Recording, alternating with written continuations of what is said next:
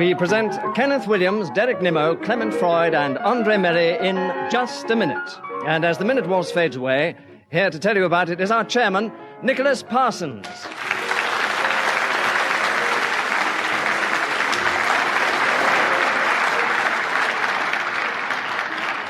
Thank you very much indeed, and hello and welcome to the first in this new series of Just a Minute.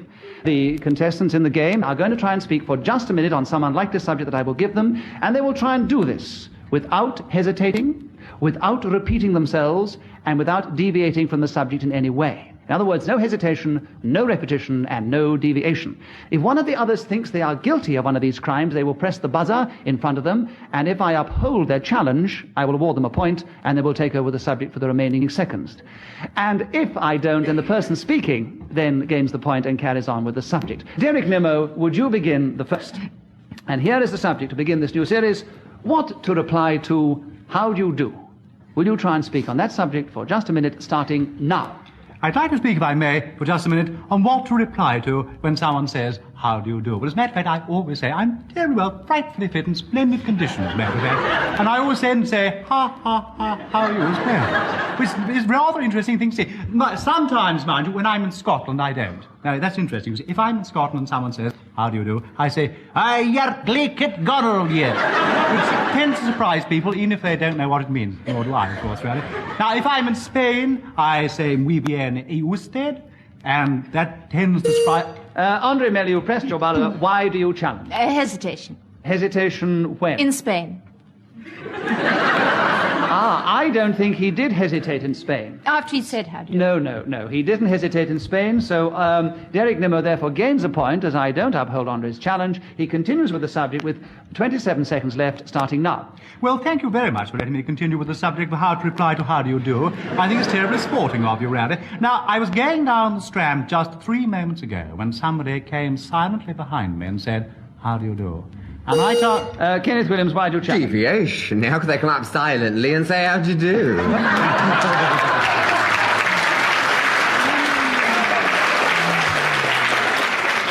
A very clever challenge. You see how clever they've got at the game. Kenneth Williams, I award you a point. You have 13 and a half seconds left for the subject of what to reply to how do you do, starting now. I always say, I'm fine, thank you, which is... Andre Melly, you've challenged. Why? Repetition, because he says he always says it.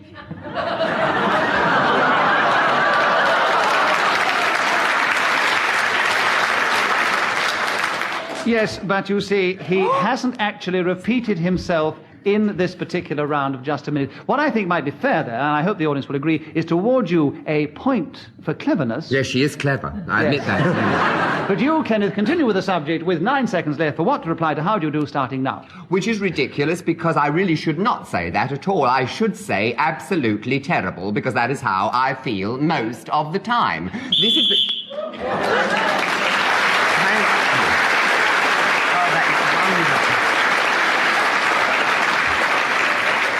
I must explain one small rule to anybody who may not have heard the show before. Whoever is speaking when the whistle is blown gains an extra point. In this case, it was Kenneth Williams, yes, who at the end of that first round... I'm in the lead. Yes. Yes. Kenneth has a commanding lead of 2 over Clement Freud, who is yet to speak. Clement Freud, you've challenged. Why? I was going to speak. Clement, I've noticed, usually comes from behind like a dark horse and often takes the lead at the end. Andre Melly, will you begin the second round? The subject is on being a bridesmaid. Will you speak for just a minute on that subject, starting now? There are certain rules and rituals about being a bridesmaid. The most important thing to know is that you must never look prettier than the bride, because it's her day. And if you happen to be more glamorous, she happens to choose the clothes that you're going to wear, so you may find yourself in a rather hideous shade of pink with something very nasty on your head. You get given a present by the bridegroom, and if you go in for being bridesmaid very often, you might collect a whole lot of powder compacts, and if you're a child, a collection of seedless... Ooh, what's called? Derek Nimmo, you challenged. Why? Hesitation. Yeah, hesitation, indeed, yes. You don't need to hesitate about it, it was quite definite. Derek Nimmo, you have the subject now. There are 28 seconds left. Will you try and talk for the next 28 seconds on being a bridesmaid, starting now? I would like to speak on being a bridesmaid. I, too, always try not to look prettier than the bride. This, of course, as you will imagine, I find to be rather difficult. I tend to wear the paler shades of blue, perhaps in organdy or in slipper satin. And then I also wear rather lovely bouquets, usually of rosebuds, and those little tiny rosebuds in pink or white, all strewn together, and a similar little grouping on my hands, the coronet. And I do find, as the other one... Clement Freud, you challenged. Hesitation. Yes, there was a definite hesitation, and there are only 2 seconds left for you to talk about being a bridesmaid starting now. I have very little difficulty. Derek Nimmo, you've challenged. No, just a minute, Derek Nimmo challenged. Why? Well, deviation. He hasn't spoken about a bridesmaid yet. and if he's only got 2 seconds, he won't have time. Derek, I think you're being very clever to try and get in with 1 second. Again, an extra bonus point, but I must not uphold your challenge. Clement Freud has another point. He has 2 seconds left for being a bridesmaid starting now. Oh, to be a bridesmaid now, but...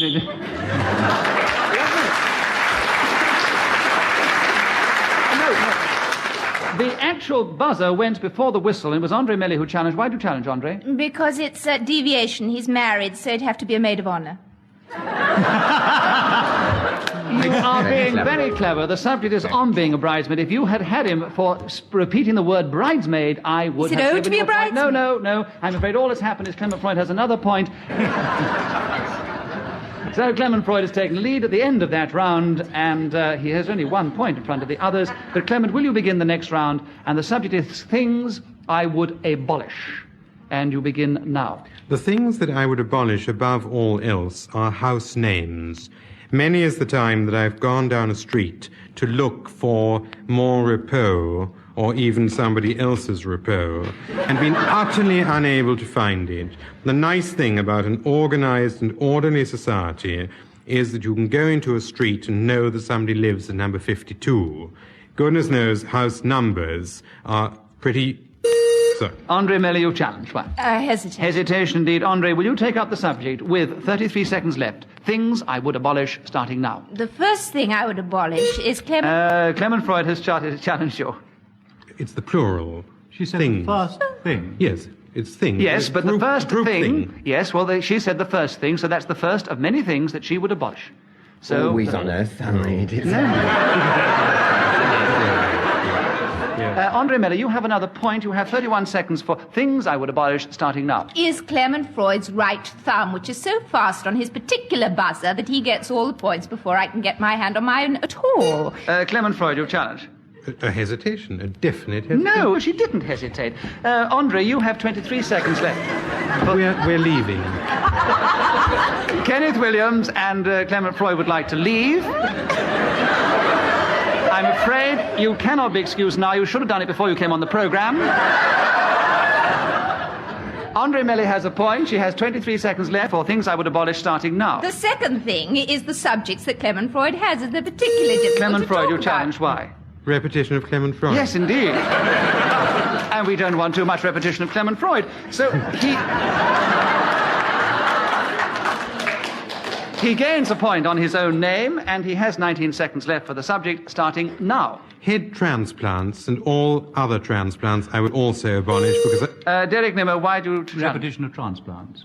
Head transplant. Yes, all other transplants. That is a repetition. Derek Nimmo, you have the subject. 14 seconds. Things I would abolish starting now. I would like to abolish pylons that one sees striding across the countryside in tremendous ugliness. They would be relegated underground. Kenneth Williams, you challenge. There's deviation. Pylons cannot stride.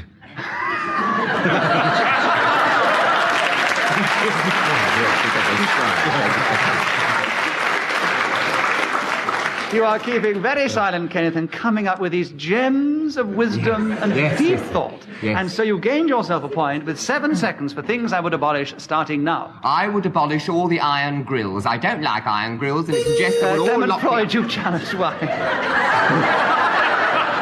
2 iron grills. Too many iron grills, yes. In spite of all of them want to be abolished. Right, 3 seconds for you, Clement, on the subject starting now. Lady hockey players would be high... Always one game.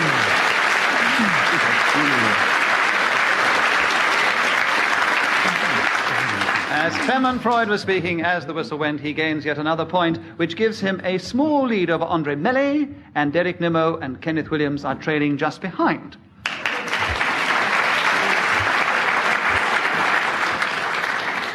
Kenneth Williams, it is your turn to begin. Would you like to speak on who I would most like to be other than myself? Have a little think about it. Your face has taken on a very strange hue.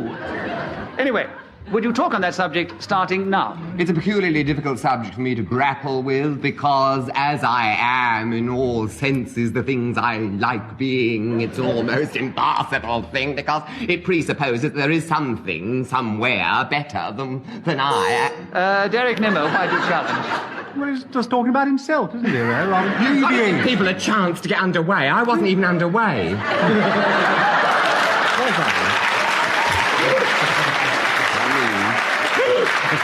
I don't know what you want under your way, really, Kenneth.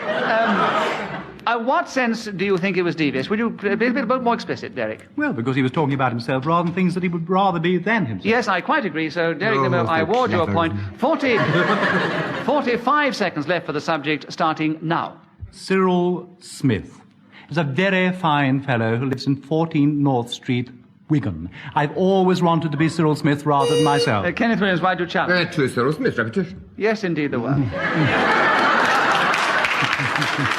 So, in losing the subject, Kenneth, you very soon get it back with another point. So you have 36 seconds left for who I would most like to be, other than myself, starting now. Well, I suppose one of the people I would like to have been would have been Nerva, because when that man found all the gold under his house, he went to Nerva and he said to him, what shall I do with Clement all Freud, why do you challenge? Too nervous. Yes, there were two nervous, I'm afraid. Well, they were really? nervous because I'm nervous.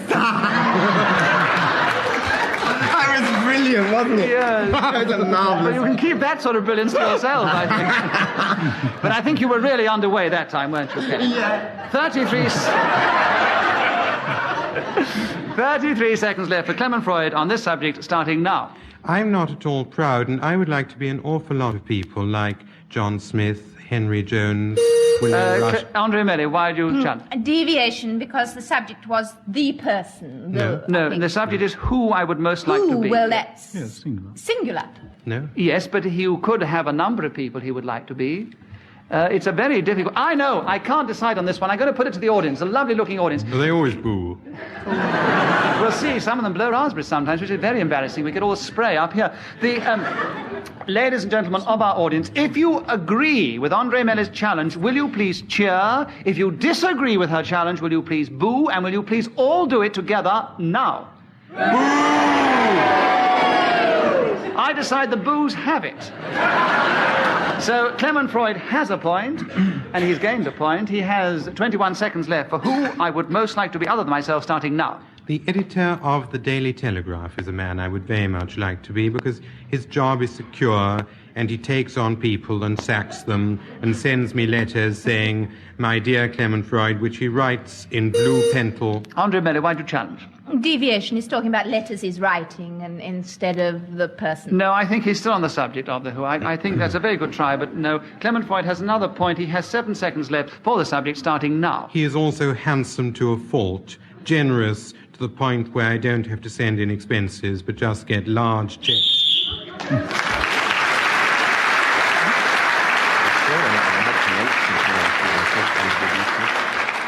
Well, Clement Freud's person that he would most like to be gave him a very definite lead. In fact, he's almost twice as many points as the other three, who are all equal in second place. Derek Nimmo, try and redress the balance as you begin the next round. And here is the subject. The perfect friend, starting now. Well, you know, everybody should have a chum. I do think that's terribly important in this lonely age in which we live today. I mean, it's no good all this wandering lonely as a cloud amongst hosts of golden daffodils. You need a friend. And who would I rather have more than anybody else in the whole wide world as my very own personal friend, Kenneth Williams. He seems to me... He, like the manager of the Daily Telegraph, is handsome to a fault. He is generous, kind, extremely gay, funny, and amusing. He's always the life and soul of every party. Every time you see him, you're sort of filled with admiration of that scintillating personality. He is the person, ladies and gentlemen, who I would like to have as my comrade through life. I would like to be able to clasp him to my bosom every Sunday morning at 4:30. I would take him bunches of daffodils and tulips. I would take him raspberries and macaroni and spaghetti and all sorts of something. Andre Meller's challenge.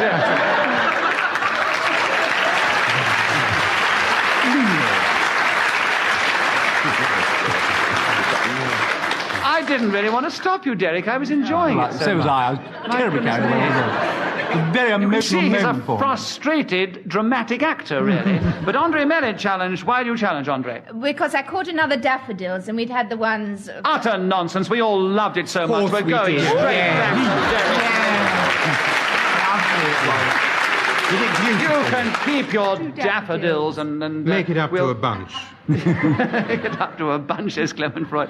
And 7 minutes for Derek to...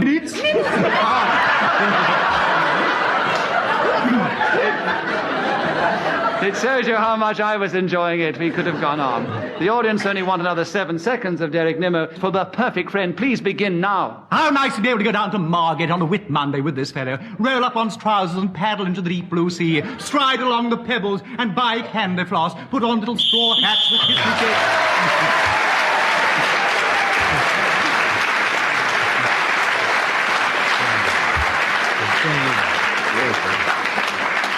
We award a point to Derek Nimmo for getting the subject back. We award him a point for speaking when the whistle went, and 1 bunch of daffodils for a marvellous performance.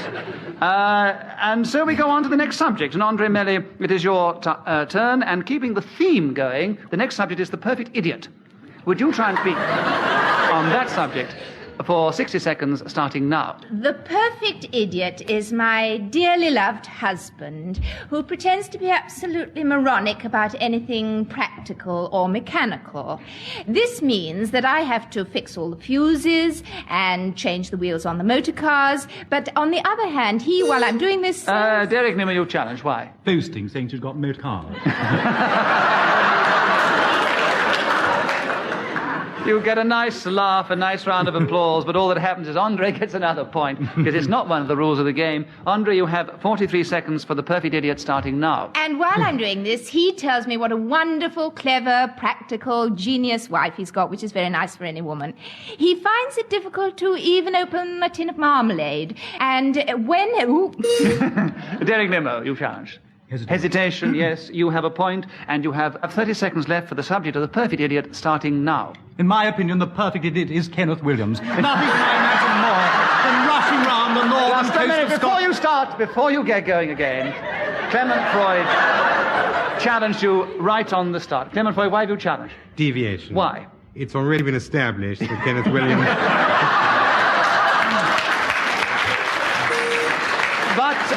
But a minute, no, you see, Clement, you see, the thing is, to be utterly fair within the game, your perfect friend could also be a perfect idiot. Have you heard the word idiotic perfect. friends, haven't you? The word oh, my perfect. idiotic friends, you say. Just a moment, Derry. What were you saying, Clement? I was going to say the word perfect precludes messing about with... No, you can. I still think, to be quite fair, you can be the perfect idiot and the perfect friend. And Derek Nimmo, I therefore decide, has another point, and he has 26 seconds left for the perfect idiot, starting now. And out there with this idiotic fellow, I stride with my gun at the ready, and the grouse laugh, they hoot with laughter when they see him, because you see, he is such an extraordinarily funny fellow. And Kenneth Williams, why do you challenge? Well, you don't see grouse hooting. You don't see them laughing either, do you? No, that's what I mean. Yes. So, Kenneth Williams, the perfect idiot. I'm sorry, no.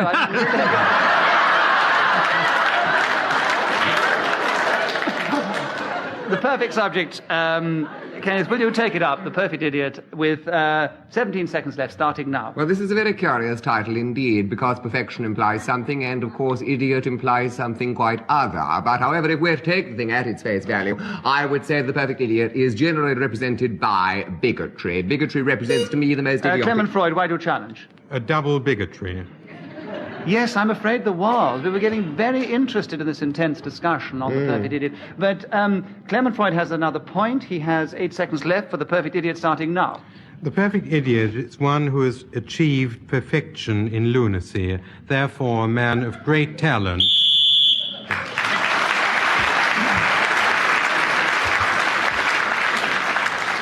Until Clement Freud gained those last 2 points, Derek Nimmo, with his perfect performance, had crept up into equal place. He's now a little behind Clement, who's still in the lead, and Andre and Kenneth are still equal in 3rd place. Derek Nimmo, will you begin the next round?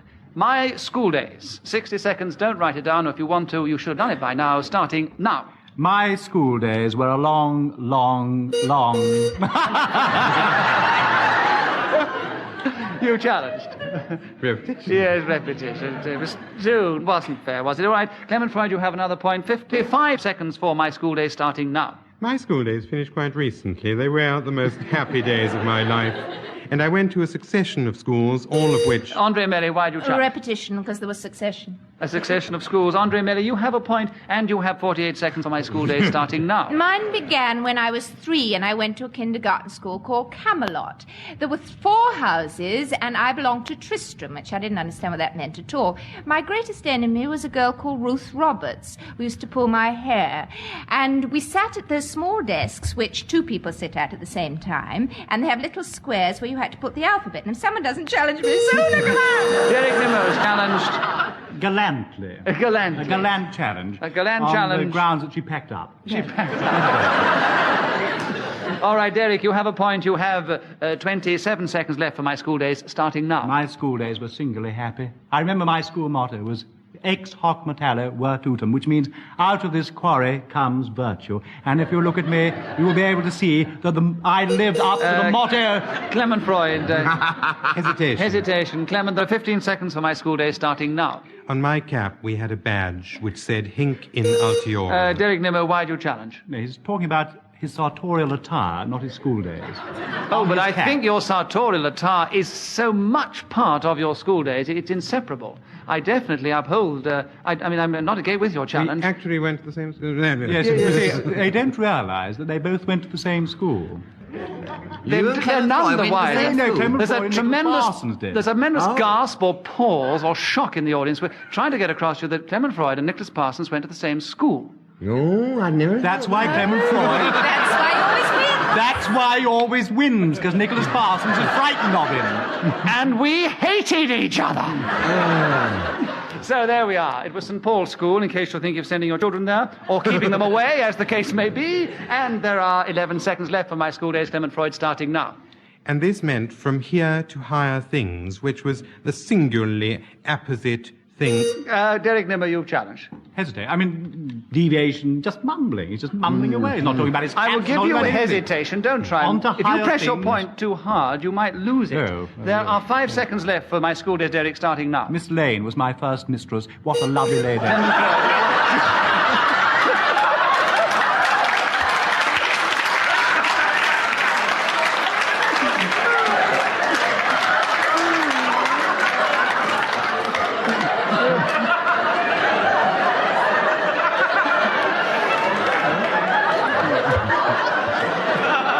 Clement Freud got his challenge in first. What was it? Corruption. I think it Or was deviation. I mean, loosely under the heading of deviation. I think we're all I think he said the challenge should be envy. We all went to the wrong school. And Clement- also the chance of repetition. Don't make it any more involved. You'll have it for deviation in a minute. All right, 3 seconds left for my school days, Clement Freud, starting now. My favourite master was the one who taught cricket and rounders.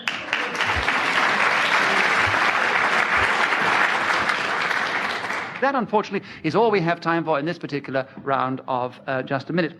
And Clement Freud, with his school days and with his other clever challenges, has just managed to be the winner. Bravo, Clement!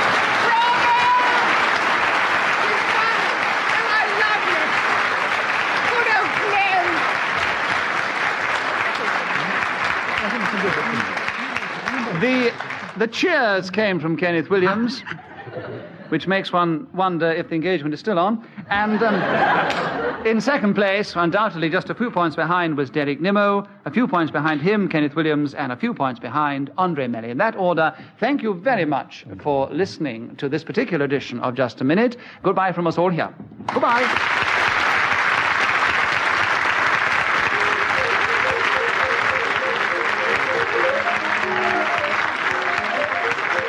The chairman of Just a Minute was Nicholas Parsons. The program was devised by Ian Messiter and produced by David Hatch.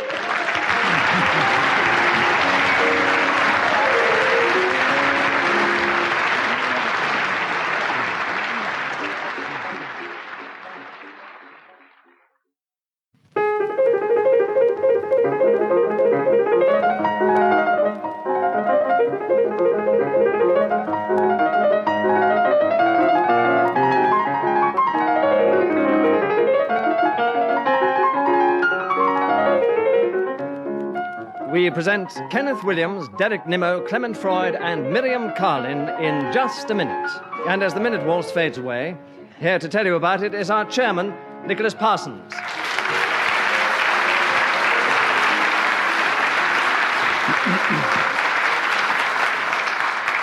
Thank you very much indeed. Hello, welcome once again to Just a Minute. And for this particular show, we welcome for the very first time in the show Miriam Carlin, who's joined these other three old campaigners at the game. They're all going to try and speak on some unlikely subject that I will give them for just 1 minute if they can, without hesitation, without repetition, and without deviating from the subject in any way. If one of the others thinks they're guilty of these crimes, they may press their buzzer. If I uphold their challenge, they will gain a point and take over the subject. If I don't uphold the challenge, the person who is speaking will gain a point and continue with the subject. With these simple rules, and this is the way we score, let us start this particular show with Kenneth Williams. Kenneth, will you begin for us today? And here's a good subject, where to draw the line. Will you talk for just a minute on that subject, starting now? Well, obviously, you draw the line at anything which outrages the established convention of the day. This is obviously something which everyone should observe. You don't talk to your grandmother in the same way that you talk to your chum. And, Miriam Carlin, you have challenged. Why do you challenge? Hesitation. Hesitation. Miriam, you have gained your first point in the show. It's a disgrace. Absolute disgrace. It's elongating the vowel. Kenneth Williams's elongated vowel has gained Miriam a point. So she gains a point. And she also takes over the subject. There are 42 seconds left, Miriam. Where to draw the line, starting now. If you are an artist... Derek Nimmo, you challenged. Very meanly, but hesitation. Yes, you see, we've got to play the so game, right. haven't we? Yes. Well, all right, Miriam, you'll get your confidence in a second at the game. Don't worry about them. Go in there and knock them all 3 for 6. So, Derek Nimmo, you take over the subject. 38 seconds for where to draw the line, starting now. Where to draw the line? Well, it's great fun, really. I generally go down the Strand with a large pot of purple paint, and I go into the pot with my line marker. I get it out, and I go and draw... Miriam Carlin, you challenged. Why? Well, because he was about to paint and not draw, because you can't draw really with a pot of paint. No, you paint a line and don't draw a line. Yes, Miriam. Very good. Very clever. So, as I agree, Miriam, with your challenge, you have gained yourself another point. You have 37 seconds for where to draw the line, starting now. Derek It's all very Nimmo. well challenging. Yes, One doesn't Derek- want the subject back. He doesn't want the... Hesitation. She doesn't... Hesitation, Derek. You have the subject. 36 seconds for the... You ready, Derek? Starting now. Sometimes it's terribly difficult to draw lines, you know, especially if one is rather inebriated. I remember one bank holiday Tuesday, or was it Thursday? I can't quite remember. but- Clement Freud, you challenged. Why? Deviation. Why? There's no bank holiday Tuesday. I quite agree, but... I quite agree. I had to hear you say it, as we I had knew. established that I was inebriated. Clever, Derek, but you can't get out of it that way. Clement Freud, you gain a point, you take the subject. 17 seconds, starting now. On the bathroom floor is the place that I've always chosen to draw a line. It means that when Derek Nimmo comes to my house inebriated, he is able to follow this and find exactly the convenience that he is looking for. Thanks to this foresight, I have...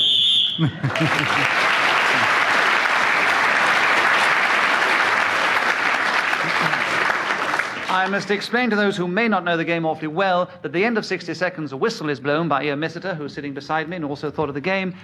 And whoever is speaking when the whistle goes gains an extra point. In this case, it was Clement Freud, who has now exactly equal number of points with Derek Nimmo and Miriam Carlin, and Kenneth Williams has yet to score. But only one round score. Miriam Carlin, will you begin the second round?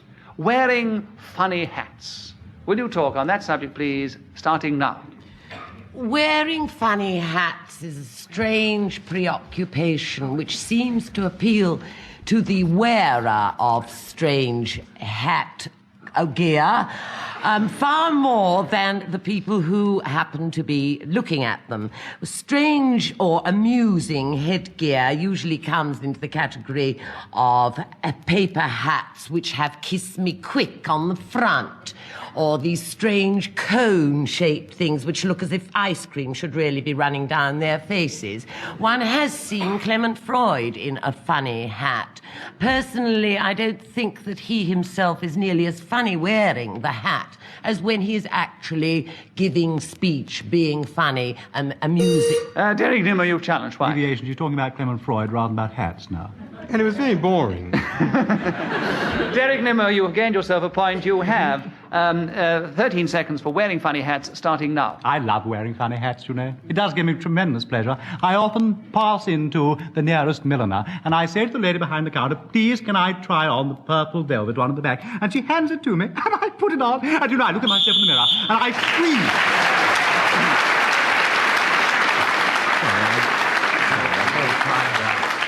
As Derek Nimmo was speaking then when the whistle went, he has gained himself a bonus point. He now has twice as many as Miriam Carlin and Clement Freud, and Kenneth Williams has yet to score. But it's only round two. Derek Nimmo, will you begin the third round? What goldfish think about? A little pause for thought on that one. And Derek Nimmo, will you begin now?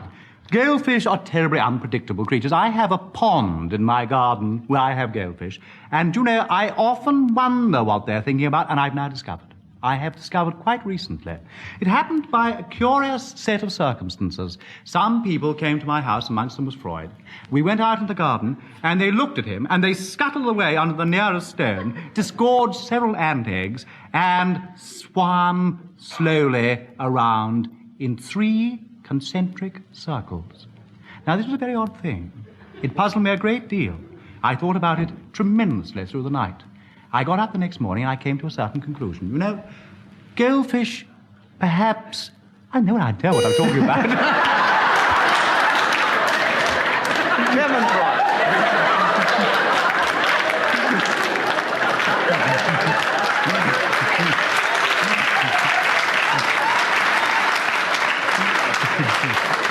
Clement Freud, you challenged by? Hesitation. Hesitation, indeed, yes. All that long time, and we never got to what the subject on the card is. What goldfish think about? Clement Freud, can you tell us what they think about? 16 and a half seconds left, starting now. Goldfish spend the majority of their time thinking about food and air bubbles. The reason for this is that without having... Kenneth Williams, you challenged by? Hesitation. Yes, indeed, there's hesitation, Kenneth. So you've gained your first point. You've also gained the subject. There are 8 seconds left. What goldfish think about starting now? The answer very simply is that they don't think at all. They simply work instinctively. Clement Freud, why do you challenge? Deviation. Why? The subject is what goldfish think about, not what they don't think about. But if they don't think what they don't think at all, it means they think about nothing, and that is perfectly possible. So, on this particular occasion... Kenneth Williams has another point. He has 4 seconds left, starting now. They open their mouths, and when the food goes in, it goes in by instinct, not because they've thought about it at all.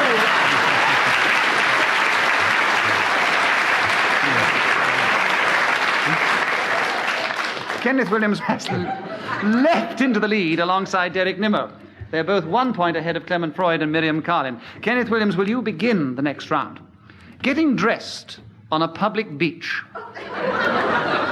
You look suitably stunned, but will you try and talk on that subject for 60 seconds, starting now? I'm always dressed on beaches, so the occasion has not occurred for me to dress. But if I had to dress on a public beach, I know exactly how I do it. I would wear the shirt right until the last moment, keep the shirt on till the last moment, securing it round the thighs. Round the thighs, I'd secure the shirt. Round the thighs, you see. What's he challenged for? Well, he's getting undressed, not dressed. You keep your shirt on to the last moment. You're doing the wasn't it strip. undressed? You're No, stripping. getting dressed. Getting dressed? Yes. Oh, I'm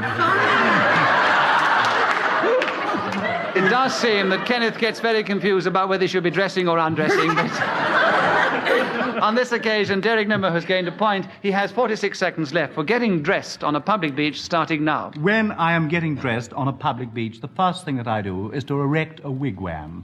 On the top of the wigwam, I put my Union Jack. I then go inside the tent. I take off my... Clement Froy, why do you challenge? Deviation. Why? He's erected a wigwam that's gone inside a tent. Well, a wigwam is a It's a very modest way to get dressed on a public beach in a wigwam.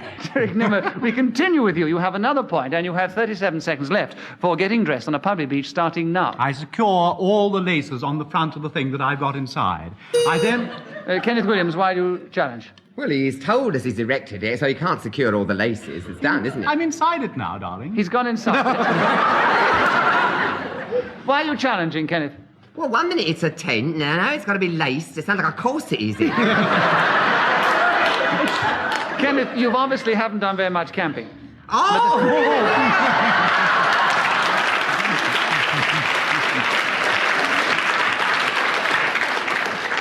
32 seconds for the subject, Derek Nimmo, starting now. I look gently to make sure there are no peeping toms, and then gently, too, I discard... Clement Froy, why do you challenge? Repetition. What of? Gently. Yes, gently. indeed, all Yes, right, Mr. yes. Chairman, he's quite right. Give him a point. Oh, my goodness, when you appeal to their better instincts, what does it bring out? Isn't it marvellous? Clement Freud, 27 seconds for getting dressed on a public beach, starting now. My method of getting dressed on a public beach is very similar to that which I adopt on any other piece of land. I put on my socks, followed by my shoes, thereafter my pants and my trousers. A shirt comes next. Kenneth Williams, why do you challenge? Deviation, you couldn't possibly pull your pants on over your shoes. I mean, your pants would be covered in the boot blacking, wouldn't they? The trouble is, you see, Kenneth, I agree with you. I mean, you wouldn't and you shouldn't, but obviously you must have some very strange pants if you're Clement Freud, and this is what he does. I mean, it is not impossible. No, so he was nodding himself. He was nodding. He was nodding off, I think, actually. Anyway, I have to give Clement Freud a point on that. There are 13 seconds left for the subject, starting now. I buckle my belt and put on my braces, and thereafter take off my braces and put on my shirt, which I tuck Derek into Nimmo, my why do you trousers. challenge? Well, he was in the middle, getting undressed again, because he put his braces on and then he took them off again. So Oh, that yes. must feature as being getting undressed at one particular point. That's a He should be very getting dressed. clever challenge. You should have, Clever. I'll put it to the audience. Do you agree with Derek Nimmo's challenge? If you do, Yes. will you please cheer? If you disagree, will you please boo? Will you all please do it together now? Derek Nimmo, you've gained a point. You have 6 seconds left for the subject, starting now. I put on my socks and then I put on my shoes. Then I put on my white underpants. Miriam Carlin, you challenge. Why? Well, he's You've had put shoes it- and socks already over Yes, there, haven't we? it was Well done, all Miriam. You've gained a repetition. point. There is Adding to one... which I haven't said anything for hours and I was getting very bored. Exactly. I can't give you a bonus point for that, Miriam, but you have got the subject. There's only 1 second left for getting dressed in the public beach, starting now. When I...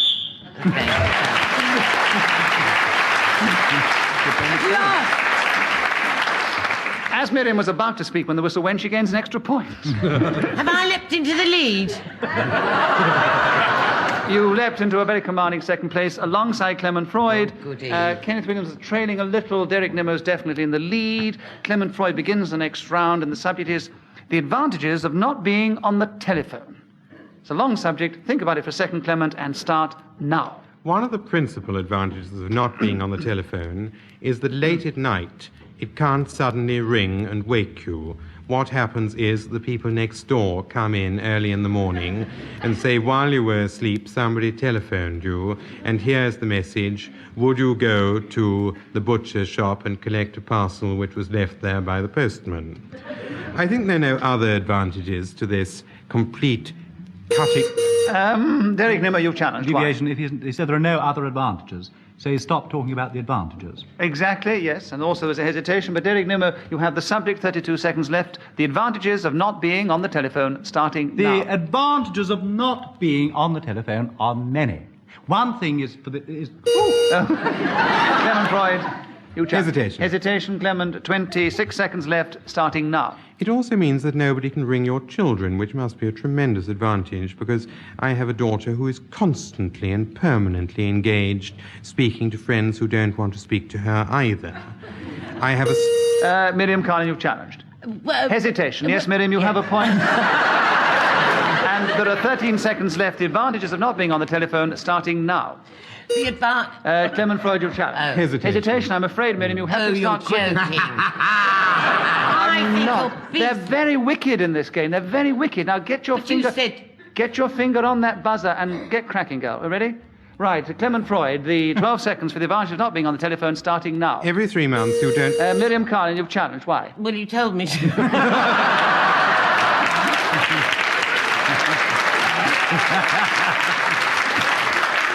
If I told you to, Miriam, you must obviously have gained a point. So you have 10 and a half seconds left for the advantages of not being on the telephone, starting now. It's absolutely marvellous to not be woken up in the middle of the night by boring people. Clement Freud, you've challenged. Why? Repetition, I've just said that. Yes, I'm afraid you did just You say said so. it, I didn't.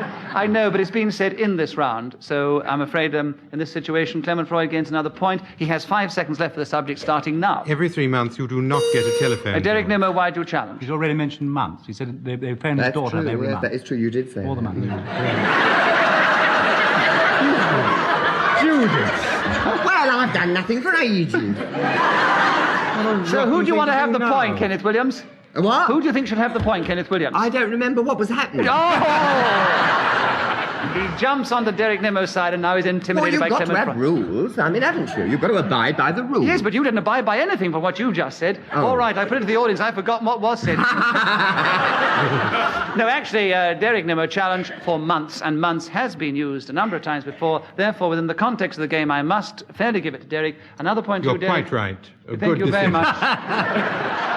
4 seconds left for Derek Nimmo, starting now. It is the most tremendous advantage not being on the telephone. For Miriam Carlin, why do you challenge? Repetition. There have been loads of Advantages of not being on the telephone. That's a Miriam, good point. You Yes, have another yes. point. You You're have quite Thank you. right. It's popular. Yes, get yourself ready, Miriam. 2 seconds left for the subject, starting now. One doesn't have to go through this ghastly.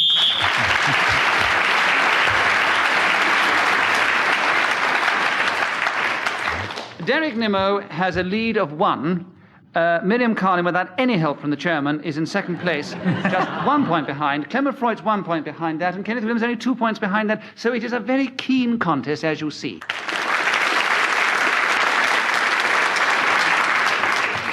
Miriam Carlin, will you begin the next round, please? Dieting. Will you talk on that subject for 60 seconds if you can, starting now? Some of us are fat, and others are like Derek Nimmo and Kenneth Williams. Quite. Kenneth Williams, you Hesitation. Yes, you needn't say it with such vehemence, though. We do agree. I'd say more apologetically so early in the show, actually. I'm sorry, but there have got to be rules. You can't laugh about it. You must abide by the rules. Kenneth Williams, you have 52 seconds for talking about I'll dieting, get my own starting... back on you. Go on. 52 seconds, Kenneth, starting now. There is a great fallacy about this word because everyone assumes that if you abide by this diet thing, you will lose weight. It's, of course, a load of rubbish. The only way you lose weight is, of course, to starve. Go without food, and indeed, the old fakirs of the East all recommended starvation. It is in all creeds that you should, at some point or another, give up the food, give up the material comforts, go out into the desert, in fact, get away from all the material things, get away from your central heating, get away from your fitted carpet, get away from your upholstery. What's the matter with him? He's got hysterical. He's pressing this buzzer like there's no tomorrow. I know. He's trying to challenge you, Kenneth. What on? I don't know. Let's find out. Kenneth Freud, why do you challenge? Sitting next to getaway people. Repetition. Yes, there was a lot of repetition, yes. You were out in that desert doing goodness knows what, Ken. So, Clement Freud has the subject. 20 seconds left, starting now. One of the great seats of dieting is a health resort which is ever becoming more popular in this country. For £28 a week or more, you may go to... Kenneth Williams, why do you challenge? Deviations, advertising. Kenneth, if he had mentioned the name of the place, he would have been advertising. So to try and be fair, I don't think I can uphold your challenge. I think that's a very good decision, Mr. Chairman. As it's your It point, I also- know you would agree, Clement. It was also very untrue because it costs a lot more than £28 a week. Well, that's got nothing to do with the game, Miriam, but thanks for hearing your voice. It was lovely. There are 12 seconds left for dieting Clement Freud, starting now. You arrive at these dieting centres, and the first thing they do is give you... Kenneth Williams, why do you... Repetition, we've already had dieting. We've had rather a lot of dieting, so Kenneth, you take the subject over now. 9 seconds left, starting now. I was told once that if you do nothing but bananas and dry biscuits, it would really get you somewhere. They said just the dry biscuits, but Clement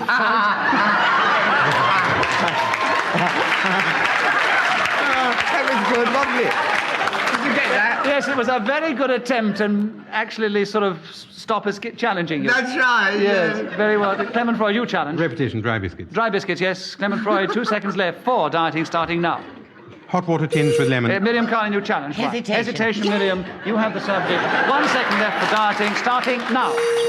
No, Derek Nimmo challenge first. Derek Nimmo. Hesitation. No, there was no hesitation. Miriam Carlin has another point. There's half a second left for you, Miriam. Dieting, starting now. I've discovered the...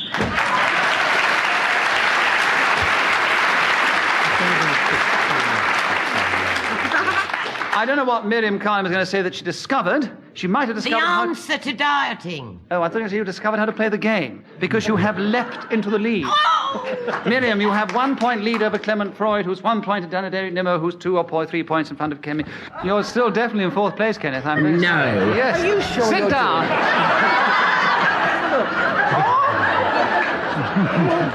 I must explain to the listeners that Kenneth was so overcome with disbelief, he had to rush from his seat, rush over to me, and look at the points of scoring that Ian Mester has in front of him, which we go by.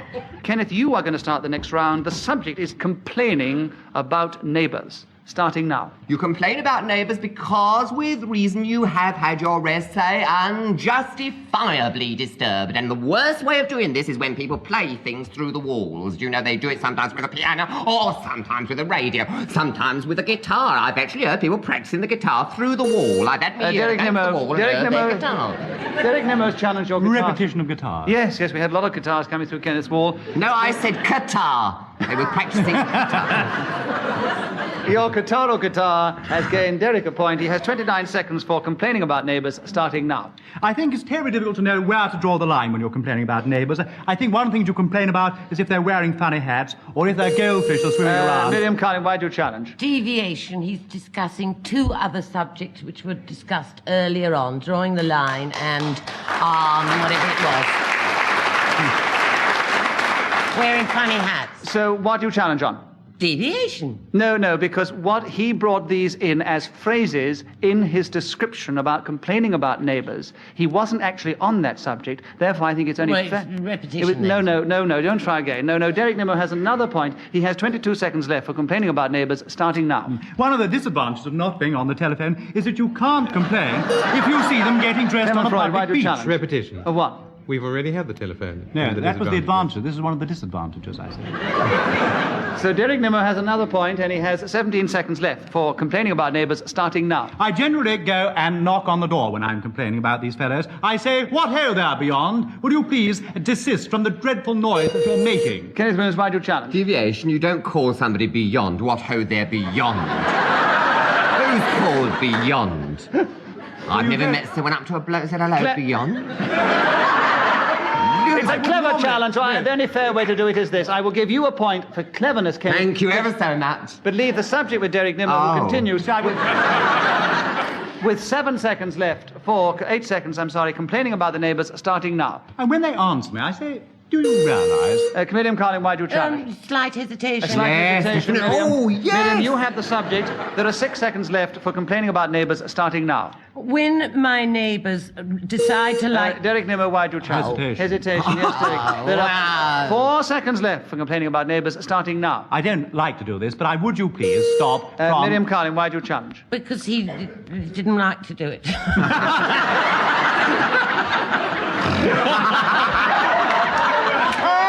He didn't like to do it, and we didn't like to do it. You mean if he didn't like to do it, it was very devious of to come down here at all and try and Yes. do it? Exactly, Yes. Miriam. Of course. Very So, devious. Miriam, you have the subject with 1 second left for complaining about neighbours, starting now. People who write vampires on it.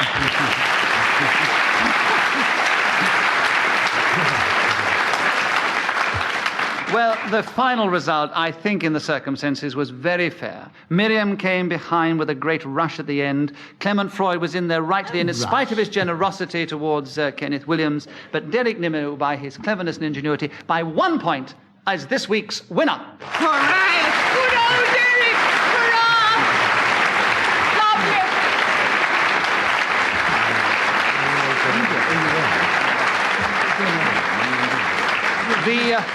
The generous hurrahs and well dones came from Kenneth Williams because he was in fourth place just behind Miriam and Clement Freud, who were both equal.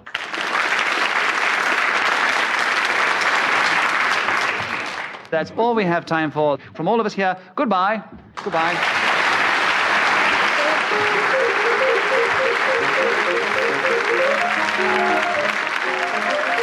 The chairman of Just a Minute was Nicholas Parsons. The program was devised by Ian Messiter and produced by David Hatch.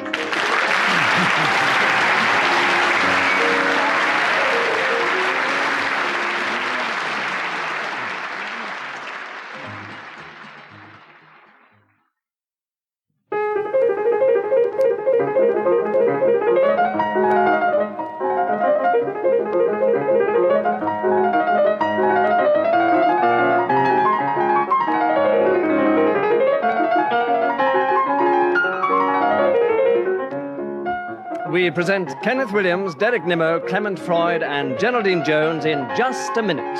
And as the minute waltz fades away, here to tell you about it is our chairman, Nicholas Parsons.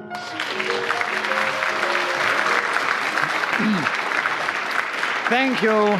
Thank you very much. Hello. Welcome once again to Just a Minute. And once again, these four clever exponents of the game are going to try and do battle in this verbal battle of wits and try and speak for just a minute on some unlikely subject that I will give them, and they will try and do it without hesitation, without repetition, and without deviating from the subject in any way at all. And if they're successful in doing this, they will gain points. If one of the others thinks they're guilty of one of these crimes, they may challenge by pressing a buzzer in front of them, and if I uphold their challenge, they will gain a point and take over the subject. If I don't uphold their challenge, the person speaking gains a point and keeps the subject. This is the way we score. This is the way we play the game. Geraldine Jones, preventing long telephone conversations. Will you talk on that subject for 60 seconds, if you can, starting now? It would be far too simple to say on this highly sophisticated program that the best way of preventing long... Clement Freud, why do you challenge? Deviation. Why? I think this is one of the most unhighly sophisticated programs I've... Well, I Clement, think it's crude to a degree. You're a disgrace to say unhighly. I've never heard such bad English in my life. And You've got the nerve to pick up a lady. That's not very gallant. A lady sitting there trying to do her best, and you cut in on her like that. And that's awful, isn't it? I take it back. That's dreadful. I withdraw. But I think Lady, Kenneth she's Williams I withdraw. Over there. And I think Kenneth Williams has approved how unsophisticated it is. Okay. Only fair thing to do, I'm sure, is because I think it was a clever challenge, is to Look give at her. Clement Freud a Correct. point for that, but leave the subject with Geraldine Jones, who continues for another 55 seconds on preventing long telephone conversations, starting now. Venting long conversations is by putting the telephone receiver down very smartly as soon as you've heard that the person you're speaking to is not someone that you want to go on talking to. But on the other hand, if you want to be a little more sophisticated, then the thing to do is to say, "Ah, my house is on fire," and run away from the telephone immediately. Or on the other hand, to say, "I'm just..." Clement Freud, you've challenged. Why? We've had two other hands. I have to. You're not going to get any points for that cleverness. All we do is to give Geraldine Jones a point, and she continues with the subject for the next 36 seconds, starting now. Or you can purposefully mistake the name of the person you're speaking to, so that if it's John, you talk to him as Brian throughout the conversation. And this makes him so... Repetition of Nimmo. conversation. Derek Nimmo, repetition of conversation. Yes, Derek Nimmo. 27 seconds left for you on the subject, starting now. Of course, quite obviously, the best way to prevent long telephone conversations is to have a short wire. All you have to do is to have a telephone here and one sitting down on the floor underneath, and then you can chat quite comfortably without any length of the thing being involved at all. I don't know anybody has no... Clement Freud, you challenged. Hesitation. Hesitation, you have another point. You have 8 seconds left for the subject, starting Wasn't now. a hesitation, it was a Ideally, you flounder. do it from a telephone box with insufficient money to protract anything that anyone might say. For instance, if it costs 1 shilling to have...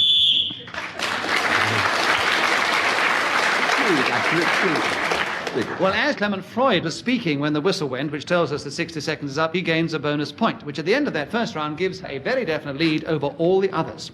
Clement Freud, will you begin the next round? And on this point, I'm sure you can talk very easily why I am so popular. 60 seconds starting now. If you combine false logic with faulty thinking, you do have a random chance of arriving at the correct answer. Derek Nimmo, you've challenged. Regrettably hesitation. Yes, he just couldn't think why he was so popular. So Derek Nimmo has the subject, and there are 51 seconds left. Why I'm so popular, Derek, starting now. Why I am so popular is really because I pay tremendous attention to bodily hygiene. I do think it's terribly important, you know. Every morning I get into my bath and I scrub my feet very well and very thoroughly. I make sure my toenails are beautifully clean and polished and rounded. I then get out of my bath, having cleaned the rest of it whilst I was in it, I might say, all round about, and I cover myself with talcum powder. To my dressing room I go, select a pair of lily white underpants, put them on, a lovely chemise, a bow tie. Kenneth Williams, why do you challenge? Deviation. This is all about personal hygiene and sartorial elegance. It's nothing to do with why I'm popular. It might be the why I reason am popular. he has decided that that is the reason he's popular, I can't because be any other reason. Oh,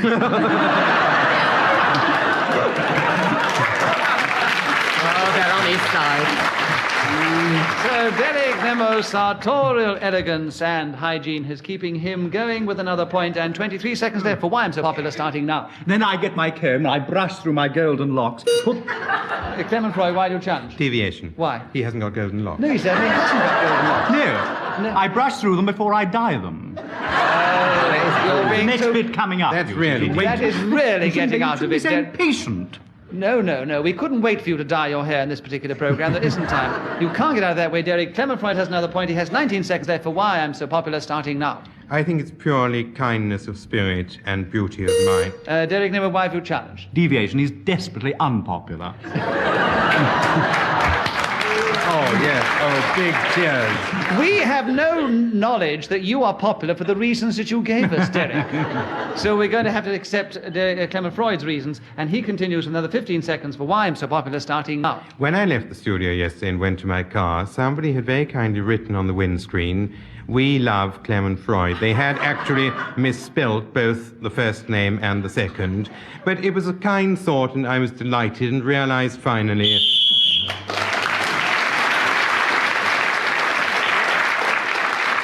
Well, Clement Freud, rather late in that round, finding a reason why he thought he was so popular, has given himself an even bigger lead over the other three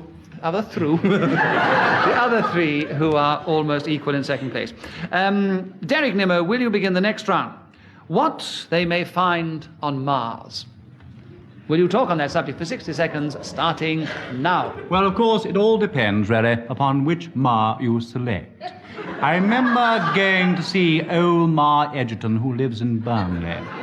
And at first they found very little trace of living life upon her. But after a thorough investigation, both the biologists and the naturalists did find some proof that there was life on this particular Ma. They did find other things. She wore clogs and lisle stockings, long cami knickers, a liberty...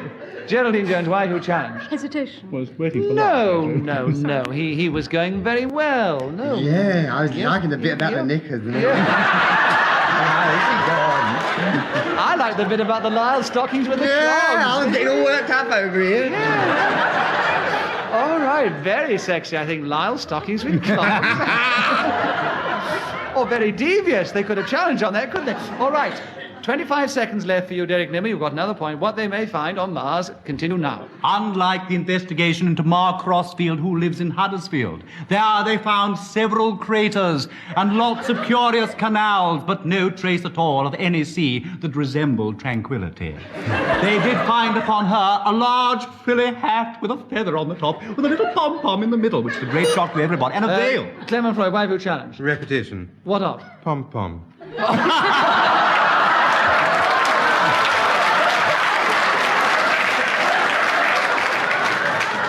Messenger, you thought of the game. Who do I award the point to? You must give this to the audience. I'll give it to the audience. Ladies and gentlemen, if you agree with Clement Freud's challenge, will you please cheer? If you disagree with this challenge, will you please boo? And will you all do it together now? I decide the Rays have it. Clement Freud has a point for his pom-poms. 6 seconds left with Clement Freud to continue what they may find on Mars, starting now. A wealth of mineral and deposits such as geologists would like and investigate. Kenneth Williams, why do you challenge? A hesitation between would and like. I don't think there was any hesitation Yes, there at was, all. quite definitely. No, I don't think so. So Clement Freud has another point, and there are 2 seconds left, starting now. And signs of human life such as...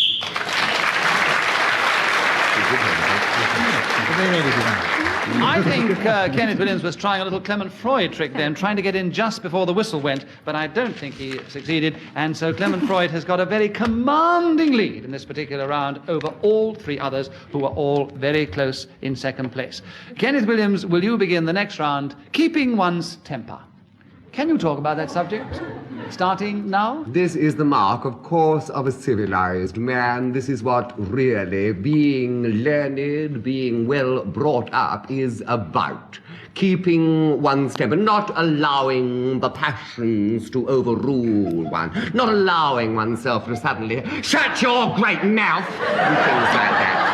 Because this is not going to induce harmony. It is not going to bring about goodwill. Who's challenged? Clement Freud is challenged. What basis? What basis, Clement? Hesitation. Do you think you hesitated, Kenneth? Well, I mean, I leave it to you. You're the chairman. You're the best at the judging. I mean... Yeah, but you giggled. Actually, you did hesitate. It was only because Clement was so far in the lead and you were so far behind. You've got to have the rules, You've got to haven't have the you? rules. You're quite right. You're very sporting, Kenneth. So Clement Freud has another point, and he has 33 seconds left for keeping one's temper, starting now. In this sort of game, it is absolutely essential to resolve one's equanimity. And I... Kenneth Williams, why do you challenge? I just don't understand. What is it, deviation? How can you resolve your equanimity? What does it mean? What does it mean? I don't know what it means. Well, all right. Explain to him, Clement. I said reserve, or I meant to. You said resolve. So Did I? Clement Dennis Williams Quite has right. another point, and he has 29 seconds Quite left for keeping one's temper. Starting now. The best way to do this is to count very slowly, 1 to whatever number suits you, when you feel this terrible urge mounting inside, when you feel your gall and your spleen. Derek Nimmer, why do you challenge? I've not the slightest idea. I'm so sorry. I'm very sorry, but he said gall. I thought he was going to stop at the end, but he didn't. He didn't. He went I on. do Derek, apologize. Kenneth Give him a Williams point. I'm not going to give it to him. Yeah, I'm not going to give it to him. He's won it, fair and square. So, Yeah. Kenneth, you have another point, and you have 17 seconds left for keeping one's temper, starting now. And then conjure up a vision of beauty and loveliness, something which was a lesson, say, of morality to all mankind. And then, with that floating through your head, you will find that your lips will give forth some sweetness, some strange poetry. People will kneel before you. He didn't know the whistle very well, did he?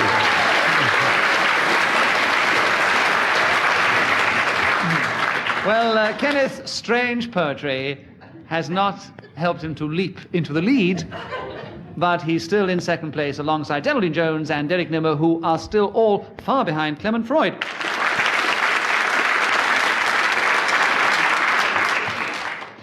Geraldine Jones, your turn to begin the next round. Useless occupations. Will you talk on that subject for 60 seconds, starting now? Long ago, I came to the conclusion that all occupations which involve any sort of effort at all are totally useless. The more active we become, the more useless the end involved. People who teach are really doing something very useless. What is the purpose of their work? To teach other people to be equally useless later in life. People who serve in shops, they sell stuff so that we can buy it, so that we can eat it, so that we have to go back and buy more. Perhaps the most notorious of these is that of politicians. All these people who live in their little houses and make their little speeches. Clement Freud, why do you challenge? Repetition of little. Little houses. In little houses, yes. All right, Clement. You have 23 seconds left for useless occupations, starting now. One of the most useless occupations, and I shall come to others by and by, is the refurbishing of finger stalls, which a friend of mine called Horace Whitmore does in Scunthorpe in Lincolnshire. Clement Williams, why do you challenge? By and by, said repetition, because he said pom-pom. About 20 minutes ago.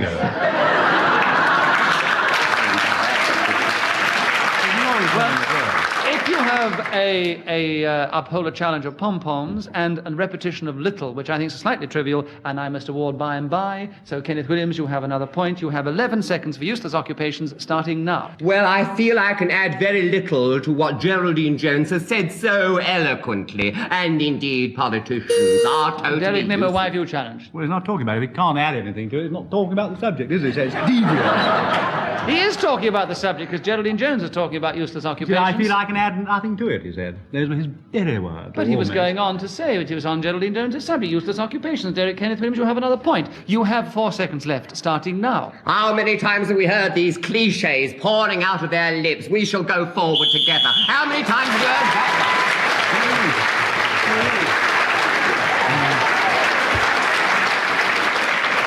Thank you, Mum. Well, Clement Freud's still in the lead, but Kenneth Williams is now definitely in second place ahead of the other two. Clement Freud, will you begin the next round, queuing up at the post office? 60 seconds on that subject, if you can, starting now. I have absolutely no idea what one does in a post office. I suppose you send your secretary and you say, will you go to this place, and stand behind a lot of other people if they're in your way. Derek Nimmo, why you challenge? Hesitation? Yes, I'm afraid there was, because he's thinking about queuing up at the post office. So, Derek Nimmo, you carry on with 46 seconds for queuing up at the post office, starting now. Generally, I choose the one in Trafalgar Square because I awfully like the mural on the wall. In the door I go, and when I get firmly inside, I join the queue, and it's awfully jolly, you know. You'd be surprised at the people you meet. You talk to the fellow next to you, you say, why are you queuing? And he said, I'm here to buy a threepenny stamp. Oh, really? I say, that's rather out of date now, because we have to pay 4pence or 5pence. He said, do you really? I said, yes, you do. Geraldine Jones, you have challenged. Repetition. Repetition, yes. I must tell the listeners that he was acting so well to the audience. That's why he got carried away and he said, I do. 25 seconds for you, Geraldine Jones, to continue with queuing up at the post office, starting now. Queuing up at the post office is really more a sport than a chore because you can jump queues. You start in one, and then when you see that the next one is working much more efficiently than the one you're in, you move to it, and then you see that the next one, and so it goes on until you find that you've done a wonderful sort of hurdle race all round the post office until at the end. Derek Nimmo, why have you challenged? Repetition, alas, of post office. Yes, I'm afraid there was too many references to the post office. That's quite right. We've had it many times mentioned. Derek, you have another point. You have 13 seconds left, starting now. The next but one fellow said, oh, I'm here to buy a postal order. So I said, why? He said, oh, well, I want to send one off for my football pools. I said, that's terribly interesting. Who do you support?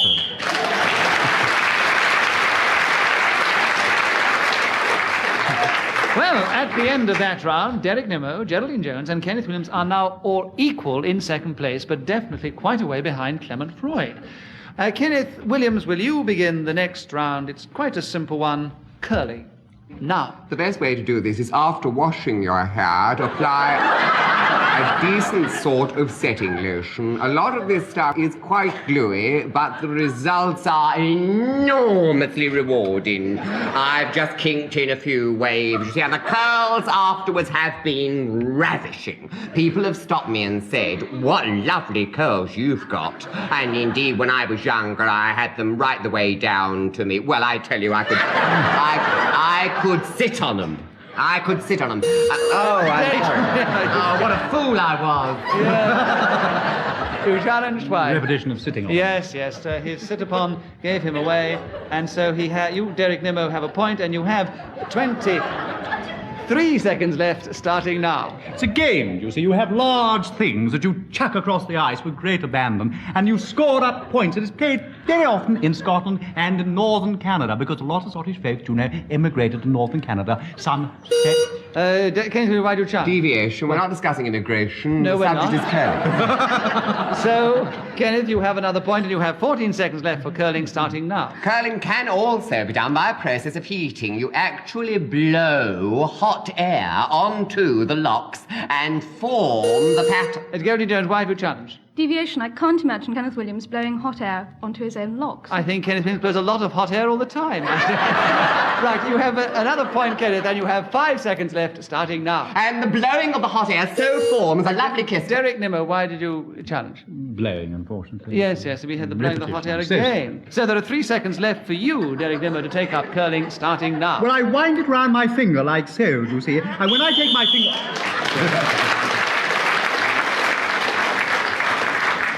are still in this situation with Derek Nimmo, Geraldine Jones, and Kenneth Williams almost equal in second place together, and in a very commanding lead still Clement Freud. Geraldine, will you begin the next round? The subject is Why I Like Men, and you start now. It would be terribly invidious on this programme to say why I like men. It would be impossible, of course, to play the game if I didn't, because I'm sitting here surrounded by them. But I suppose, really, the main reason... Clement Freud, you challenge. Why? Hesitation? Yes, indeed, there was hesitation. So you have the subject, and there are 49 seconds left, Clement Freud, for you to try and tell us.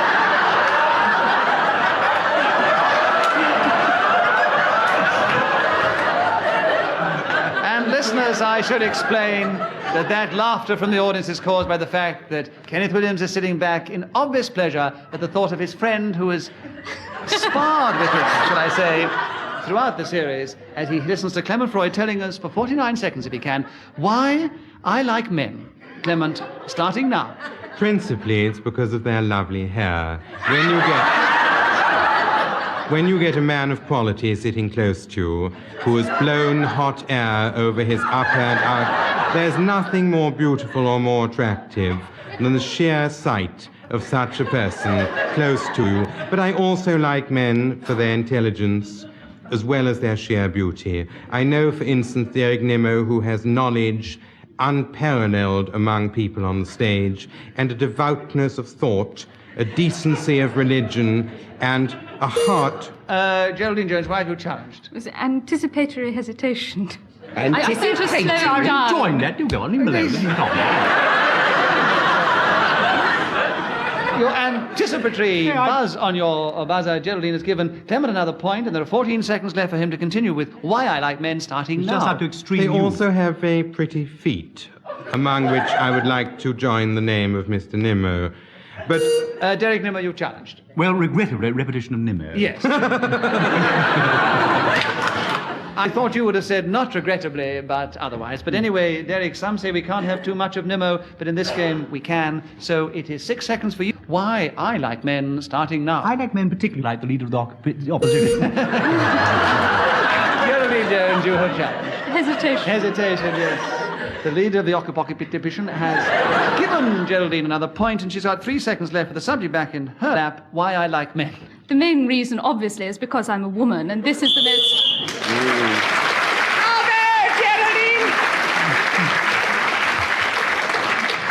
The situation at the end of that round is exactly the same. Clement Freud still has a very definite lead over the other three, who are almost equal in second place. Clement Freud, will you begin the next round? And the subject is My Relations. Can you talk on that subject for 60 seconds, starting now? my relations consist of the father-mother syndrome, which is so popular in Russian novels, but extending to brothers and cousins, to aunts and uncles, and to other relations which I don't at this moment want to mention, but which I shall talk about in a moment. Or not, as the case may be.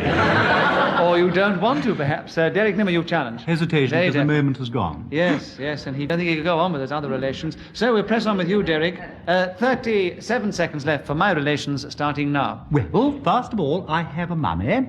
I used to have a daddy. I have a sister, Valerie, an aunt, Beatrice, a cousin, a young cousin, actually. Repetition. Clement Freud. Repetition. Yes, he had to have emphasized his cousin. So Clement Freud has the subject back, and there are 27 seconds left for My Relations, starting now. Abigail Nunthorpe is one whom I've often called Auntie, although she's actually not a blood relative. Geraldine Jones, why have you challenged? Deviation. Why? Well, he's not talking about blood If she's not a relations. blood relative, she's not a relation. Precisely. All right? So, Geraldine, you have the subject. Kenneth Williams, you've challenged. Why? I beg your pardon, I have no right to challenge your judgment. Of course, that was ridiculous. I was going to say you can be related to someone by law, and it seemed to me perfectly You're valid. absolutely right. So I had to put it to the audience. Kenneth Williams has pointed out that there is a way of interpreting that remark, so I'll let the audience be the judge. Do you think that Geraldine Jones is right? If you agree, will you please cheer? If you disagree, will you please boo? And will you all do it now? Well, I'm afraid undoubtedly the audience entirely agree with Geraldine. So Geraldine has a point. She has 17 seconds left for My Relations, starting now. Close relations you can normally cope with because you know who they are. You visit your auntie and uncle and sisters and brothers at Christmas and at birthday times. It's the ones Kenneth Williams' wife will challenge. Deviation is completely untrue that she visits her uncle or her auntie at Christmas time. We've only got her word for it. How do you know I she can doesn't? tell you this. I can give you information after the show about it. They've been crying out for her to visit them. They've said make it because she won't go near them. And now she's got the cool nerve to sit there and talk. Yeah, get on with it. Now, Kenneth, if you can give us proof here and now... Oh, that well, she I can't do it Well, that's now. all right. Then No. Geraldine has another point, and she has 10 seconds left. Another point. Fire relations, Geraldine, starting now. It's the ones that you don't know about that are the worrying things. You visit Coventry and you have no idea that anybody there knows you, and suddenly somebody jumps up in the street and says, "Hello!"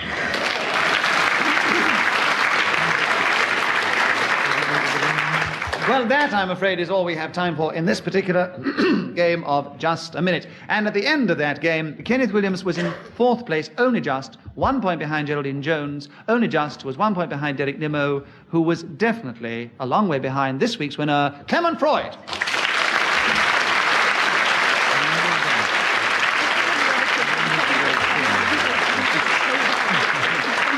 Thank you, on behalf of our winner, very much for that applause. We hope you've enjoyed this particular edition of Just a Minute, and from all of us here, goodbye and thank you for listening. The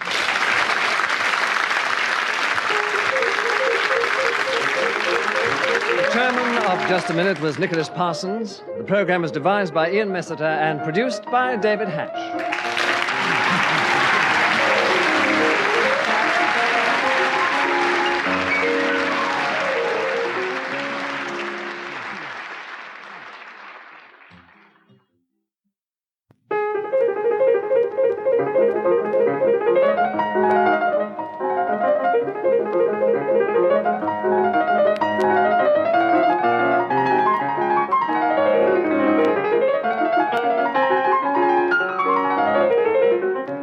We present Kenneth Williams, Derek Nimmo, Clement Freud, and Juno Alexander in Just a Minute. And as the Minute Waltz fades away, here to tell you about it is our chairman, Nicholas Parsons.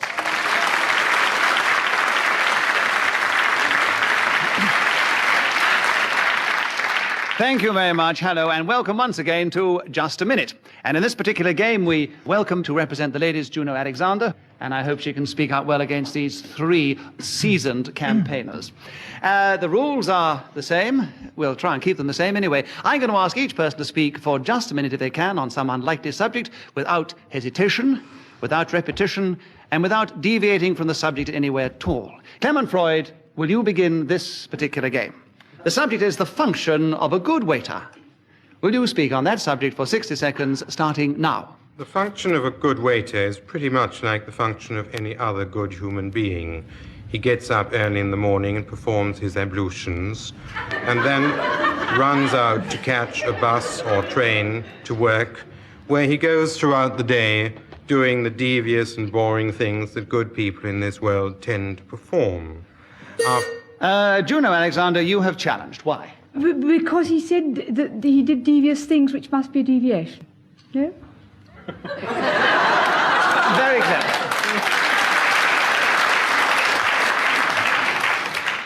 That's a very clever challenge, Juno. I think... I wish I was dead. He'll sulk all evening. No, he won't. No, I think that as he didn't actually deviate within the context of the game, I think the best thing to do is to award you a bonus point for a very clever challenge and leave the subject with Clement Freud, who has 40 seconds left, starting now. Derek Nimmo, you have challenged. Why? Hesitation. Hesitation, indeed. I was actually sulking as predicted by Derek Nimmo. But all that happens, Clement, is that you lose a point. And you don't lose a point, no. but Derek Nimmo gains a point. He gains the subject. There are 38 seconds left, Derek, on the functions of a good waiter, starting now. Well, the functions of a good waiter are particularly important if you're waiting at a bus stop, because you should stand absolutely still in line until the machine arrives. Not an eyebrow must be lifted, not a muscle twitched, not an eye or nose. Clement Freud is challenged. Why do you challenge? Hesitation. Hesitation, indeed. So as I uphold your challenge, Clement, You take the subject back, you have a point, and you have 23 seconds left, starting now. A good waiter goes up to a customer, gives him a menu, and takes his order. Would you like smoked salmon, oysters, or caviar, he says, because these are the most expensive... Derek Nimmo, you have challenged. Why? He's showing off, you see. I mean, who can afford oysters and caviar and smoked salmon?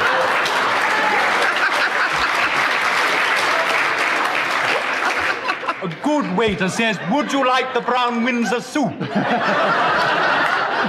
Derek, he may be showing off, but he's still playing the game as we have devised it, so Clement Freud has another point. He continues for 13 seconds for the function of a good waiter, starting now. In lower-class establishments, many good waiters are... Kenneth Williams, you have challenged this time. Abbreviation. Of course, you wouldn't find any good waiters in lower class establishments.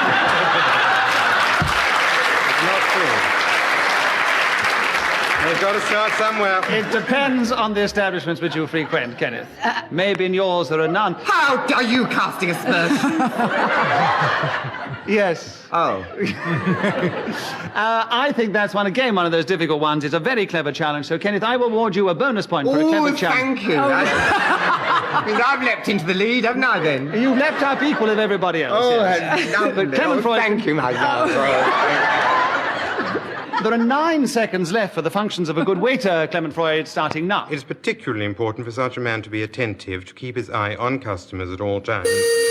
Derek Nimmo, you've challenged. Why? Repetition of customers. That is perfectly correct. We have had customers before. Derek Nimmo, the functions of a good waiter, starting now. Would you like the pea soup or the sausage roll, he says. I would like... Juno Alexander, you've challenged. Well, Why? this is a deviation because really, if it's a good waiter, he'd offer the menu and not keep insisting on the people. You're all Right, being right, far right. too clever. Derek Nimmo has another point. There are 2 seconds left for the functions of a good waiter. Derek, starting now. And here's the menu, sire, he says.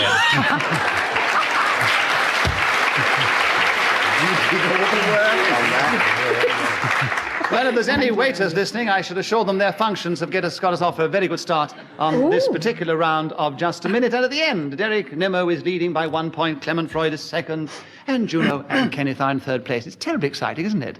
Good. Kenneth Williams, will you begin the second round? The bloom of youth. Kenneth, I'm sure you can speak eloquently on that subject, but 60 seconds will do, starting now. The bloom of youth was something which, when I knew it, I lacked the capacity to take advantage of.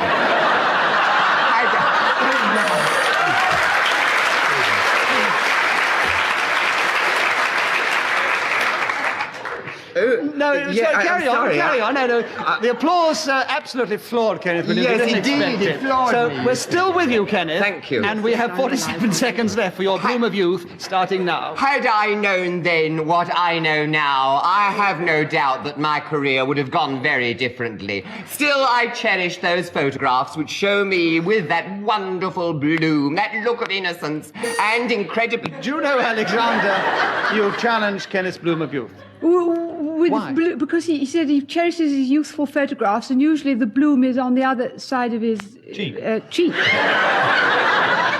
I think we enjoy Kenneth's bloom of youth so much, I can't quite see any genuine challenge there. So I'm afraid Kenneth has another point, as I don't agree with the challenge, and there are 35 seconds left for your bloom of youth, Kenneth, starting now. It was surrounded by golden curls that went right down... Derek Nimmo, you've challenged. Deviation. It was surrounded by golden curls. The bloom of youth was. What's the matter with you? Well, I'll tell you what the matter is. He's given you another point, Kenneth. Oh, well, So lovely. there are 31 seconds for the bloom of youth, starting now. And a memorable portrait remains of that wonderful moment. I was once photographed, yes? Derek Nimmo, you've challenged. Why? Repetition of photographs. Oh, We've had the Yes, photograph. you're quite right. We've had more than one photograph. So, Derek, you have another point. You have 29 seconds for the bloom of youth, starting now. The most beautiful bloom that I saw in my youth was a bluebell that I picked in the merry month of May in some little woods just about... Clement Freud, you've Hesitation. Yes, very rotten of you, too. It was his My natural natural impediment. I didn't know he got one. Making fun of the sick. very elfish. But to be fair, I am afraid I have to give it to you, Clement. You have a point. You have 17 seconds for the bloom of youth, starting now. The bloom of youth is something I always associate with Kenneth Williams. The golden curls that lapped around his forehead. Derek Nimmo, you've challenged. Why? A repetition of Kenneth Williams and his golden curls. Yes, indeed. We've had them both before. You can't have enough of him. Well, a lot of people are obviously in great sympathy with that thought, Kenneth, but we have to play the game, so Derek Nimmo has a point. He has 9.5 seconds for the bloom of youth, starting now. When I was 3.5 years old, my Aunt Beatrice came to the room and said, "What a blooming awful youth you are." And I said, "It's funny that you should say that, because people have said that to me before."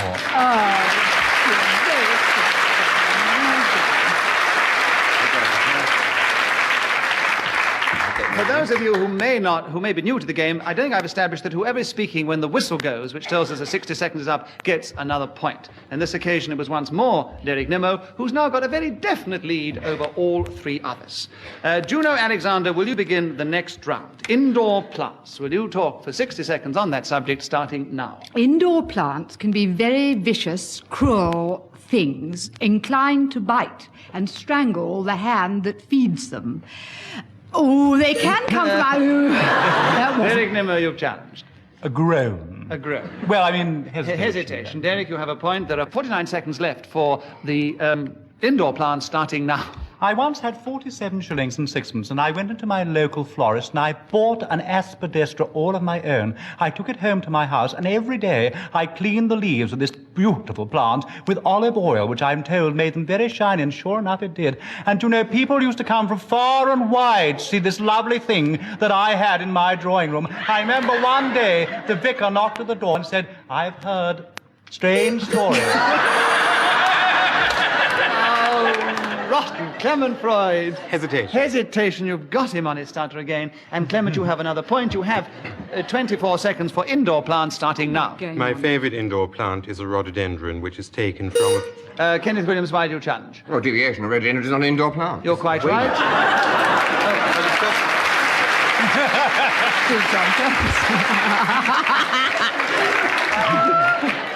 Clement feels very hurt about this. You wish to justify it in some way. I was in the middle of saying a rhododendron, which I took out of a field into my drawing. It would still, I consider, not become an indoor plant. It would be a plant indoors. It would not become an indoor plant, as this, I'm sure, is intended to mean. And so Kenneth Williams has a point. He has 20 seconds left, starting now. Well, I went quite recently to a house, and I said to the owner of that place, "What a lovely rubber plant." And he said, "No, it's real." And I meant... Yes, you see. And what I meant was the plant of the rubber tree. Clement Freud. But of course he assumed that I meant it was synthetic. Yes. What? Clement has challenged. Repetition. Yes, indeed. Yes, there we are. So you lose it, Clement, but you get it back. So it's an advantage in all these things. 4 seconds left for indoor plants. Clement Freud. You said rubber twice. But... So it's a repetition of rubber. You're allowed to, aren't you? Yeah, but not rubber, the indoor plants. You're allowed to mention the name of the subject, which is indoor plants, Kenneth. Oh, lackaday-roo. I never... What a charming way to swear. 4 seconds left for Clement Freud, indoor plants, starting now. One of the great mistakes when you have indoor plants is to overwater them.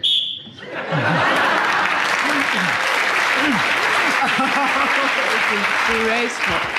At the end of that round, Clement Freud has gone to second place behind Derek Nimmo.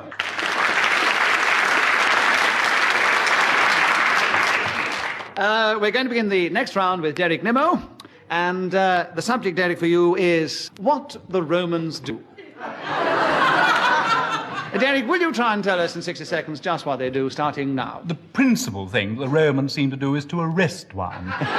Especially if one is standing on the steps of St. Peter's dressed as a monk. I was there the other day, standing there quite happily. Juno Alexander, you challenge. Why? But the hesitation. His affliction was showing. Again. My affliction wasn't showing. There's nothing to do with it. No, I don't think it really was, Juno. No, it's a very good try. It was very nearly. It's difficult to judge sometimes. There are 47 seconds left for What the Romans Do, Derek, starting now. And this very happy father came out to me and said, asked me if I'd have some photographs taken with his lovely teenage daughter. And I said, I'd be very happy to. And so there I stood, having a few snaps taken, when a nun, I can only say it, shocked me. Because apparently she saw on the top of my head that I had a plastic tonsure on. And she reported me to the Vatican police, who came along and led me away with lots of men with spears and things, and other fellows with helmets, to underneath the Curia, where I was in prison for a long time, where people interviewed me and cross-examined me and made me take off this horrible little wig thing, put it on the middle of the table, covered with hair clips. It was terribly embarrassing. But fortunately, somebody came along, an Irish priest, and identified me. The other things the Romans do is they eat spaghetti. Clement Freud, why have you challenged? Why? Deviation. This is Vatican and not Rome. Well, the Romans can include the people who work or live or otherwise in the Vatican, so I'm still with Derek Nimmo, who has another point, and there are 12 seconds left, starting now. They also have all sorts of lovely pastas like fettuccine al burro, which I particularly like. They also have ravioli, which is a sort of... Juno Alexander, why do you challenge? Why? Because he's deviating because it's what they have and not what they do. Exactly, Juno. Very good point. Very good. There are 5 seconds, Juno, for What the Romans Do, starting now. Romans square shields and carries... Derek Nimmo, you've challenged. Deviation, that's what the Romans did, not what they do. They do in films. They do in films. They do in films. I was about to say they do in films, and there's maybe many Romans running about their little boudoirs in Rome doing exactly this with shields. As I think it was a very clever challenge, Eric, I give you a bonus point, but the subject's still with Juno, and there are 2 seconds for What the Romans Do, Juno, starting now. They also bathe in the Tiber and... Clement Freud has challenged you, Juno. Oh. Why? There seemed a very long delay. No, there was not. Juno has another point. Thinking about it. And there's 1.5 seconds for What the Romans Do, Juno, starting now. They eat in restaurants and go to... Oh, she won it! I asked myself, is it worth it? At the end of that round, Juno Alexander was speaking. She gains an extra point. She's gone into 3rd place behind Clement Freud and Derek Nimmo. Kenneth Williams is only just in 4th place. We hope he will improve on that in the next round. But it's actually Clement Freud to begin the next round. A lovely subject for anybody to talk on, elephants. Clement, will you talk to us for 60 seconds on that subject, starting now? Most of the elephants that I've known come from Lowestoft, where they spend the winter on the beach and the summer in the circus. Many of them appear in a revue at the Sparrow's Nest, which has a very small stage door, so the elephants have to be disentangled and then reassembled on the stage every afternoon and evening because the shows are twice nightly. There is a circus in Yarmouth, which is some 12 miles up the road, where these animals are... Derek, your challenge. Why? Hesitation. Hesitation, Derek. You have another point. So we'll press on as quick as we can. 31 seconds, Derek, for elephants, starting now. Well, of course, the main thing is they never forget, you know. That's one of the things one always has to remember when one converses with them, do you see? Because I remember going to London Zoo, I think it was 3.5 weeks ago, and I went up to the cage and I gave this thing a bun, and I heard it whisper... Kenneth Williams, your challenge. Why? Deviation. The elephants aren't in cages at the London Zoo.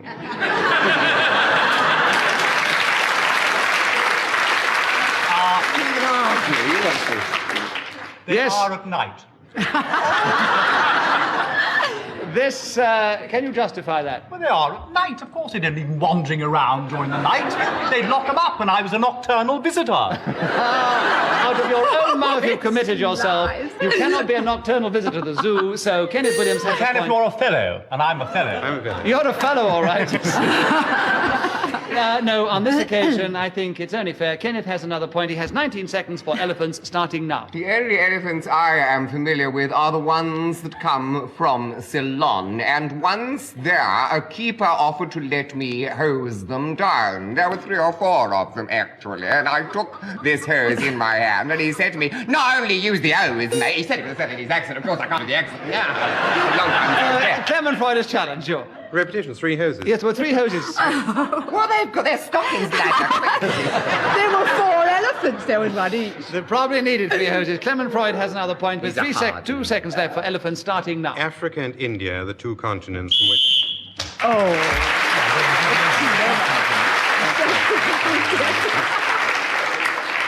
Kenneth Williams and Juno Alexander are equal in 3rd place behind Clement Freud and Derek Nimmo. And Kenneth it is your turn to begin the next round. Oh. A subject which you have dispensed many, many times. But will you now speak about it? Happiness. Happiness. Will you talk? The audience have gone so quiet. They've all... 60 seconds on happiness, Kenneth, starting now. Happiness is, of course, a retrospective emotion. It is something which, if you are ever conscious... Oh, dear.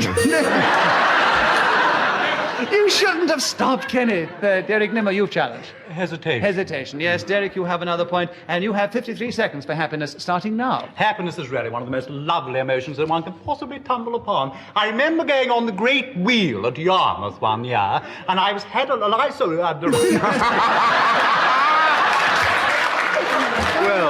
I'm sure that if you went on the Great Wheel at Yarmouth, you'd feel exactly like that. But Clement Freud challenged you, and we all know why. And so, Clement, you have a point. There are 43 seconds for happiness, starting now. Happiness is something of which I contain a great deal, but because...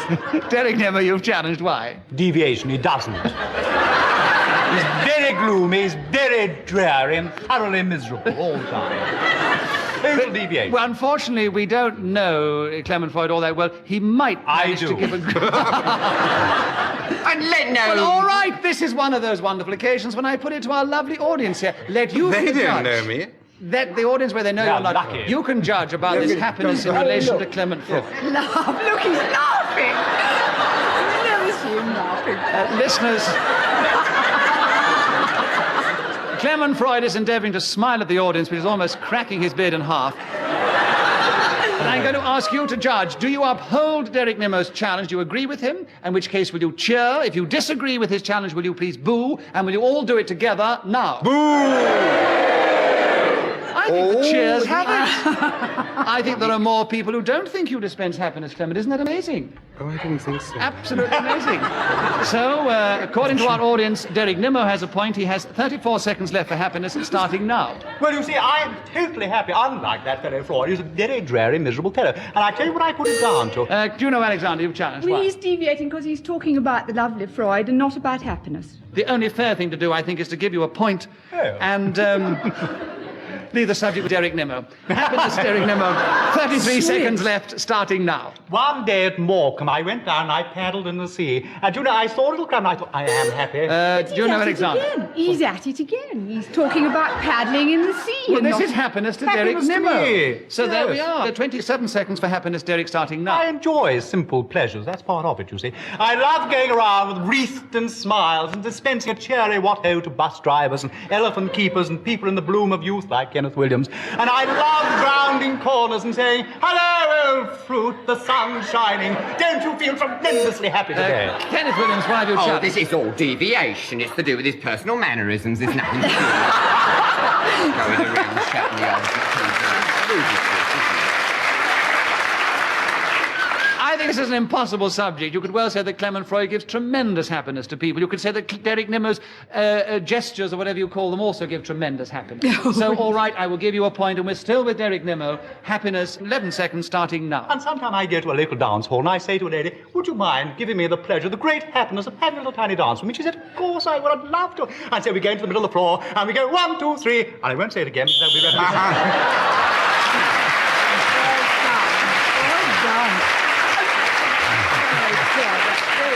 Well, as Derek Nimmo was speaking when the whistle went, he gains yet another point, and Derek Nimmo has now got a commanding lead over the other three. Oh, Derek Nimmo, will you begin the next round? It's my birthday. Derek Nimmo, will you talk about my birthday starting now? The day happens to be my birthday, and I have a card to prove it.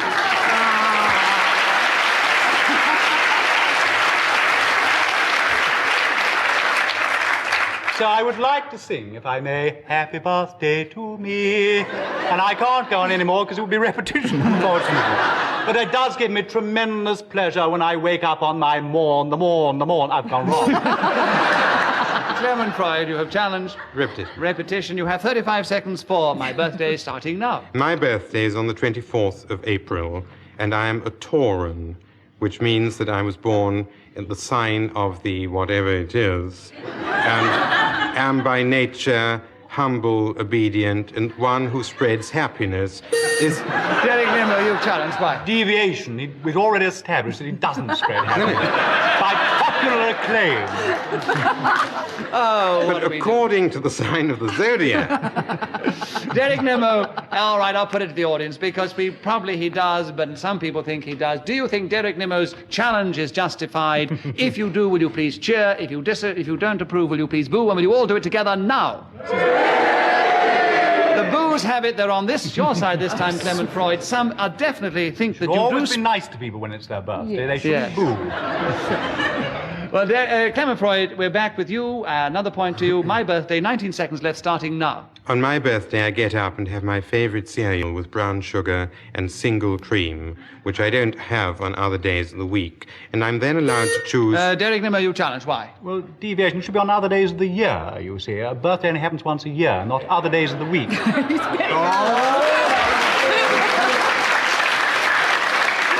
I think that's a very clever and justifiable challenge, Derek. As a point to you, 9.5 seconds left for my birthday, starting now. So in comes my cake. They put it down in the middle of the table, full of candles, tremendous number of these flaming objects. Kenneth Williams, why do you challenge? Because if a cake was full of candles, you couldn't eat it.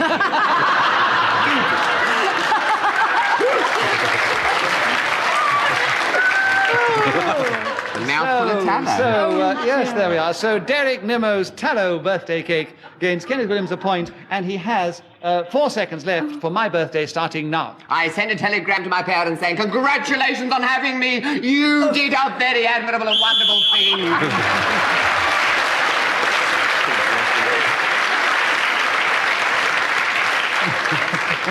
Well, Derek Nimmo's birthday brings us to the end of this particular show, I'm sorry to have to tell you. But I can give you the score at the end of that show. Juno Alexander was in 4th place. Kenneth Williams was in 3rd place, just behind Clement Freud in 3rd place. And a very definitely overwhelming winner, today's birthday fellow, Derek Nimmo.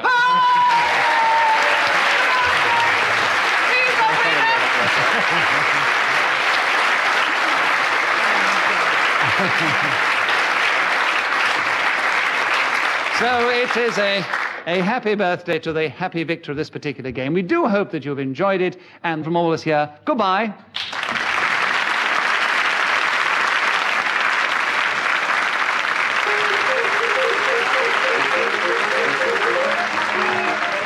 The chairman of Just a Minute was Nicholas Parsons. The programme was devised by Ian Nessiver and produced by David Hatch.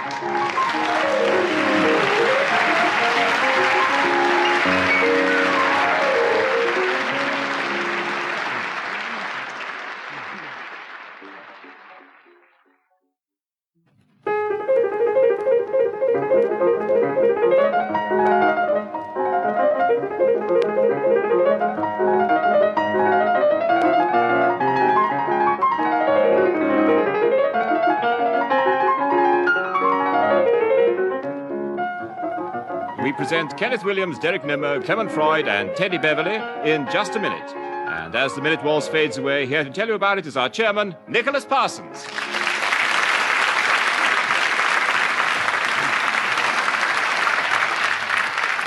Thank you. Thank you very much. Hello, and welcome once again to Just a Minute. And as you've just heard, we welcome to the game to speak up for the ladies, Teddy Beverly. And I hope she can speak out well against these 3 old lags at the game. The rules are, as before, I'm going to ask each one to speak for just a minute if they can on some unlikely subject without hesitation, without repetition, and without deviating in any way from the subject, if they can. If the others think they fail, they will press their buzzer and challenge them. If I uphold the challenge, then they will gain a point and take over the subject for the remaining 60 seconds. And if I don't uphold their challenge, then whoever is speaking will gain a point and continue with the subject. That is the way we score. That is the way we endeavor to play the game. The rest should become evident as we continue. And let us start with Kenneth Williams. Kenneth.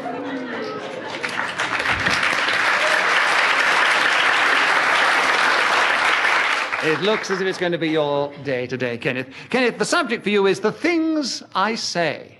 Can you speak for 60 seconds on that subject, starting now? Some of the things I say are curiously idiosyncratic. I have made expressions like "your actual" really quite famous, and I'm almost known for "your actual." Many people have said, whenever I hear you, I always think of "your actual." Derek Derek Nimmo, you have challenged. Why? Repetition of your actual. Yes, well, that is perfectly correct. He said it actually 3 times. So, Derek Nimmo has gained a point, and there are 42 seconds left for him. Yes, Kenneth Williams feels very hurt about this. He had so much more to say. But I'm afraid the rules are the rules, and Derek Nimmo, you have 42 seconds for the things I say, starting now. Little Miss Muffet sat on her tuffet, eating her curds and whey. There came a big spider and sat down. Teddy Beverly, you've challenged. Why? I'm not altogether sure you're saying you're reciting, aren't you? Oh, yes, brilliant. Well, there's our new girl jumping right into the guinea and getting a very well-deserved point. Teddy, there are 34 seconds left for the things I say, starting now. Yes, well, I'm not sure I'm going to say anything either. I think I'll sing as you recite it. But the things I say, I'm afraid, are always really rather silly, you know. Being one of the ladies, I say things like, how do you do? When I meet people, I say goodbye when I leave them. I say good morning when I wake up in the morning, and I say good night at night. Clement Freud, you challenge what? Repetition. What? Good. Oh, no, they were attached to the word. Yes, it was a repetition. Is good morning a word and good night I'm a word? afraid they are 2 separate words, yes. Some Yes. people do hyphenate them, but I think within the rules of the game it is absolutely correct. So Clement Freud has a point, and there are 18 seconds left for the things I say, Clement, starting now. The things I say to my bank manager are, please, could I have some more money? Because... Kenneth Williams, why do you Deviation is the things I say, not the things I say to my bank manager. Well, I'm afraid, you know, one takes the subject, the things I say, and you can say them to anybody. So I'm afraid Clement Freud has another point, and he has 13 seconds left for the things I say, starting now. 2 pints of milk, 1 yogurt, and 3 pints of... Derek Nimmo, why do you challenge? Deviation, you couldn't possibly say that to his bank manager.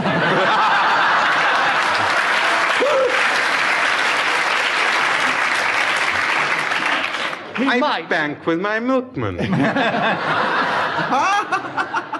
He might, but none of us believe it. So, Derek Nimmo, you have another point because your challenge was correct. There are 10 seconds left for the things I say, starting now. When I get up in the morning, I say, round about the houses lived a little bear. The bear's name was Teddy. And what the... Clement Freud, why have you challenged? 2 bears. Clement Freud, you listened so well. Another point to you, Clement. 5 seconds left for the things I say, starting now. A £5 note and £3 in silver, also copper. Kenneth Williams, why have you challenged? £2. Well... £1 5? Kenneth Williams has a point. Oh, Kenneth, you have a point.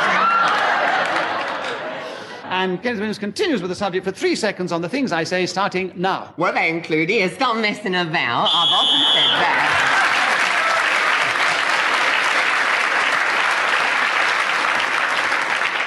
You know, Kenneth Williams started with the subject. I'm sure he was dying to get back with it. I just to should have say- had it all the time. Yes, I know. It would have been taken It from was me. building up to the stop messing about. Did I win? Yes. Kenneth, no, where are we? Oh, yes, the score at the end of the first round. Have I won? No, we've got about 6 more rounds to go yet, Kenneth. Can you stay with us? Well, I'm in the lead. No, you're in second place. Yeah, you should.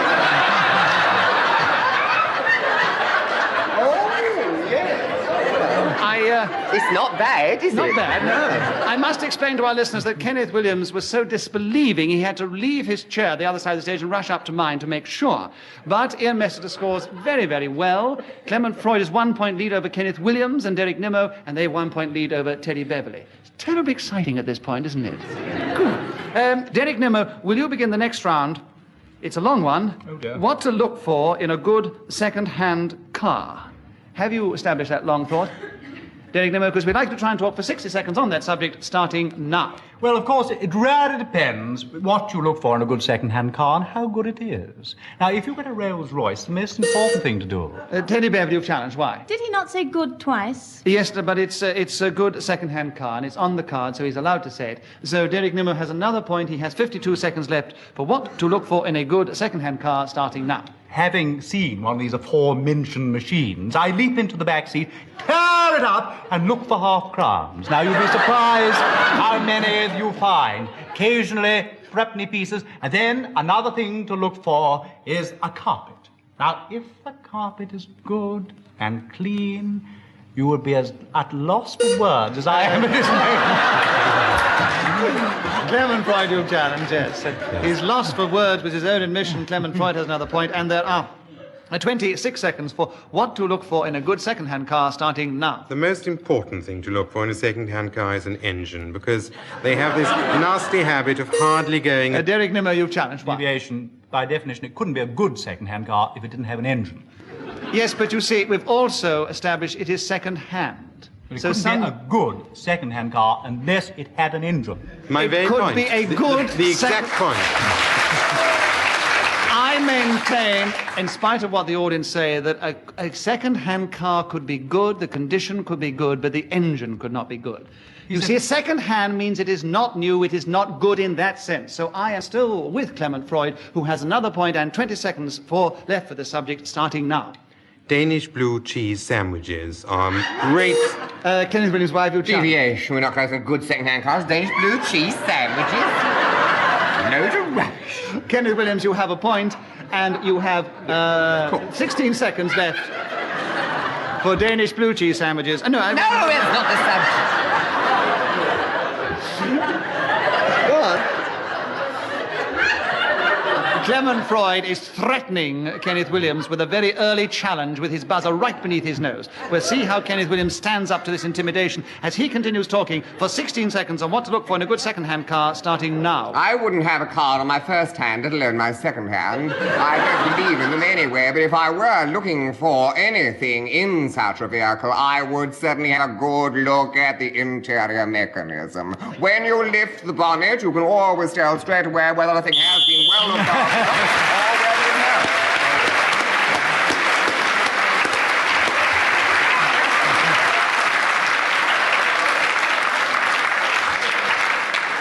I'm sure that all the followers of Kenneth Williams will be surprised to hear that he's now in second place behind Clement Freud. Clement Freud, it's your turn. Will you begin the next round? The dog next door. What a marvellous subject. Will you talk on that subject for 60 seconds, starting now? The dog next door is a cross between a Great Dane and a Pekingese. And many people passing by wonder how it was possible to achieve such a mixture. Our neighbours, who are the proprietors of this animal... Teddy Beverley, why have you challenged? Don't you think there was some deviation there? I think there's a lot of deviation. I think, to be fair within this game, Clement Freud, I think, is about to try and explain. So what I must do is give you a bonus point for a clever challenge and leave the subject with Clement Freud with 46 seconds left for the dog next door, starting now. Okay. When Mr. and Mrs. Featherstone, who live in the house to our right, are asked... Derek Nimmo, why do you challenge? I doubt if Mrs. Featherstone is a dog. Deviation. But they might be the owners of the dog. I don't think he quite justified the situation. That was a too abrupt challenge. You must give someone a chance. Oh, I'm so sorry. No, so... Clement Freud has another point on that situation, and there are 42 seconds left for the dog next door, starting now. Are asked to explain how this strange marriage came about. They bring a 6-foot box and say, this is how it happened. And this box is very well known in the neighborhood and is called the mating block. The Great Dane, who was the father of the aforementioned animal, barks all night. This is boring and tire-making, and many of us... I think it's totally disgusting. Absolute vintage Freud filth. I think it's devious, but also he hesitated like me. Oh, well, hesitation is Yes. very... No, you've got to Yes. abide by the rules, haven't you? Yes, well, all right, so he's got him in 2 points. Derek Nimmo, you have a point. There are 17 seconds left for the dog next door, starting now. The dog next door to me is a thoroughbred British bulldog of splendor unique. He goes out every morning with a Union Jack coat on his back, led by a red, white, and blue lead. He goes along the street with his head held high.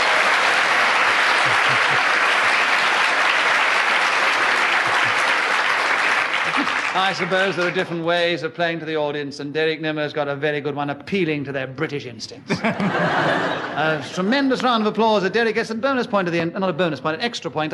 For those who may be listening for the first time, if I haven't established, whoever is speaking when the whistle goes, telling us that 60 seconds is up, gets an extra point. Kenneth Williams, will you begin the next round and try and talk for 60 seconds on the subject of winkles? Starting now. They are not a food I would care to eat myself, but I do know people who enjoy them enormously, and one particular friend of mine used to take great pleasure in taking the pin and pulling them out and piling them up in this grotesque mess on a plate with all the empty shells beside. And these things laying there looked horrible. I used to sit there and say, how can you eat them? And they look like worms on your plate. How can you eat? Oh, nutritious, he said. Every one of these contains your essential vitamins. You could live off them, and if you drank champagne with it, you'd have all your necessary proteins to keep you in good health and body fibre, limbs, stout of wind of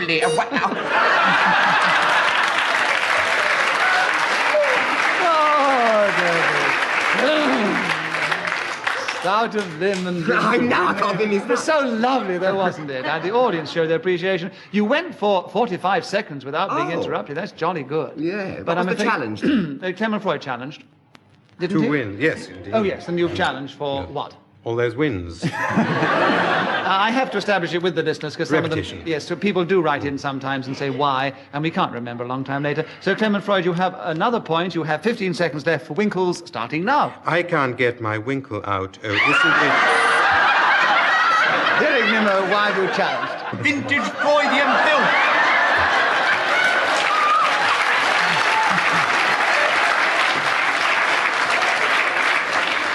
I think, to be fair to Clement Freud, you can't challenge for filth. So Clement Freud has another point, and he continues for the next 13 seconds on Winkles, starting now. Oh, isn't it a doer? I can't get it out with an old bent pin. Has anyone here got a skewer? These are the words of an early Victorian song called Winkles, which was sung in Southend.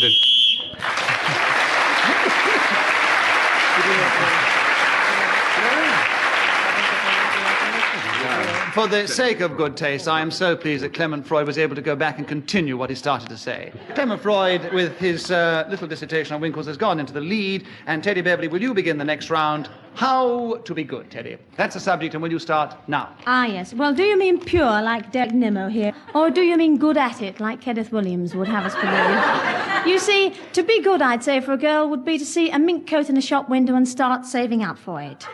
And then, of course, you see, it depends what you mean by good, because if you were good to your sugar daddy, I think then your real daddy would think you were bad, you see. And I'm very glad you asked me this, because I've really always been so very, very good. It's a wonder. Derek Nimmo, you've challenged. Well, repetition of good at this stage. Yes, we have had three. a little bit too Yes. much of the goodness. So, Derek, you have another point. You have 34 seconds left for How to Be Good, starting now. I get up early in the morning. I brush my hair carefully. I clean my teeth and show them to my mummy. Kenneth Williams, why do you challenge? Deviation. This is endless catalogue again of Derek Nimmo's personal hygiene. We get it every week, this personal hygiene. He's always on about when he gets up and brushes this and combs the other and all. You've made your point, Yes. and it is probably Derek's way of starting the day out to be good. So I think I must be fair and give him another point and say there are 27 seconds left for Derek Nimmo to continue telling us how to be good, starting now. And then I walk out into the street and hand 6 brand new shiny pennies to the nearest beggar that I see waiting there. I get onto a bus and I pay my fare as I board the Clement Freud, you challenge. Hesitation, Clement, you have another point. 14 seconds for how to be good, starting now. The best way to do this is to avoid being bad. Going around, speaking nicely to kind people, helping old women across the street, children... Kenneth Williams, you challenge. Helping old women across the street, deviation. Helping old women across the street is not good. It may be very many things. It may be charitable, it may be very kind, but it has nothing to do with goodness. Kenneth, you make your points with such aplomb, everybody thinks you must be right, but I think there is an element of goodness in that. Well, I hadn't spoken for hours. I know. And when you do it so well, don't you? But you could have had him for hesitation. I'd have allowed that, but it's too late now. I meant to say that. I was about to say that. Yes, I know you were, but it's too late now, I'm afraid. So there are 4 seconds left, another point to Clement Freud, for him to continue on how to be good, starting now. Patting children on the head and calling on my parents asking if I might clean their shoes.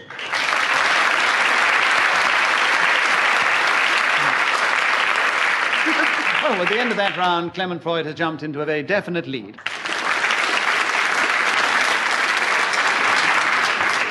Derek Nimmo, will you begin the next round? The subject is parking. Can you talk on that subject? 60 seconds starting now. I drove my Austin 7 up to the side of the street and said to the lady with the yellow hat on, would it be all right if I left my machine here? And she said, of course. How awfully nice of you to ask me first. Well, I always do that because I like to try to be good.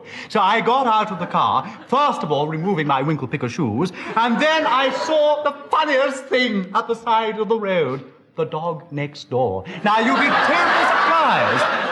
And the funny thing was, to know who was leading it? My sisters. And there they were, with a Mother Superior. Clement Freud, why have you challenged? Deviation, he hasn't been on parking for a very long time. No, you're quite right. We were so enjoying it, we've forgotten about that, haven't we? Well done, Clement Freud. You concentrate so well. Another point to Clement Freud. 24 seconds left for parking, starting now. This is something for which it's almost essential to have a car, though having a good second-hand vehicle is a help. You draw into the... Clement Kenneth Williams, why have you challenged? Deviation, it is not necessary to have a car to park. You can park yourself in a chair. Well done, Kenneth Williams. Almost. So, Kenneth Williams has another point, and he takes over the subject of parking. 15.5 seconds left, starting now. Well, I once did this myself in another friend's car, and the lady come put her head through the door and said, "Here, you've been here over your prescribed time." And I said, "But darling, is there really any prescribed time?" Oh, Clement Freud, you've challenged. What we were doing in the... What? He's challenged. Repetition? Yes. Well, you've done yourself out of a very good anecdote, dear.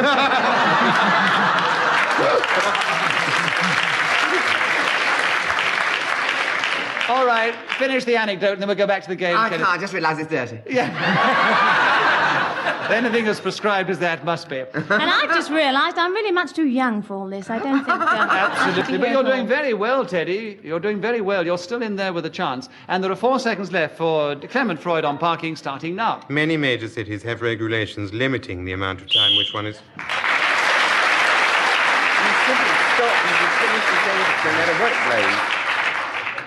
At the end of that round, Clement Freud, who's speaking, gets another point, and he's also increased his lead over the other 3, who are all about equal in second place. Clement Freud, a delightful subject, fascinating one for you, and very interesting, I think the results are going to be, because Ian Mester's thought of the subject of neology. Clement Freud, would you talk on that subject for 60 seconds, starting now? This is something which I've always been very good at, because frequently, neologically speaking, I have been the person responsible... Derek Nimmo, you've challenged. Why? Well, repetition. He's speaking frequently, neologically. He's speaking frequently, yes, but he's not speaking repetitiously. So therefore he has another point, and he has 50 seconds left, starting now. What I've said has gone down in the annals of neology. I can do no better than to quote a certain occasion when I was in Walberswick in East Suffolk, and our village team were entertaining Lowestoft Railways. I was batting number 6, or to coin a phrase, I was in the middle order of our side. The bowler from the other end came up... Kenneth Williams, you challenge. Why? Deviation, what's this got to do with neology? Absolutely nothing at all.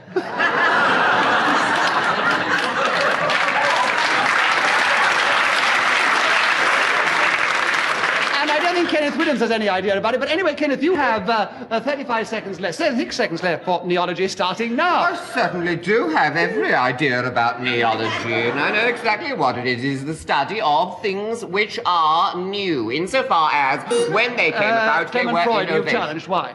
Deviation. Entirely right. Clement Freud, you take over the subject of neology with 23 seconds left, starting now.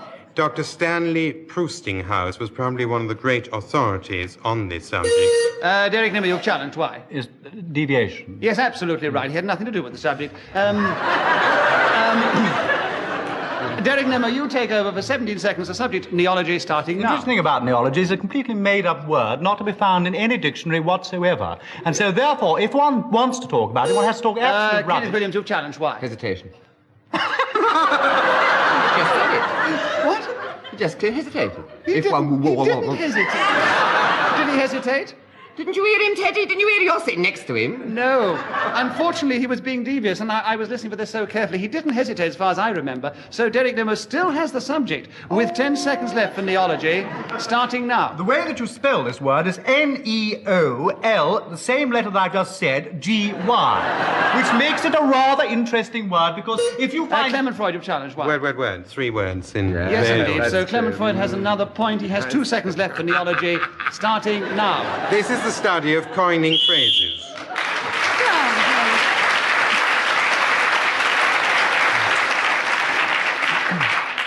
Clement Freud has got a commanding lead at the end of that run. We did hope that they would all challenge like mad, because we wondered if any of them knew what it was. I don't think actually any of them do know what it means from what they were saying. The actual neology means the science of words. So I thought it was the study of knees. Teddy Bear, you didn't speak. Ah, yes. The study of knees, yes. Kenneth Williams, your turn to begin. The subject is paddling. 60 seconds, starting now. Quite recently, when I was on holiday, I had occasion to walk or promenade, as some people would have it, a long, wide, and very beautiful sandy beach. And this friend said, the only thing against our promenading in this fashion is that you do come to effluence. I said, oh dear. What on earth are they? And he said, it is a place where sewage discharges into the sea. And you have to be very careful about treading in such water. I said, oh no, because I've been told that saline matter always purifies germs within a matter of seconds. So when we came to this thing, I simply took off my shoes and socks and waded forthwith into this effluent. But unfortunately, it was deeper in the middle than I had anticipated. In I went, the trousers were soaked. And when I came back to this beach cafe to have the cup of tea, which we were gone all that way for, you understand, oh, they said, what's happened to you?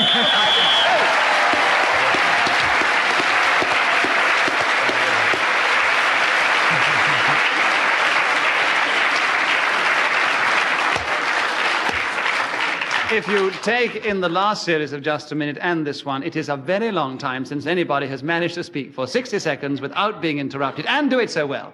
So, because not only does he get 2 points, but as he did it so well, we decided to give him an extra bonus point. 3 points. Oh, well, that must have...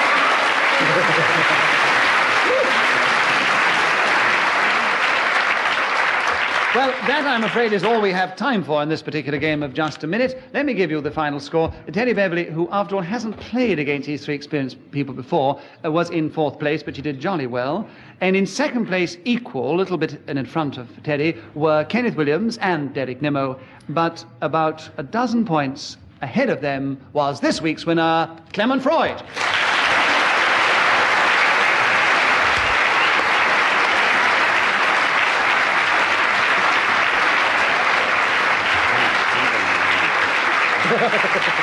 Well, we do hope you've enjoyed this particular edition of Just a Minute. Goodbye from all of us here.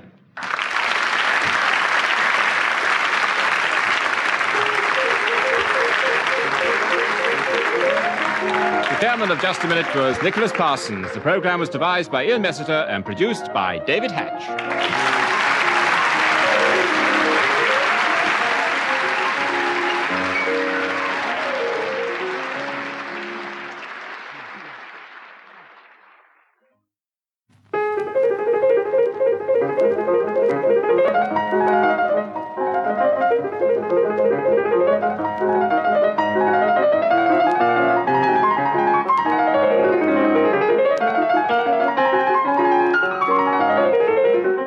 We present Kenneth Williams, Derek Nimmo, Clement Freud, and Sheila Hancock in Just a Minute. And as the minute waltz fades away, here to tell you about it is our chairman, Nicholas Parsons.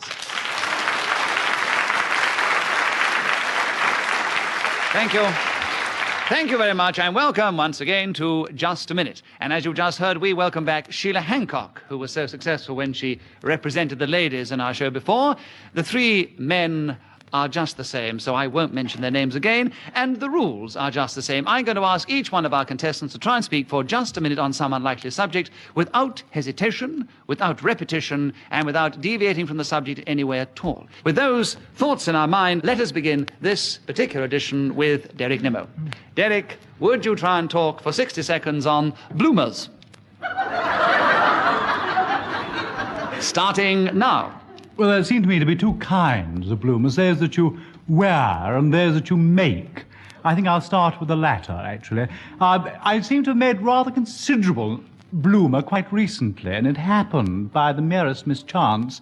And I was carted off to a hospital, bleeding from every nose, and confronted with an Indian doctor who said, "Tell me, please, what happened?" And I said, well, as a matter of fact, I said, I was standing in a church on a plank which was leaning across a log. He said, "Would you mind repeating that?" And I said, well, I was on this piece of wood which... Clement Freud, you have challenged. Why? Repetition. Of what? Would you mind repeating that?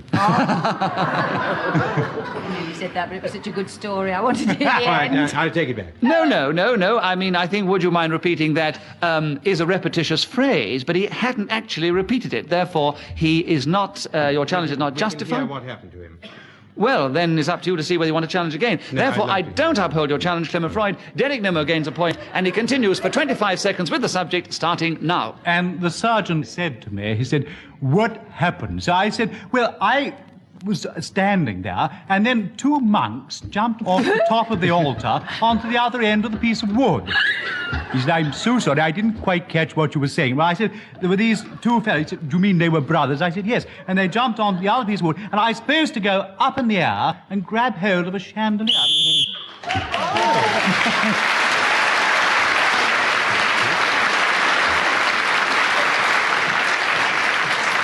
Well, as Derek Nimmo was speaking, when the whistle went, which tells us that 60 seconds is up, he gains an extra point.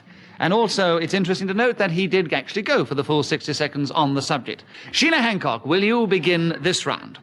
The subject is having my hair done. 60 seconds on that subject, starting now. Well, whenever I do, it's always a disaster. I sit there under the dryer watching everybody else going out looking absolutely super, and I never do. Little gentleman asked me the story of my life, and I'm inclined to tell it. There's something about it. Derek Nimmo, you challenge. Why? Hesitation. She said, rather than hair. 1 point to you, Derek Nimmo, and there are 46 seconds left for having my hair done, starting now. And of course, I absolutely adore having my hair done. I had it done today, and they did in little sort of tongues. They put it all round, did in little sort of curls, and it came out very beautifully. Sheila Hancock, you have challenged. Why? Deviation. Why? Well, it's very kinky.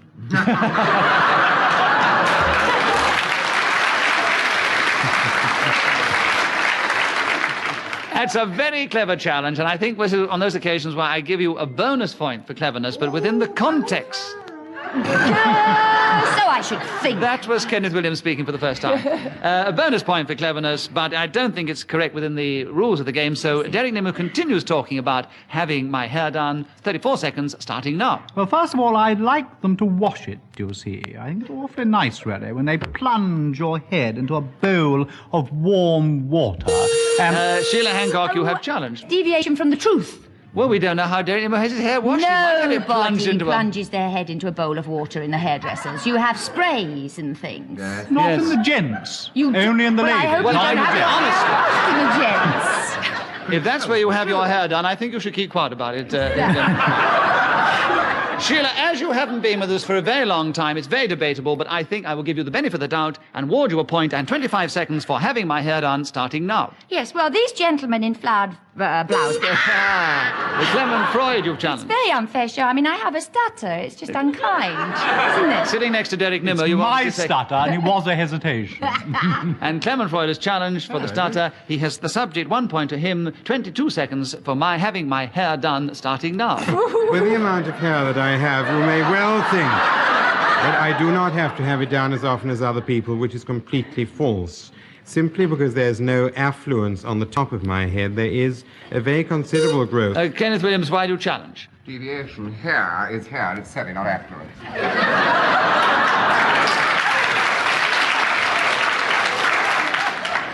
What do you say, Clement Freud?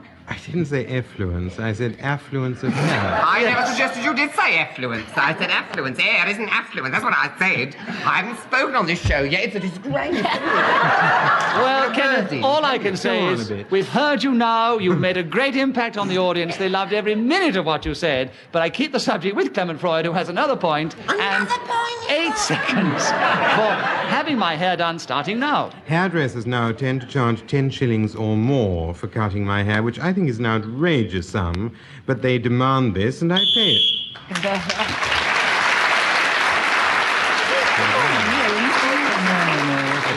Well, as Clement Freud was speaking, when the whistle went, it tells us that he has an extra point. And I'll give you the score at the end of that round. Clement Freud is in the lead alongside Derek Nimmo, and one behind is Sheila Hancock. And a little bit behind is Kenneth Williams. In other words, Kenneth has yet to score. No, don't rub it in. But they've only got an odd point here and there, Kenneth. You'll come from the back with that charge that you usually give us. Leap into it. And Kenneth, it's your turn to begin. Oh, this may be your moment. Kenneth Williams, beautiful thoughts. Oh. Will you try and talk for 60 seconds on that subject starting now? Beautiful thoughts can, of course, be brought about by beautiful happenings, or they can be brought about by reading something quite lovely.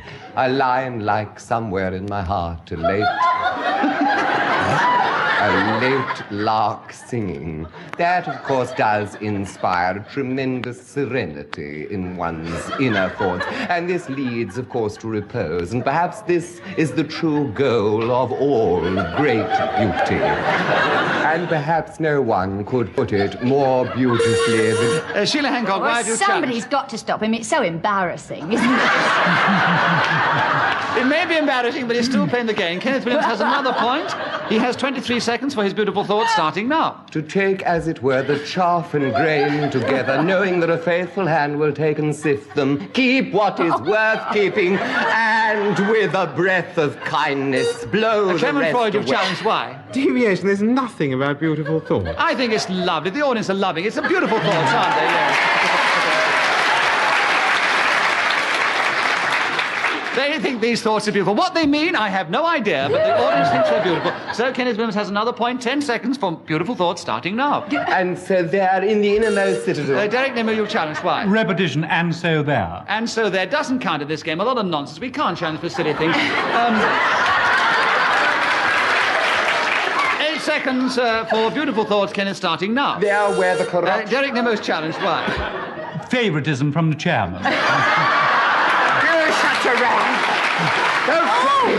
Charming! Listen to all those beautiful thoughts. You shut your round. No, that's another thing.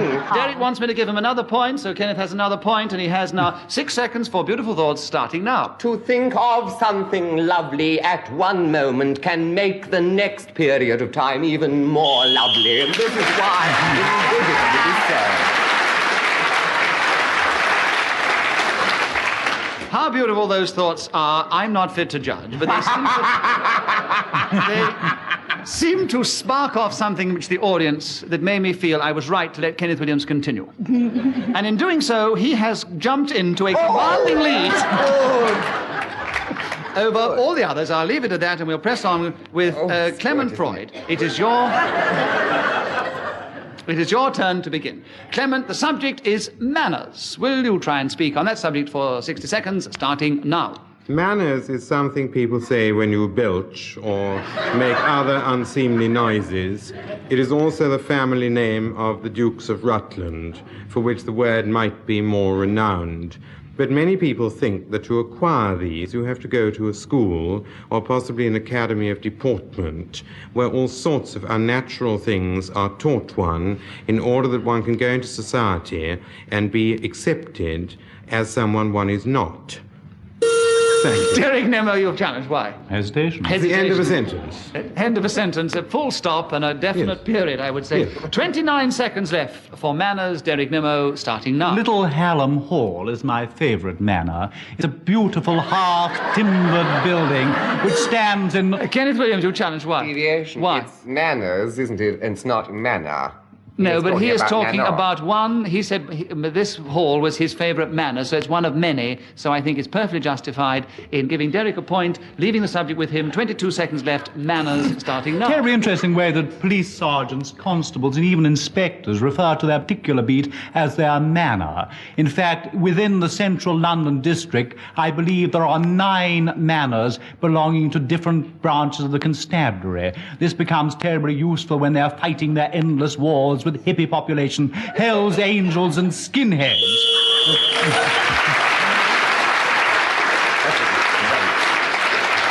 Well, as Derek Nimmo was speaking when the whistle went, that means he has another point, and it puts him in the lead alongside Kenneth Williams at the end of that round.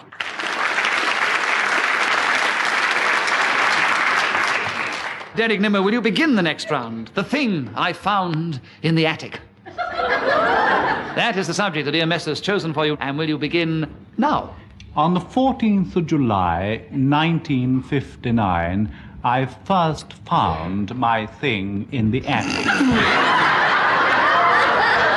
I was totally unsuspecting what I might see that day until a nearby builder happened to arrive and rapped, tattered, on my door to tell me that something peculiar was awaiting my inspection in the aforementioned part of the house. I rapidly climbed the stairs and opened the door, and sure enough, lurking under a bundle of old clothing, curtains and material, something moved, something throbbed, a thing squirmed. When the shrouds were pulled back, I saw it for the first time. I thought, oh my, oh, how terrible, how frightening. And there it was. It had 3 of everything. Clement Freud, you've challenged. Why? Repetition, 3 of everything. A very clever challenge. I award you a bonus point, but Derek Nimmo continues with the subject with 1 second. The thing I found in the attic starting now. So I got out my notebook.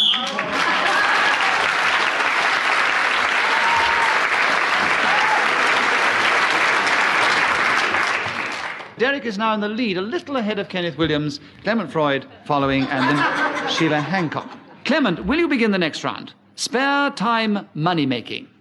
A very good subject for you, I'm sure, and will you talk about it 60 seconds starting now? It is, of course, illegal to make money in your spare time, because only the Royal Mint is allowed to produce coinage of this country, and anyone who would do this in their spare time would be flagrantly breaking the law.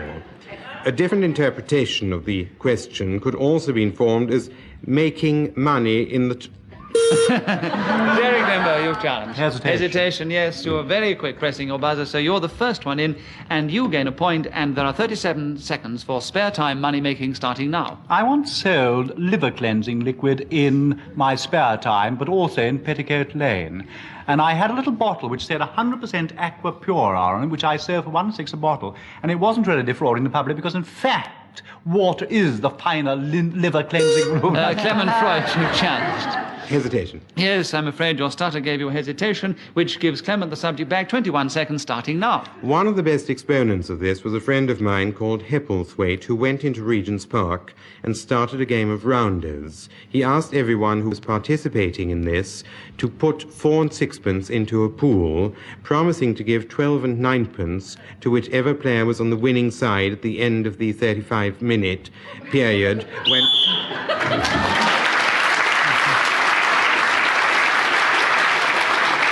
What happened to Hepplethwaite, Clement Freud?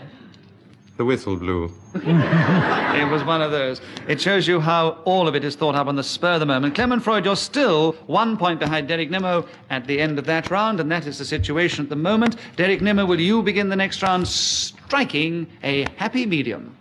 That is the subject. Will you talk for 60 seconds if you can, starting now? Well, of course, I first saw Blithe Spirit when I was 17.5 years old. And in that play, there is a happy medium, one Madame Marcati. And the curious thing was, towards the end of the first act, I leapt up onto the stage and, grabbing a walking stick in one hand, I smote her roundly across the brow. And she was the most surprised happy medium that I've ever seen. Another definition of the word is to sort of try to find a sort of equilibrium between two things and one... Kenneth Williams, why you challenge? To a sort of repetition.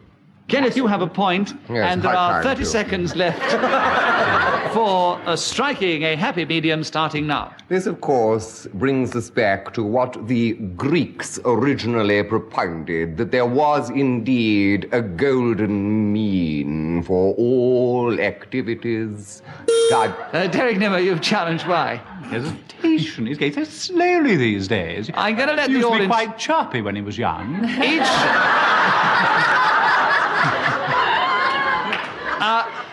It's very difficult to judge, you know, when you're in this position, on any challenge sometimes. But when they start, and they've all done it in this particular show, go so slowly, you can't judge whether they're hesitating by the slowness. I'll let the audience judge once again. If you consider that Derek Nimmo's challenge was justified and his slowness was tantamount to hesitation, will you please cheer? If you disagree with the challenge, will you please boo? And will you all do it together now? I think it was entirely equal, so, Striking a happy medium, you see. So, audience. Derek has put it for us, and I will award no points, but leave the subject with Kenneth Williams. 13 seconds left. For striking a happy medium starting now. Because any kind of excess is to be deplored. People that go about losing their tempers and shouting the odds, it's a disgrace. It won't get us anywhere, will it? No, only by reason and sitting down calmly and working it all out, one after the other.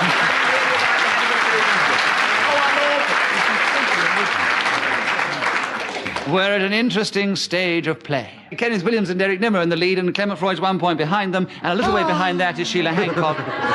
Sheila, it is your turn to begin the next round. The subject has been, I'm sure... Anyway, it's a subject that I would have chosen for you, Sheila, beauty.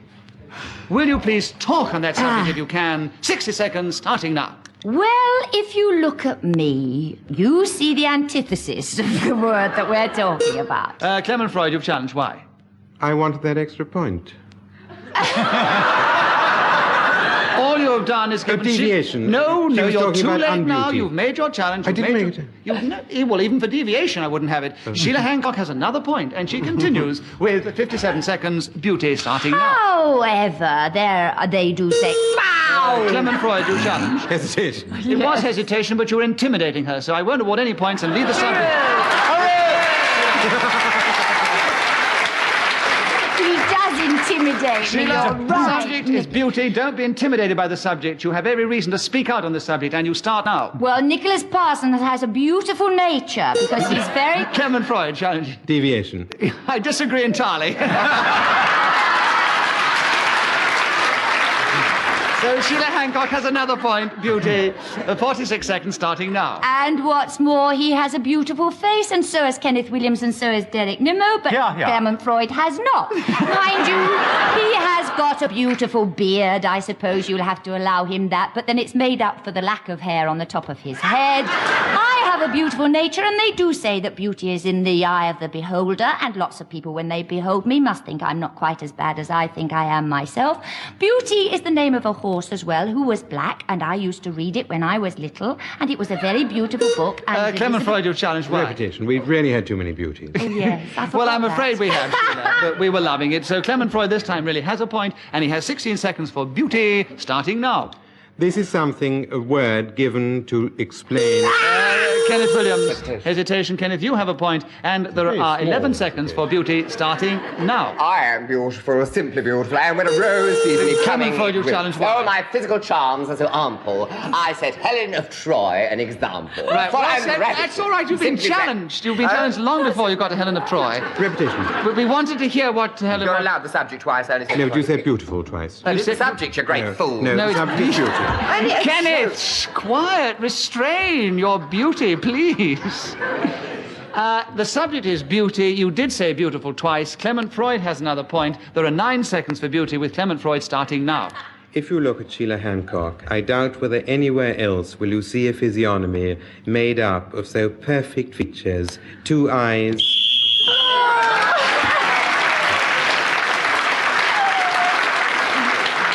Well, as Clement Freud was speaking when the whistle went then, he gets the extra point, which means he has now won in the lead over Derek Nimmo and Kenneth Williams, and Sheila Hancock has caught up a little.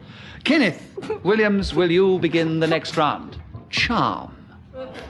Kenneth, charm. 60 seconds starting now. Well, this is something people can possess, or on the other hand, it can be a thing, and in some rites and certain rituals, these things are hung on people with the idea that by... Derek Nimmo, you've challenged. Why? Deviation. The word is charm, not charms.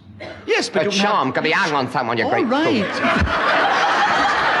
You're showing plenty of These things, he said. He said these Word things. is singular. Now listen, I'm going to judge. You had your manner, didn't you? You had your manner. You're not showing any of your manners now either. You can have a single charm, one of many charms. Kenneth has, of course, many, but he's made his point. And he has another point, and he has 47 seconds for charm starting now. And when I was in Ephesus, they come up to me and they said, "You've heard about these rituals? Well, we're going to hang one on you." I said, "Oh, how dreadful." They said, "No, for fortune and good luck will come your way, you see." So I went through all this and they shoved me in this water. Well, of course it was October. I was freezing.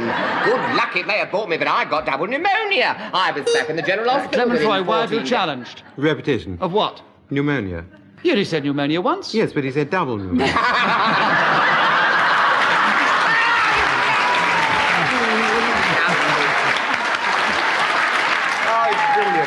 It's a very clever challenge. And at this delicate stage of the game, I can't award any bonus points. It's not really correct within the context of the game and the rules. So, Kenneth Williams, I tell you what I will do. I won't charge any points. And therefore, Kenneth continues with the subject. 23 seconds left for charm, starting now. So still with it hanging round my neck, I went through all the Derek reparations. Nimmo, why do you challenge? Repetition, still with it hanging around his neck. He said neck before, do you see? Yes, he did say that once before. So Derek Nimmo takes over the subject. 1 point to him. 19 seconds, Derek, for charm, starting now. Charm comprised a minute.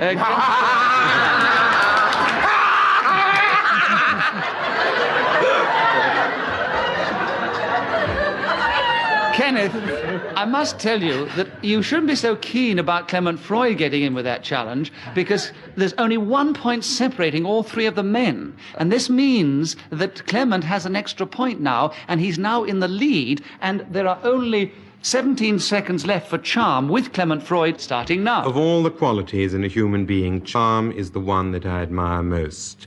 I've met bad manners. I've met Derek Nimmo. I have... Derek Nimmo, your challenge. Why? Deviation, being rude to me.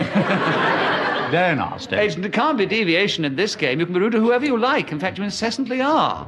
And so all I can say is Clement Freud has another point, and there are 9 seconds for charm, Clement, starting now. And the beautiful manners which are so... Derek Nimmo, your Yes, challenge. Second time I it's did been say manners. manners. Yes, you did say manners. So Derek Nimmo has a point, and there are 6 seconds left for charm, Derek, starting now. Every morning when I get up, you know, I look in the mirror and I say, "Gosh, you are the most charming fellow." Clement Freud, your challenge. Why? Repetition. What of? Every morning. It's a clever challenge, and in the last round, I don't award any bonus points. I just compliment you on your cleverness. Leave the subject with Derek. No points awarded. Derek Nimmo, 1 point left for charm, starting now. Bloomers. Derek Freud got in again. Hesitation. There was no hesitation. Derek Nimmo, you have half a second left for charm, starting now. Striking a happy medium.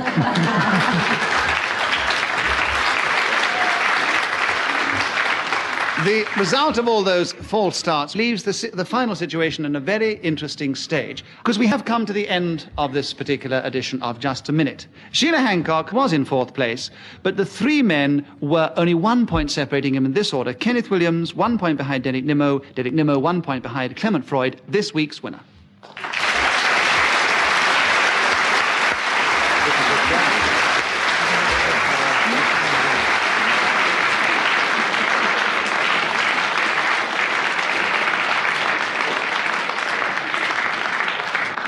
That is all we have time for. We do hope that you have enjoyed this particular edition of Just a Minute. Goodbye from us all here.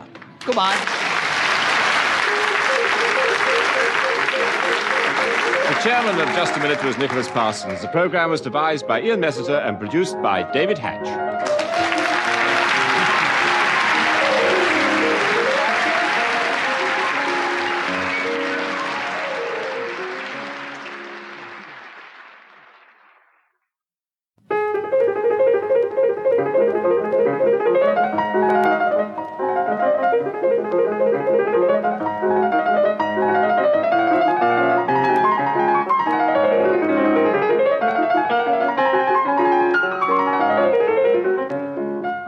We present Kenneth Williams, Derek Nimmo, Clement Freud, and Geraldine Jones in Just a Minute. And as the minute waltz fades away, here to tell you about it is our chairman, Nicholas Parsons.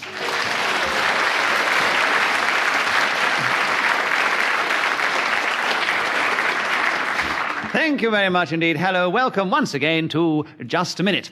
And once again, we have the four most experienced exponents of the game who are going to try and speak for just a minute on some unlikely subject that I will give them without hesitation, without repetition, and without deviating from the subject in any way at all. And if one of the others thinks they're guilty of one of these crimes, they may challenge them by pressing the buzzer which they hold in their hands.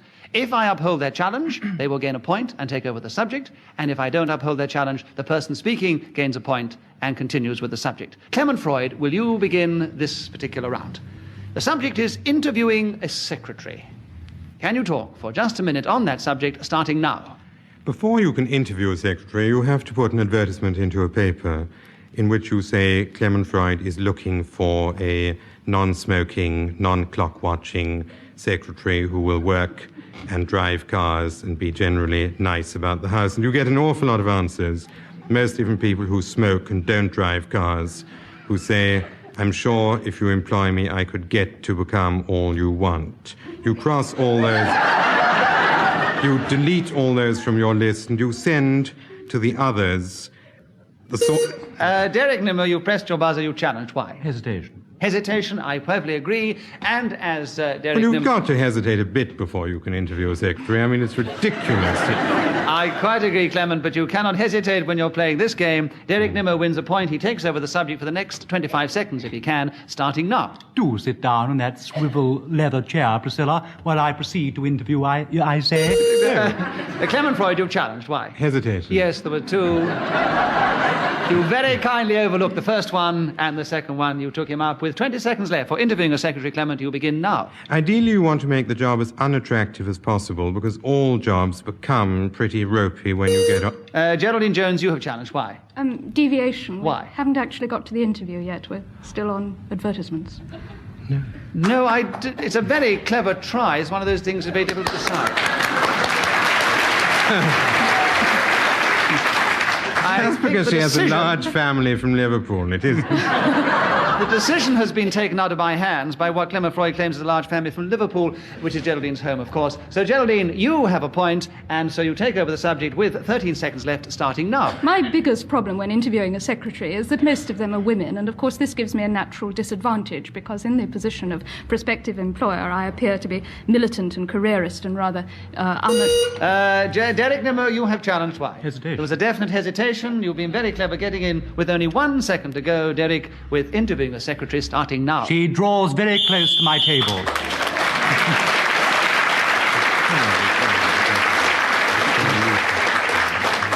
I should explain for anybody who doesn't know the game too well, whoever is speaking when the 60 seconds is up, and that's denoted by the whistle, gains an extra point. On this occasion, it was Derek Nimmo who, of course, has got the lead at the end of the first round. Kenneth Williams, will you begin the second round for us? You haven't spoken yet, have you? No, I can't wait. Oh, good. What to write on holiday postcards? That is the subject, Kenneth. 60 seconds of that starting now. Most people, of course, generally deal with climate, where they are staying, what they think about the place, and things like wish you were sharing it with me. I do not do any of these things. I choose the postcard deliberately to write on the back. I recently chose one of 2 fearful-looking brigands, hung with bullets all over them, great bandolieros of bullets, fierce, bearded, riff tribesmen, and I put on the back, I was sending it to the chairman, actually, of a very large company in London. These 2 tried it on with me last night. I thought that was a lot more interesting than rubbing yourself with oil and rubbing your belly in the hot sand of Saint-Tropez. Clement Freud, you've challenged. Why? Repetition. Of what? Rubbing. Rubbing your belly in the hot sand? What better on holiday? It's lovely. You get out there doing it, I'll bet. What better on holiday, Kenneth? But in the game, you can't do it more than once. So Clement it Freud... was repetition you got me on, was it? Yes, repetition, yes. Right, I remember that. Too much rubbing. So, Clement Freud takes another point, and with 16 seconds left for what to write on holiday postcards, he begins now. Words are possibly the best things to write on a holiday postcard. Often these words with... Geraldine Jones, you've challenged. hesitation. Yes, there was. I think he hesitated because he repeated the word words, and he spotted it before anybody else. So there we are. There are 8.5 seconds left for you, Geraldine, with the subject starting now. I always find something to write on my holiday postcards. Clement Freud, you've challenged. Why? Repetition, if you always find something. Yes, but I don't think that is entirely fair. No, I mean, she must... You're just twisting words, I think, there, Clement. No, I'm with Geraldine Jones. She has another point. She has 6 seconds left, starting now. The messages are invariably very boring for the people you're sending the cards to, so I write to the postman and put as much...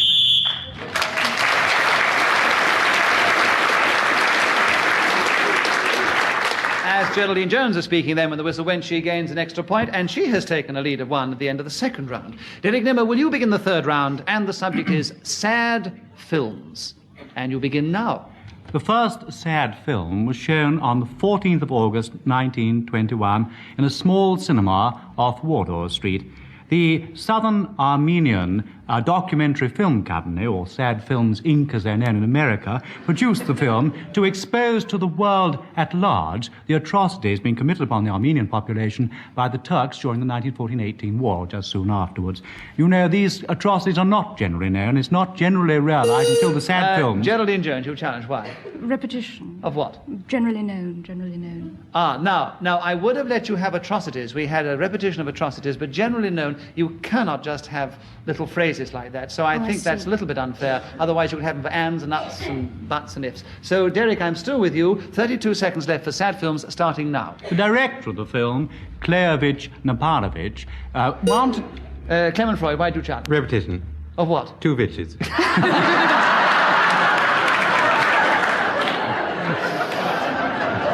If you've got to make up unlikely names, you really avoid that sort of... All right, I'll tell you what I do. There were 2 separate names, they both ended in Vitch. I will give you a bonus point, a 1 point for cleverness, Clement, and I leave the subject with Derek Nimmo, who continues for the next 27 seconds, starting now. I didn't see the film myself until 1958, and I remember sitting in the cinema seat crying. Geraldine, you challenge. Hesitation, Geraldine, you have another point. It was emotion. I said crying. It was emotion. It was an emotional hesitation. So Geraldine has a point. She has 23 seconds left, starting now. I always go to see sad films on my own because I invariably cry all the way through, and this means that my face becomes red and swollen and my eyes go bloodshot. It's only fun.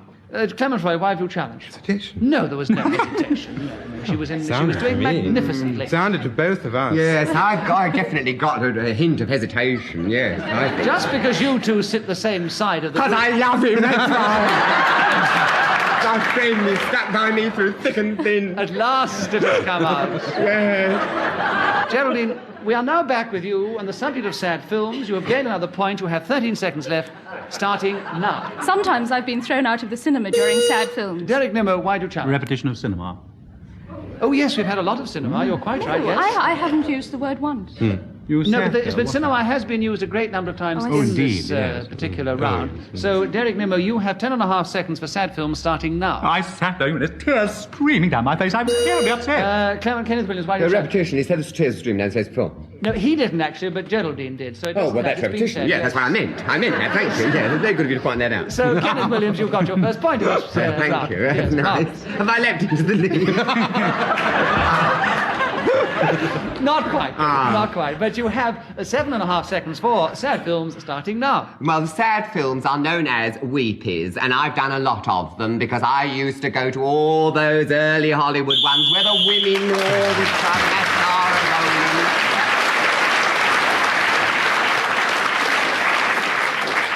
I'm at a disadvantage because I've got a creaking chair.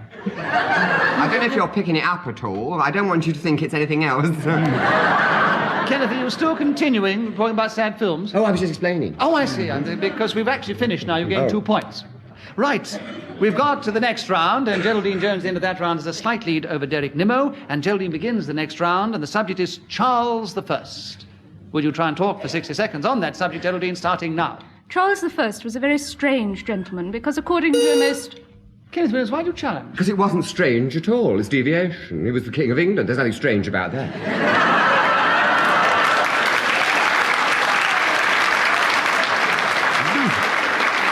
You can still be King of England and be strange. In fact, I think if you study your history books, you'll find there's been some very strange kings on the English throne. Nonsense, he was born I to be the disagree, king. Kenneth, that I'm the one who has to decide, so I'm going to stand by my decision. All right, then you've got to say exactly what about him is strange. If you're going to support that contention... I'm going to let Geraldine Jones say what about him is strange. Well, she'll take hours. 56 seconds will do, Geraldine, and you continue now. According to a portrait of him, he has 3 faces, which I think is strange. On the other... Kenneth Williams, this is deviation, too. Why? The portrait does not depict him with 3 faces. The portrait simply shows him as a Van Dyke, or the three sides of him, that's all. It doesn't show him with 3 faces. She's inferring that it's one head with 3 faces on the one head. It's rubbish. It's deviation. I'm going to put this to the audience. I'm not going to come in the middle of this. Do you agree with Kenneth Williams' challenge? And if you agree with it, will you please cheer? If you disagree, will you please boo? And will you all do it together now? I don't know. You messed me up. I'm going to decide the cheers had it. We're going to find out what you think about Charles I with an extra point and with 52 seconds left starting now. Charles I was the most remarkable king this country ever had, and, of course, he has left us with the most appalling sense of guilt ever since, because it was one of the occasions in this country when we all indulged in regicide, which is evil and wrong, and should never have occurred. If I'd been there, I'd have shouted out, "Stop! Ho!" I cry. "Oh, this must not happen. What are you doing? Think. Let child's children shall cry out upon you. Whoa! Your woe came in at the right moment. Clement Freud has challenged you. Why? Repetition. Of what? Think. Think. And more things as more well. Right. also. Well, Clement Freud, will you take up Charles I for another 30 seconds, starting now? Charles I was a very ordinary king until he was executed in 1600. Derek Nimmo, you challenged. Well, he's not ordinary. It's already been established he's either strange or extraordinary, but he certainly can't be ordinary. It was overruled. It is not... There's deviation.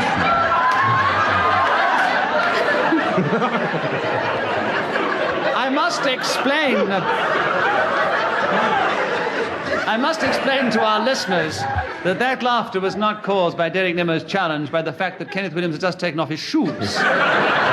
Well, my feet swell. Very bad for me. Well, apparently Charles I always has this effect on him. They go to his feet and not his head. But we don't think, Derek Nimmo, back to the subject, that anything has been firmly established about Charles I in this particular round. So I'm still with Clement Freud, who has another point. He has 25 seconds left, starting now. Having succeeded James I, you... Kenneth Williams, why do you challenge? Because you must make it clear that he wasn't just James I, you see. He's James VI of Scotland as well. He was still James I of England. Oh, well, you're right, of course. Yes. He's very fair. He's fair. So Clement Freud has another point, and he has 23 seconds left for Charles I, starting now. He ruled England for 39 years before he was executed and lost his head at the Tower of London, which gave rise to a... Kenneth, you challenged again. Well, he didn't lose his head at the Tower of London at all. He was executed in Whitehall, outside the Inigo Jones banqueting hall. You're quite right, Kenneth Williams.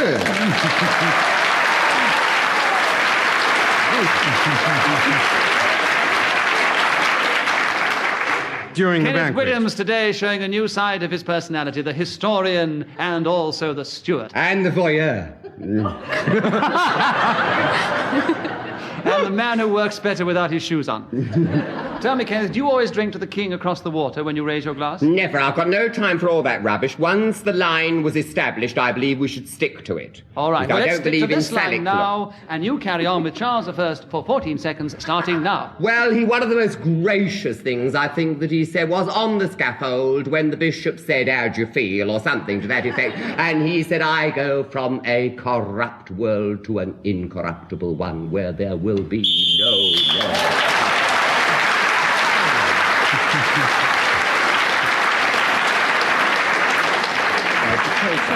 Well, Kenneth Williams' knowledge of history has brought him up with the others, and they're all now neck and neck.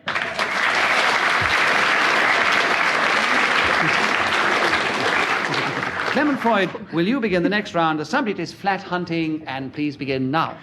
Essex is possibly the best county for doing this, but all you need is a terrain without hills or mountains, without undue depression, and a fair amount of game such as grouse, hare, buffalo, tigers, rabbit.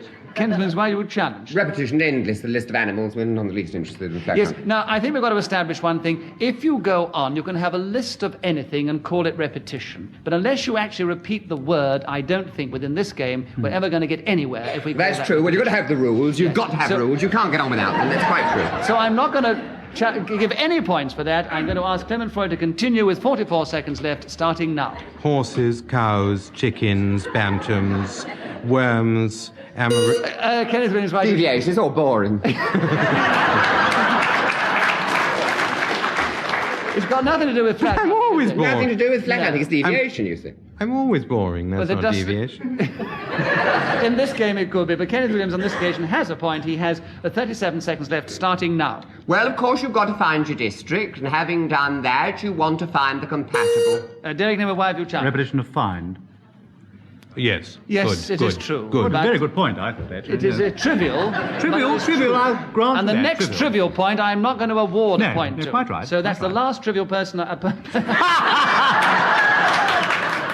That's the last trivial point I give to a trivial challenge. Derek Nimmo, 34 seconds, starting now. I look down the more popular newspapers, and there I see a desirable little residence to let. So I go round, knock at the door, and I say, "Hello, Watto, how are you today?" They said, "Do come in, Mr. Nimmo." And I say, "How nice of you to know my name." And they said, "You've got it written in front of you." And I said, "How clever of you to read." And so I go and I say, "May I see the bathroom?" I look round the bathroom. Absolutely beautiful, immaculate, lovely lavatory, lovely bath. Clement Freud. Three baths. Three what? Bathroom, bathroom, bath. Very well. All right, Clement Freud, 15 seconds for Bath. Fritz Hunting. Bathroom. Lovely bath, lovely bathroom, lovely You lavatory. said, may I see the bath, first of all, so that makes Look, we're not three going to here. have any argument between us. Clement Freud has 15 seconds left for flat hunting, starting now. Many people spend an awful lot of time searching for accommodation, which is often advertised in shop windows, especially in the Knightsbridge and Bayswater districts, where the unfortunate... Jennifer Williams, why have you challenged? Deviation. Why? Well, because he's obviously advertised in the Knightsbridge area, and he's got an interest It's in that got area. nothing to do with it. Clement Freud has another point. He has 5 seconds left for flat hunting, starting now. Room to let, especially for two working women, is a popular phrase which you find...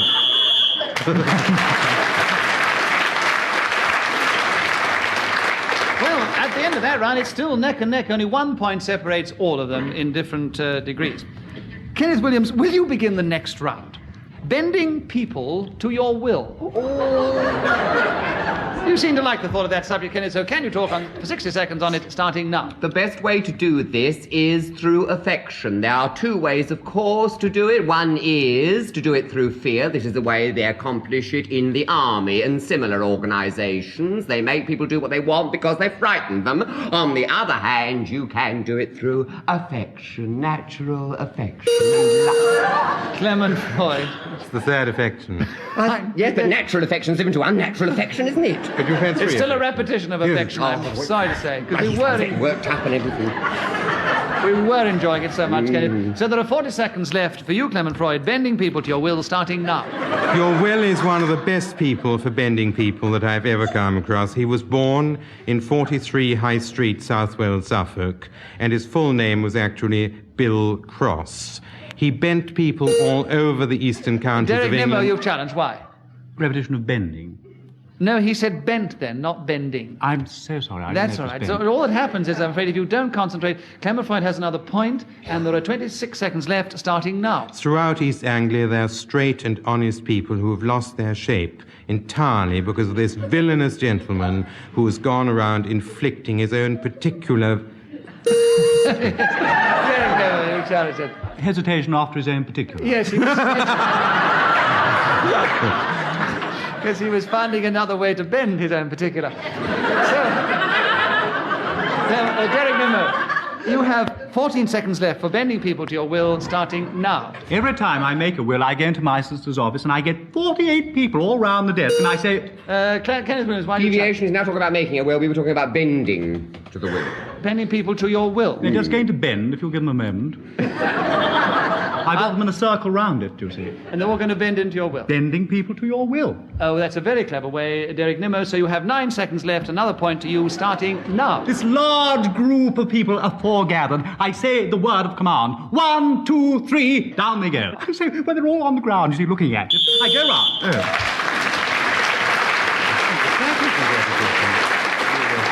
Well, at the end of that round, Derek Nimmo has taken a very decided lead over Clement Freud, who is leading Geraldine Jones and Kenneth Williams, who are in third place. Geraldine Jones, will you begin the next round? Equal pay for women, and will you begin now?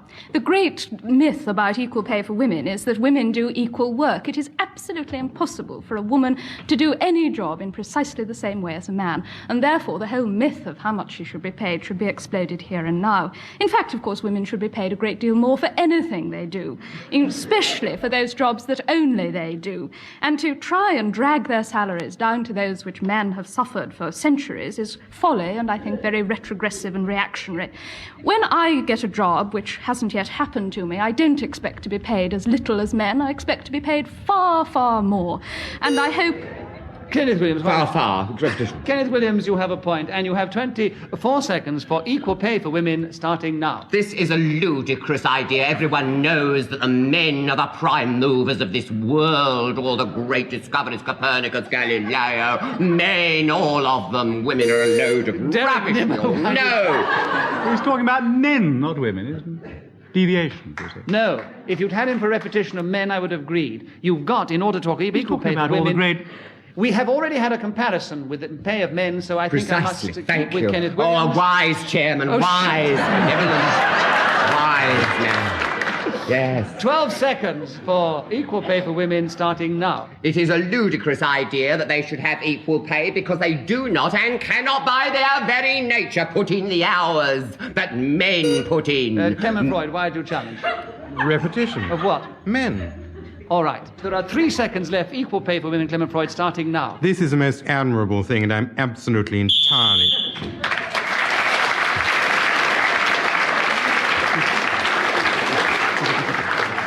Well, at the end of that round, Clement Freud is in second place, just in front of Geraldine Jones and Kenneth Williams, who are equal in third place, and Derek Nimmo is still in the lead. Kenneth Williams, will you begin the next round? Things to say to people on first acquaintance. Can you try and talk on that subject for 60 seconds, starting now? Well, they usually say things like, what sort of work are you in, or what sort of things do you do? And I invariably launch into a brief, encapsulated story of my career since it began. I generally say, well, you know, I first decided I would be a draftsman. I felt that was my natural bent. I felt it was my forte, in fact. And then I say, no, I changed my mind because I realized that art was calling me. The muse had lit upon my shoulder. And so I decided to go into... I hesitate. Clement Freud, you challenged. Hesitation, yes, because Kenneth Williams also told you. And there are another point to you. 22 seconds there. Things to say to people on first acquaintance, starting now. I never get people's names when I first meet them, so I tend to say to them, I didn't quite catch what you were called. And they say, my name is... Derek Nimmo, why do you challenge? Repetition of names. Derek Nimmo, you have another point. Most people have 2 names. I mean... I'm afraid you can't get out of it that way, Clement. 13 seconds left. Things to say to people on first acquaintance, Derek, starting now. What I say is, have you interviewed a secretary? Or what do you write on holiday postcards? Do you like sad films? What about Charles I? Do you like making a speech? What about equal pay for women? Do you like flat hunting? Clement Freud, why have you challenged? Hesitation. No, he was in full flood there. He was trying to search for the next subject, I think. There's 1 second left for you, Derek Nimmo. Things to say to people on first acquaintance, starting now. What all fruit are you? Well, that, I'm afraid, is all we have time for in this particular game of Just a Minute. Oh, what a shame. I really didn't get much out at all. No, but you did quite well. And in spite of that last challenge, Derek Nimmo would still have been the winner. By a clear 4 or 5 points, he is undoubtedly this week's winner.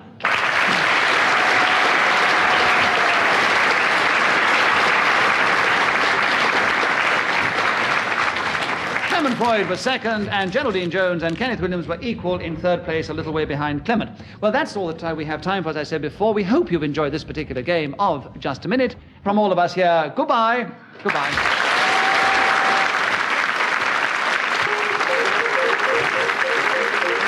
Chairman of Just a Minute was Nicholas Parsons. The program was devised by Ian Messiter and produced by David Hatch.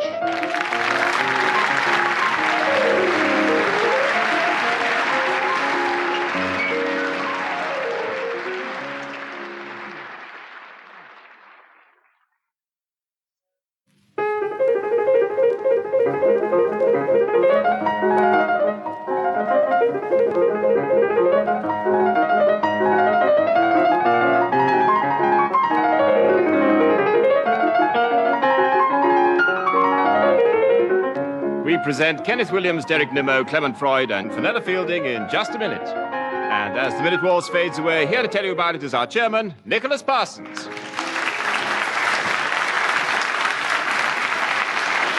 Thank you. Thank you very much, and welcome to this edition of Just a Minute. And we welcome to the show for the very first time, you just heard to represent the ladies, Fenella Fielding. And the three men are just the same. The rules have remained the same, and we try to play them just the same. I'm going to ask each one of them to speak for just a minute on some unlikely subject, without hesitation, without repetition, and without deviating from the subject in any way. And if one of the others thinks they are guilty of this crime when they're speaking, they may press a buzzer which is in front of them, and if I uphold their challenge, they will take over that subject and gain a point. If I don't uphold the challenge, whoever is speaking will gain a point, and whoever is speaking when the whistle goes telling us 60 seconds up will gain an extra point. That is the way we score, that is the way we play, and Kenneth Williams, will you begin this particular show? Something that I'm sure you're well fitted to talk about, Kenneth. Receiving compliments. Can you talk for 60 seconds on that subject, starting now? Well, it has been said that it is more difficult to receive than to give, and where compliments are concerned, I think this is particularly true. Because one must assume an air of gratification, one must also assume... Oh, I've said twice. Derek Nimmo, you pressed your buzzer, you've challenged twice. A self-confessed hesitator. A self-confessed hesitation. Kenneth, you must keep going. They might even not notice it. It was repetition, which I admitted, you great... Oh, so, well, that's all right. So you have a point. I don't go... No, it was not a hesitation. It was repetition. So Kenneth Williams keeps the subject, and there are 42 seconds left, starting now. But when the tribute is paid to one, one immediately Derek feels... Nimmo, you challenge this time. Repetition, 1 and 1 make 2. He did repeat 1 twice, so you have a point.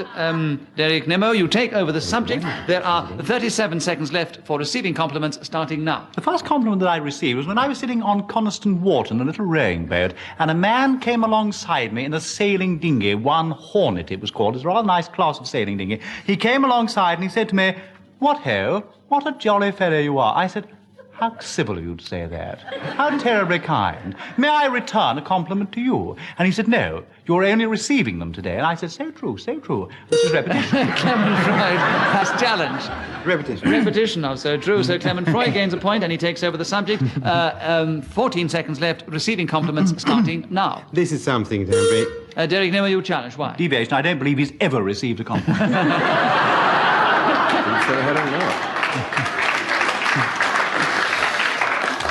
Well, it's a very good laugh and a very good challenge. But all that happens is Clement Freud has another point. He has 12 seconds for receiving compliments, starting now. This is something that Derek Nimmo thinks I very seldom receive, and in many ways he is right. Derek Nimmo, you're challenging. Why? I reinstate my previous challenge because he said I was right. That is definitely a very clever challenge. So, Derek Nimmo, you take over the subject, and there are 7 seconds for receiving compliments. Derek, starting now. The second time was in the Mall one Tuesday morning at 7:30. I was up very early, and this fellow came alongside me, and he said, "Hello."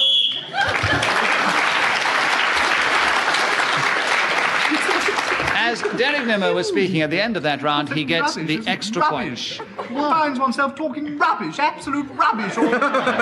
It's terribly interesting that Derek Nimmo has been in 3 complete series of this show, and only now does he realize he's talking complete rubbish. It's probably never too late, Derek. Anyway, you gained a bonus point for speaking as the whistle went, and he gives you the lead at the end of the first round. Clement Freud, will you begin the next round? The subject is odds and ends. We will talk for 60 seconds, if you can, starting now. Odds and ends is a name given to numbers like 1, 3, 5, 7, 9, and to words that come at the termination of a sentence, a book, a page, possibly even a chapter. But more often than not, by odds and ends, people mean some conglomeration of articles or materials or instances for which they can find no other collective name. I have, for instance, heard my mother say, "Where did I put the odds and ends?" at which my father hit her. This was an embarrassing occasion. But more than off... No. Yes, thanks. Who's Derek Nimmo, Vanilla? your challenge. Why? We'll hesitate. Yes, Derek Nimmo has a justified point with 21 seconds left for odds and ends. Derek, starting now. I have a little cupboard underneath the stairs in which I keep my odds and ends. There's a screwdriver there, a thimble, a button, a little tiny straw object which I've never been able to identify, although I've looked in all sorts of textbooks. There's a collar belonging to a vicar who died 4 years ago in Tunbridge Wells. There's a straw hat with a feather on the top. Kenneth Williams, why have you challenged? Why? Repetition. We've had about 7 theirs. There's this, there's that, there's the other. You see, all those repetitions. Yeah, well, all I can say, Kenneth, is we've had lots of theirs throughout the series, and we've never challenged for theirs before. So I think it would be only fair to say no points. Continue with Derek Nimmo. 3 seconds for odds and ends, starting now. There's a pub in Shaftesbury Avenue is full of odds and sometimes few ends. As Derek was speaking, when the whistle went, he gains yet another bonus point. And Derek Nimmo, will you begin the next round? My worst fault. Talk on the subject if you can. 60 seconds, starting now. In the 4th round of the Cup at Wimbledon in 1959, I happened to be playing opposite Rod Laver. Clement Freud, why do you challenge? Deviation. Why? He is faultless. If you were to say that Derek Nimmo did not play against Rod Laver in the 4th round of the Cup, I would have given you deviation. But I cannot give it to you on that score, because, therefore, Derek Nimmo has another point, and there are 47 seconds for my worst fault, starting now. The position was rather interesting, actually. It was 2 sets all, and 5-3 in my favour in the final game. What happened was, I threw the ball up terribly high in the air, smashed it hard with my racket, and it went over the net and just skimmed through the white dust. And do you know that... Kenneth Clement Freud, why have you challenged? Deviation. Why? If it hits the white dust, it's not fault. No, that's perfectly It correct. picks up the chalk. Extremely clever, no. The ball's in. That's one of those brilliant I challenges. wouldn't mind if he wasn't right. And so, Clement Freud, you have another point. You take the subject over. 35 seconds left for my worst fault, starting now. My worst fault is generosity, kindness, and being nice to Derek Nimmo. Many people ask me, why do you continue with this charming, witful, and intelligent progression of... Derek Nimmo, you challenge why? Hesitation. Yes, he couldn't go on. He got so carried away with this misplaced thought. So, Derek Nimmo, you have another point, and there are 20 seconds left for my worst fault, starting now. My worst fault, really, is my underlying tremendous... Clement Freud, why do you challenge? Deviation. He's already said that his worst fault happened at Wimbledon. So, Clement Freud has the subject, and there are 17 seconds for my worst fault, Clement, starting now. Hitting old ladies. Derek Nimmo, you challenge. He's why? already established his worst fault as being nice to me. That's quite correct. You get him on exactly the same thing that you got you on. So... Derek, you have the subject back. Sometimes it pays to lose because you get the subject back with another point. So 15 seconds for my worst fault. Derek, starting now. So I tied my plimsolls on rather heavily, really, and got hold of the racket very firmly in my right hand, and I got hold of this spherical object which I play the game with. I threw it extraordinarily high there, and it soared up above the clouds, and the birds sang. Repetition. He's already thrown it. He's already thrown it high. So Clement Freud has my worst fault. 2 seconds left, starting now. Is this really your worst fault?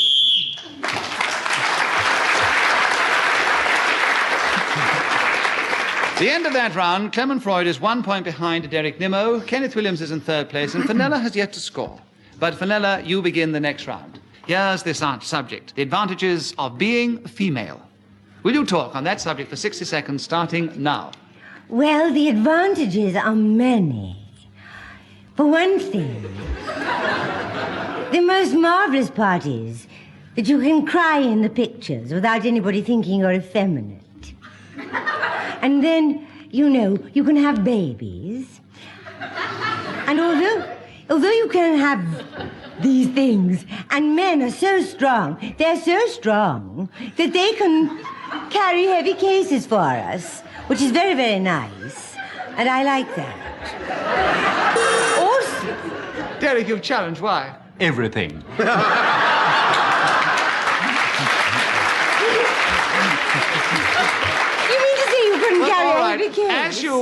I agree, but as you can't challenge for everything, I'm going to let Fenella carry on, and we'll see how she goes, because we're enjoying it. Fenella, there are 25 seconds for you to continue with the advantages of being female, starting now. Well, for one thing, as we're all supposed to be rather dim-witted... Derek Nimmo, you challenge. Why? Hesitation. Oh, no, I was timing.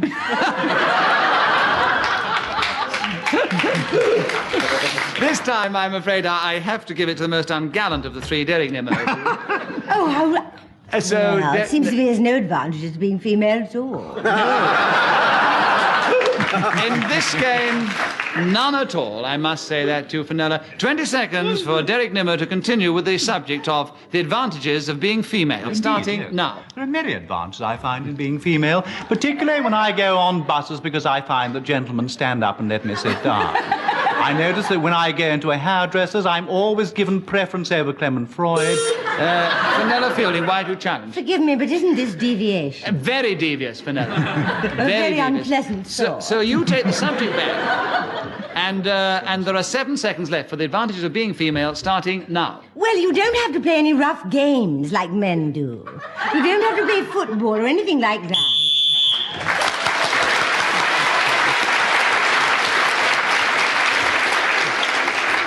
Well, as Fenella somehow or other was still managing to be speaking when the whistle went, she gained some points and puts her actually a little in front of Kenneth Williams. But Derek Nimmo is still in the lead in front of Clement Freud. Kenneth Williams, will you begin the next round? The subject is bashfulness. Can you talk to us about bashfulness for 60 seconds, starting now? This is to do, of course, with a lack of confidence, and, of course, this lack of composure, if that is the way one would have it, can lead to a certain arch demeanor, which many people do interpret as bashful. But, of course, it is merely a word nomenclature, semantics, call it what you will, and really it isn't correct. It's simply a lack of ability in those circumstances. I myself, when very young, was called upon to recite break, break, break on my Clement Freud is challenged to repetition. And Derek Kenneth is just about to break Clement Freud, who's sitting beside him. So there you chose the wrong poem, Kenneth, to recite. So Clement has another point, and there are 17 seconds for bashfulness. Clement Freud, starting now. Fullness was one of the most unpleasant people at my boarding school, and whenever there was a wet Tuesday night, we used to get together to bash him. 3 of us would hold him, 2 by the legs and 1 by the arm, and it was called Bashfulness on a Tuesday afternoon, one of the most happy sports in Bath. As Clement Freud was speaking, as the whistle went, he got a point, and a well-deserved point, because I must tell the listeners that all throughout that, Kenneth was feeling so upset at having lost the subject that he was sticking his tongue out at Clement. So, at the end of that round, Clement Freud and Derek Nimmo are in the lead, equal.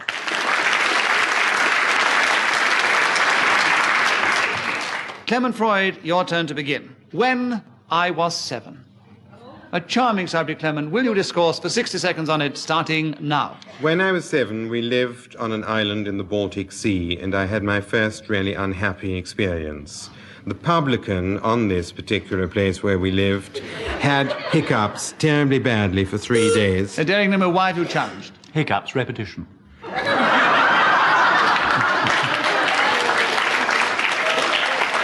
An extraordinarily clever challenge, but as it doesn't sort of come within the context of the game, I give you a bonus point, Derek. Believe the subject with Clement Freud.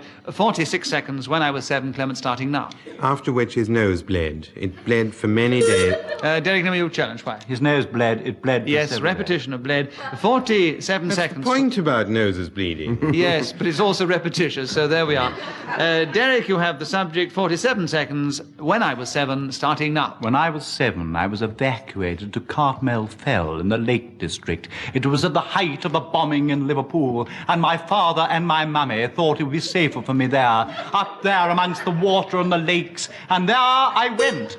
Clement Freud, you've challenged. Why? There. There, yes. And I didn't let Kenneth Williams have there some other time. When was that, Kenneth?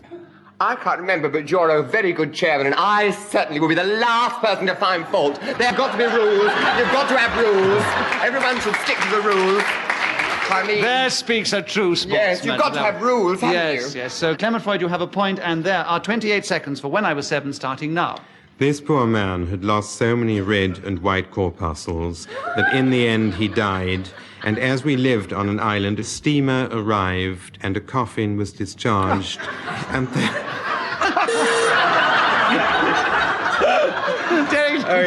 hesitation, but it's also terribly depressing, isn't it? Why does he always bring up these awful, morbid, sordid stories? When he was 7, there should have been a little happiness and light in his life, not all these corpses and bodies and the Baltic and steamers. Horrible. I don't know whether the audience are applauding because they agree or just applauding your magnificent performance, Derek. But to go back to the game, which we left about a minute ago, I give you a point for hesitation. It was more than a hesitation, it was a full stop. There we are, 10 seconds now for When I Was 7, Derek, starting now. And in this agricultural building, there were cows and sheep and hens and ducks, and every morning I used to go out and feed. Kenneth Williams, why have you challenged? 4 ands. Well, look, all right, Kenneth, I'll give you the benefit. Once before you challenged on there, I'll give it to you this time, as you're trailing a little. All right, so 4 ands, but not again. We can't have and again after this. You have the subject now. 3 seconds left. When I Was 7, Kenneth, starting now. When I was 7, my photograph was taken, and everyone agreed it was the most beautiful thing they'd ever seen in the term of the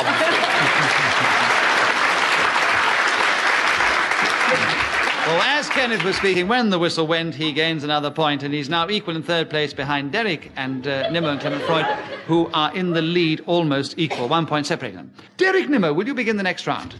My handicap.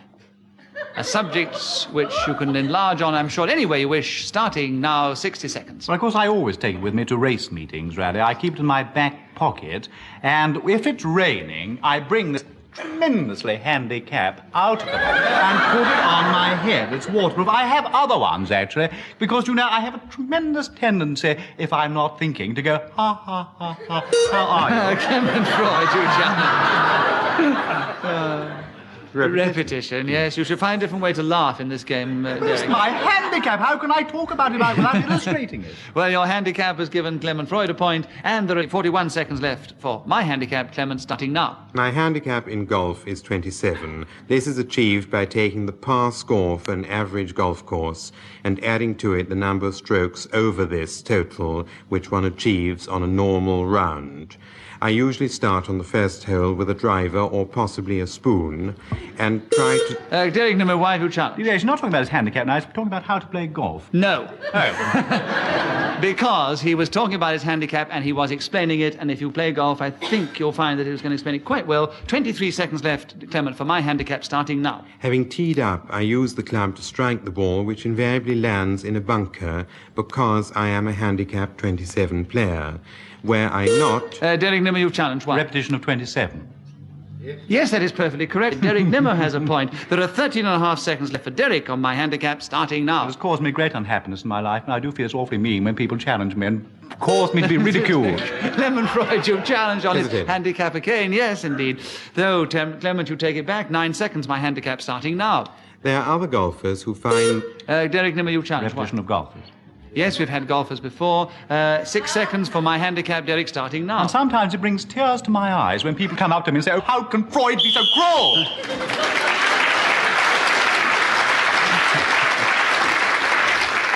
This game's developing to somewhat of a needle match between Derek Nimmo and Clement Freud, who have only 2 points separating them. Derek Nimmo, this time a little in the lead. Fenella and Kenneth are trailing somewhat. Fenella, will you try and begin... Will you begin the next round for us, my love? The subject, surely a delightful one for you, soirees. Soirees? Yes, will you try and talk for 60 seconds, starting now? Soirees were invented at the beginning of time. But as they were French, they didn't get to this country till 1066, when we were invaded. We instantly took up this charming occupation, Gallic though it be. And since then, soirees of every sort have swelled the social scene. During a soiree, people arrive dripping with every possible kind of personal decoration. They imbibe every kind and color of alcohol, or perhaps I shouldn't say that. On a family program, they eat sandwiches cut into triangles, and bridge rolls, and they do dance to the record player or the tape recorder and have a simply lovely time being terribly witty.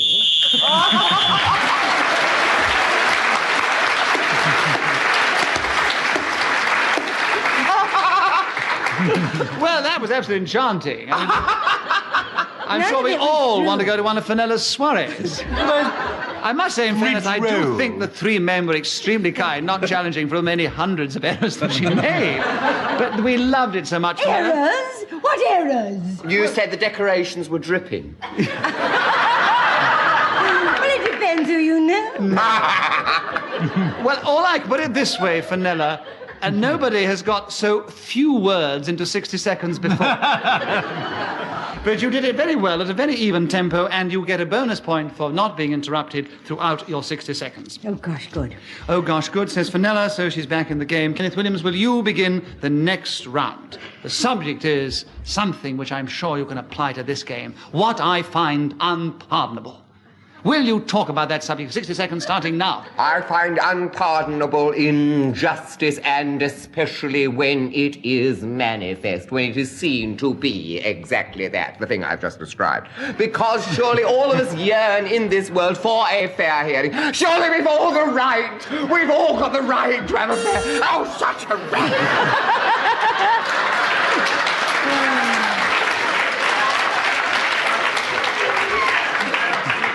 Fenella has challenged for the first time. Why? Well, I think it was repetition.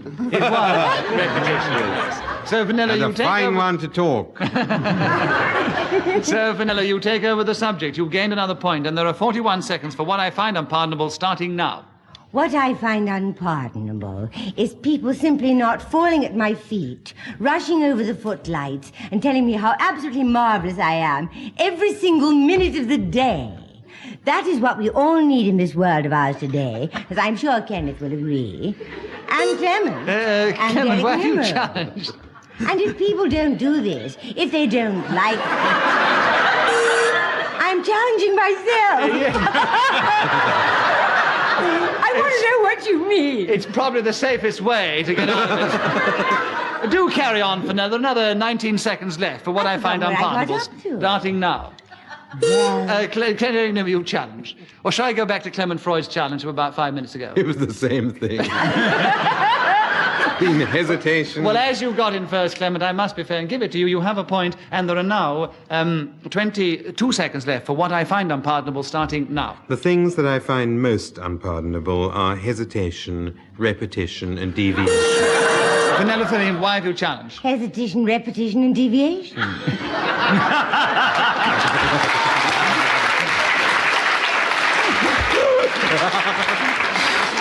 I would like to be able to give you 3 points, Fenella, but... Three! I can only give you 1, I'm afraid. 16 seconds left, Fenella Fielding, for what I find unpardonable, starting now. Well, what I find unpardonable is brutality to me by Clement Freud, when here I am exposed to... Derek Nimmo, you challenge, why? Deviation. She's exposed herself. Well, actually, if you had said to me deviation for exposure, I would have said, yes, that is devious. But she has not exposed herself, she only said it. You're not sitting where I'm sitting. As I'm not sitting where you're sitting, Derek, all I can do is to give Fenella Fielding another point and say there are 8 seconds left, Fenella, for what I find unpardonable starting now. Well, I think that was an unpardonable interruption on Derek Nimmo's part. Derek, you challenge why? Repetition of Derek Nimmo. Yes, indeed, definitely. We can't have too much of Derek Nimmo. So, you have a point, Derek, and 3 seconds for what I find unpardonable starting now. Home secretaries, when they say, I won't pardon that fellow.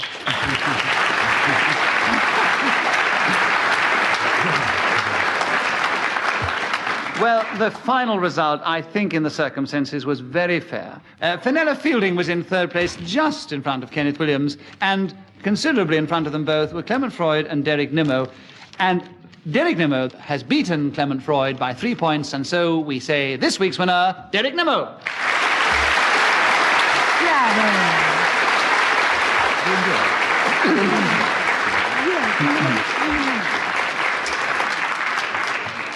We do hope you've enjoyed this episode of Just a Minute, and from all of us here, goodbye.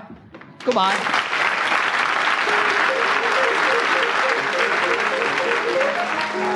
chairman of Just a Minute was Nicholas Parsons. The program was devised by Ian Messiter and produced by David Hatch.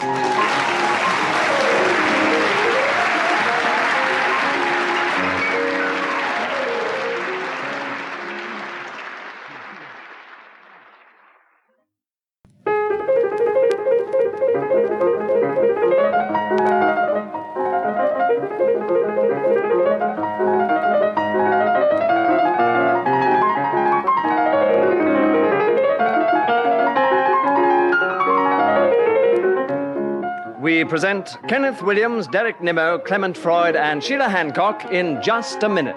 And as the minute waltz fades away, here to tell you about it is our chairman, Nicholas Parsons.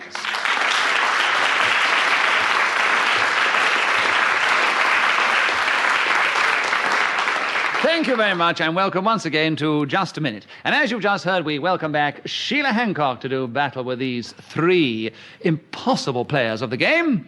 And I'm going to ask them all to speak, if they can, for just a minute on some unlikely subject, without hesitation, without repetition, and without deviating from the subject in any way at all. And if they can do that for 60 seconds, they will regain a point. If anybody challenges them during that time, and I uphold the challenge, the person who challenges will receive a point and take over the subject. If not, the person who's speaking will gain a point and continue with the subject. That is how we play the game. That is how we try to score. And that is how we hope we will continue.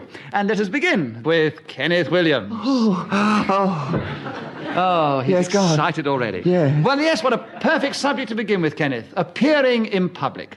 Can you talk for 60 seconds on that subject, starting now? This is something which everyone does, of course, just by walking down the street, and I suppose that it can be generally assumed that most people are used to doing it. The thing to do is to appear reasonably well-dressed. It's no good going around with your trousers around your ankles or anything like that. You must be well-dressed. In town, the assumption must be a lounge suit. Of course, at the weekends, I think it's reasonable to don a blazer and flannel, sometimes referred to as bags. Always amuses me, that. And Sheila Hancock, you have challenged. Why? Deviation. He's talking about trousers, not about appearing in public. And clothes. Yes, he was, but he was talking about his appearance in public. I think it's utterly justified. And I think it's all important, your appearance in public too, Kenneth. Yeah. So right. He's just given us a description of his wardrobe. Well, let's... yes, anyway, he has a point for that, because I don't agree with your challenge, Sheila. And Kenneth continues with 26 seconds left for appearing in public, starting now. And as that brilliant Roman Cicero remarked, ladies, of course, abroad should be allowed to wear makeup. Men, when they walk abroad, no. Clement Freud, you've challenged. Two Broads. There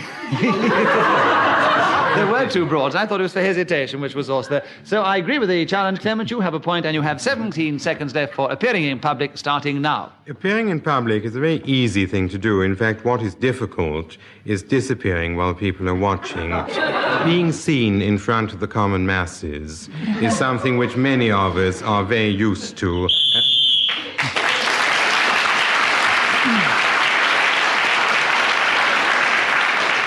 Well, that whistle tells us that 60 seconds is up, and whoever is speaking when the 60 seconds is up gains another point. In this case, it was Clement Freud. Sheila Hancock, will you begin the second round for us? A very topical subject for today, hippies. Would you talk on that for 60 seconds, if you can, starting now? Well, I feel very well equipped to talk about hippies because way back in my dim youth, I was a hippie, or as we were called in those days, a beatnik. And what I mean is I used to go around with bare feet and I hitchhiked all over the country and I slept rough occasionally. And the thing that we believed in, and I think the hippies still believe in now, is that work is not the sacred thing that everybody makes it out to be.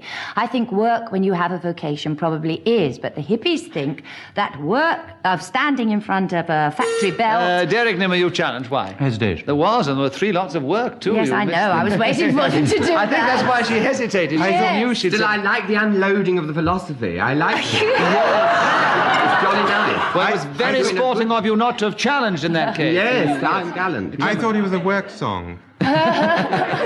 Anyway, Derek Nimmo has a point because I agree with his challenge, and there are 31 seconds left for hippies. Derek, starting now. But of course, I've always wanted to appear in public as a hippie. I'd like to stand in the middle of Trafalgar Square, or preferably, I suppose, Piccadilly Circus, in lovely little feathery things round my neck, and flowers and beads and chains, and bare feet, and wander up and down, and smoke those nasty cigarettes, and all the things that they do, but I can't, you see, because my wife won't let me. But apart from that, I think that it's a very noble thing to do. Who would want, by choice, to stand in or...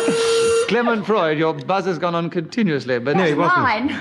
Well, the green light came up. Yes, I buzzed first, and Sheila Yes, you did. kept her foot. Well, who got in first here? I did. Clement did. Clement, and you were challenging for... Why? I've honestly forgotten. It was so long. It was a hesitation. It was hesitation. Well, all right. It was So- a long time ago. I do like the people to justify it, and just in case I disagree with their actual challenge. So there are 8 seconds left for hippies. Clement, starting now. It must be admitted that some of my best friends are hippies and lived in 144 Piccadilly before they moved to a house in Endell Street from which they were evicted.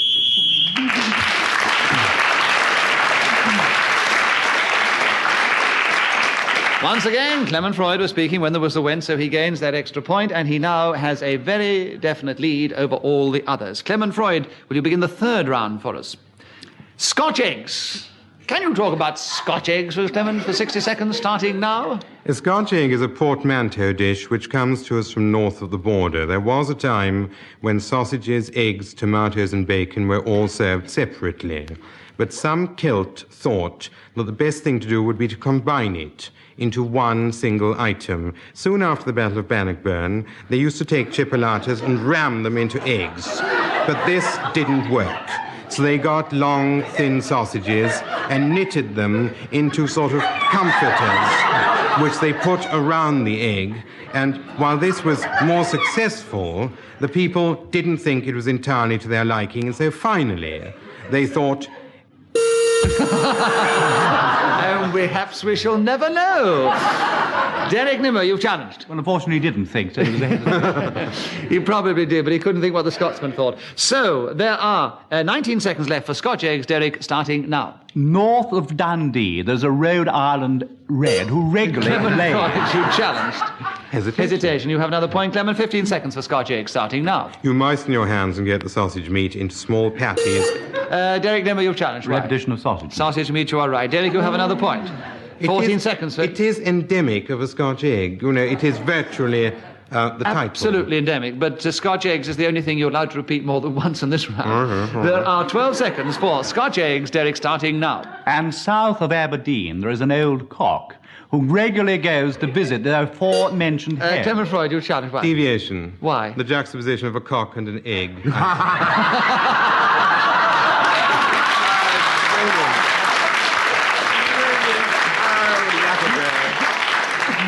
I think that's one of those occasions when I give you a bonus point for cleverness and wit as well. Not 2 points, just 1 point for both. And leave the subject with Derek Nimmo with 5.5 seconds for Scotch eggs, starting now. And so after these feathered chums have got together, they regularly lay Scotch eggs, which people find are terribly tasty, and they come from miles off.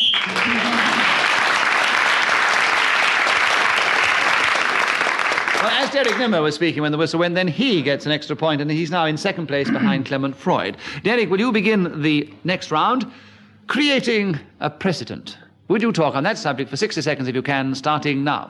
Well, I think if one was creating an American president, the most important thing to obtain would be rather wealthy grandparents, particularly of mixed religions and mixed races. They would breed those together, which eventually would produce a really rather splendid fellow who would educate at Harvard. Sheila, you challenge. I really was. It isn't a president, it's a precedent. Yes, it is. He's talking about a fella. He is talking about it. I think he's rather cleverly taken the word and used a sort of varied pronunciation to be rather clever. So I think I'm justified in leaving it with Derek. So there are 45 seconds, Derek, to continue with creating a precedent, starting now. I climbed up the Trafalgar Memorial very, very slowly for repetition. Out of his own mouth, he's committed himself. Clement challenged. 40 seconds for create a precedent, starting now. The way you create a precedent is to do something and then repeat it.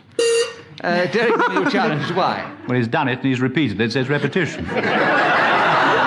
I will will give you a point for cleverness for your challenge. No, I'd rather you have the subject. And as you're so clever at this, Clement, we have the subject still with you. 35 seconds, creating president, starting now. I jump up and go to my studio, where I fashion a precedent of marble and bulrushes. My wife admires this immensely and often... Derek Nimmo, you challenge. Why? Deviation. Why? It's got nothing to do with any sort of... I disagree. I've never ever heard of a piece being made out of bulrushes and bananas or whatever it was. That is why it's a precedent.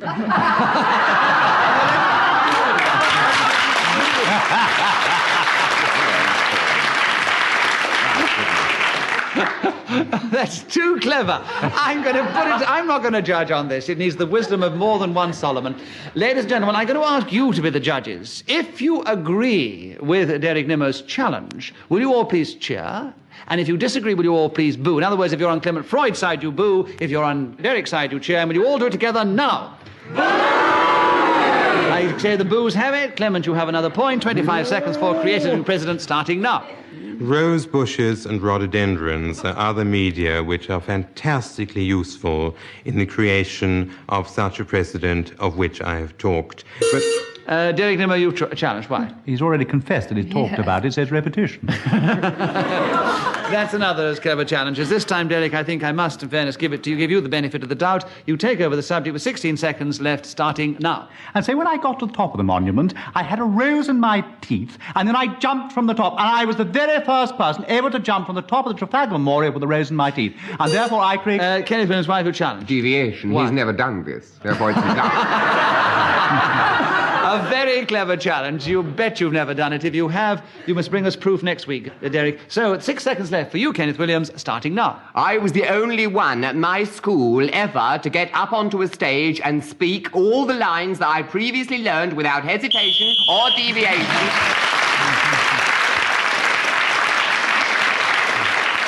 That's a mark for me, isn't it? It's a mark for you, yes. I've gone into the lead. You've got 2 marks now, yes. Got in the lead? No, you jumped into 3rd place. Oh, dear. Behind Derek Nimmo and Clement Freud.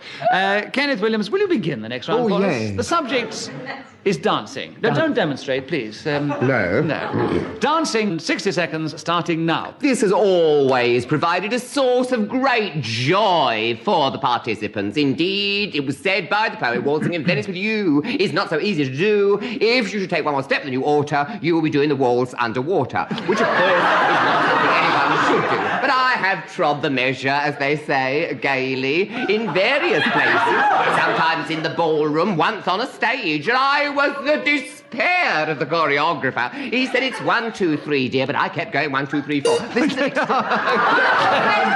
Oh, you challenged. Go on. Challenge. Go on, tell us. 2 1s, 2 2s, 2 3s. Oh, that's true. But admittedly only 1 4. Yes, I was carried away. We'll never know what happened after that second 1, 2, 3, 4. Right, well, Clement Freud has 31 seconds for dancing, starting now. Slow, slow, quick, quick, slow. Oh, that was repetition. Quick, slow, you said. That was repetition. Yes, I think we're all with you on that. And you have the subject back with 26 seconds left for dancing, starting now. On another occasion, I was asked to do the Velita down Oxford Street. Sheila Hancock, why have you challenged? Repetition on another occasion. There must have been a previous occasion. That's a clever challenge, Sheila, because he already had his occasions. Once was on a stage, another occasion. So there are 24 seconds left for dancing, Sheila, starting now. Well, there are all sorts of dancing. There's ballet dancing and athletic dancing and ballroom dancing. And Clement Freud is challenged. Yes, and there's repetition as well, isn't there? Yes, there's a bit too repetitive dancing. So there we have another point for you, Clement, and 18 seconds for dancing, starting now. One evening, I performed the old-fashioned waltz in Trafalgar Square around a lion, witnessed by Lord Nelson, who had one eye bandaged up but managed to look down and see me traipsing... Derek Nimmo, you've challenged. Why? Hesitation. Yes, there was very mild. It's difficult to judge sometimes, but I think it was just there. 5 seconds for you, Derek, on dancing, starting now. Clad in 15 yards of silk tulle with sequins all over my arms and a great tiara on my head.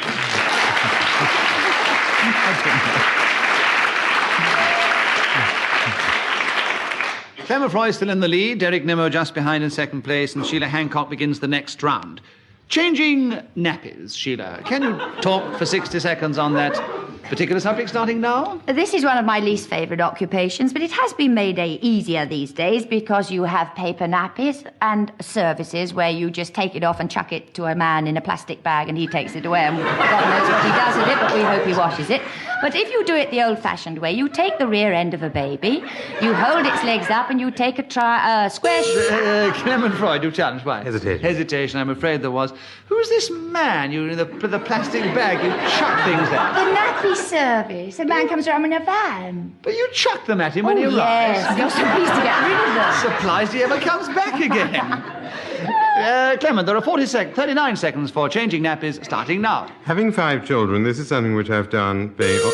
Derek Nimmer, you challenge. Why? Repetition.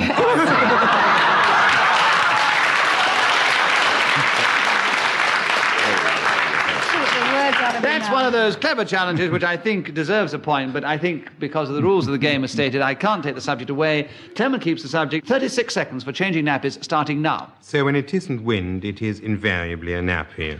You take the child and remove its soiled nappy from about its loins, get a new cloth and lay it down and fold it into a triangle and engage the behind smart... Derek came with his wife who challenged. I find it boring.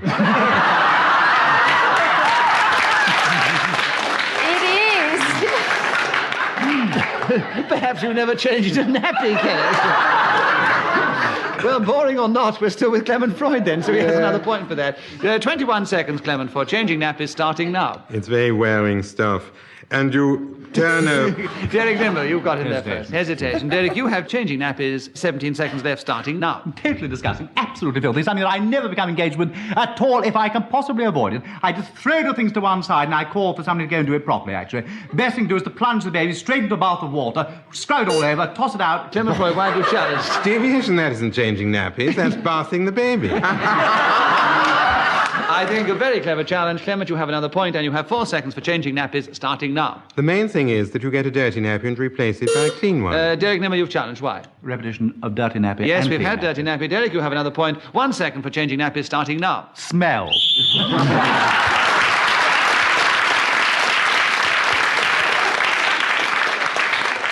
Well, at the end of that round, Derek Nimmer and Clement Freud are battling out neck and neck for the lead. Clement is now 1 point ahead of Derek.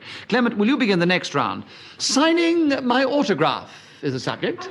You talk for 60 seconds on that starting now. It's an extraordinary thing that people expect me to sign my autograph because I have no idea what they're going to do with it if I gave it to them, which I don't. But just before I'm able to say, I'm sorry, I do not do this sort of thing, making it sound as if it were some filthy habit, they always say, it's not for me, it's for my little girl. Alternately, my granny would be so angry if I didn't get it. I wonder what would happen if I did sign my autograph. I suppose some mother would say to her child, if you don't shut up, I'll give you Clement Freud's autograph. Which is a very good reason, but I first started not doing it outside the Wembley Stadium in a cup final. Sheila Hancock, you challenge. Why? Deviation. He's talking about not signing his autograph. Very clever challenge, Sheila. You have a point, and you have 20 seconds for signing my autograph starting now.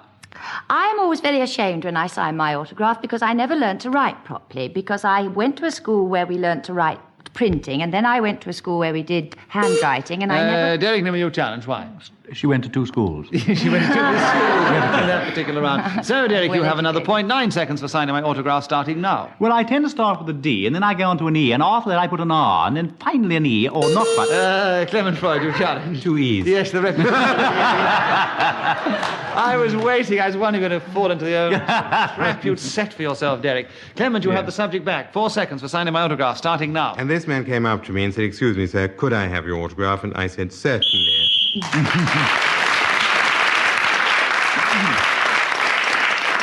Can I just go on with this? Yes, with this is really you what won't get a bonus point, no, that's all I can do. do. This is what stopped me signing my autograph. I was standing outside Wembley, and there were about 20 people in a group, and one of them looked at me and told the others, and they all looked at me, and then one man detached himself, and he came up and said, excuse me, sir, could I have your autograph? And I was pleased, and I said, certainly, and I signed, and he said, no, it isn't.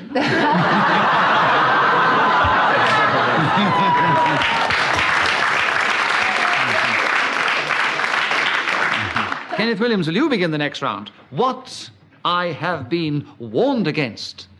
There's a subject to set you thinking. And if you've thought now, will you begin for 60 seconds starting now? I haven't really thought about it at all, but like all courageous people, I will plunge in bravely and do my best to discuss this subject. What I was warned against, well, there were so many things. One was talking to strangers. Another one was accepting sweets from men. Now, consequently, I was always hanging about waiting for these things, these confections to be offered to me, and they never were, of course. In the army, I was warned against disobeying. I did it on one occasion and consequently had to do my fatigues. I had to dress in denims and go and scrub out the barrack room. It was a disgrace. I mean, quite apart from anything else, superlative artists should never be put in. Clement Freud, you've challenged. Why? Hesitation. Hesitation, yes. Another point to you, Clement. And there are 13 seconds left for what I have been warned against starting now. I was warned by the producer against getting too close to Kenneth Williams because many people think you become contaminated and thereafter incapable of ordinary speech or free movement. Sheila Hancock, you I'm challenge. not going to allow him to say that about Kenneth. Oh, thank you. Lovely. So why I've do you got challenge? close to Kenneth many times, and I've never been contaminated. Give him a true picture, So that's right. So why are you challenging? Oh, deviation or anything you can think of. Well, or a Don't mind. deviation will do. All right. We agree that you can't get contaminated from Kenneth Williams, so Sheila Hancock has a point, and there I don't know are what the subject is. What is it? 4 seconds left, Sheila, for what I have been warned against starting now. Well, almost everything I have been warned about has been proved to be totally wrong. Derek Nimmer, you challenge. Why? Hesitation. Hesitation. Right, So, I Derek, have you a have the stutter. subject. What I have been warned against starting now. I've been warned by the producer not to sit next to Sheila Hancock.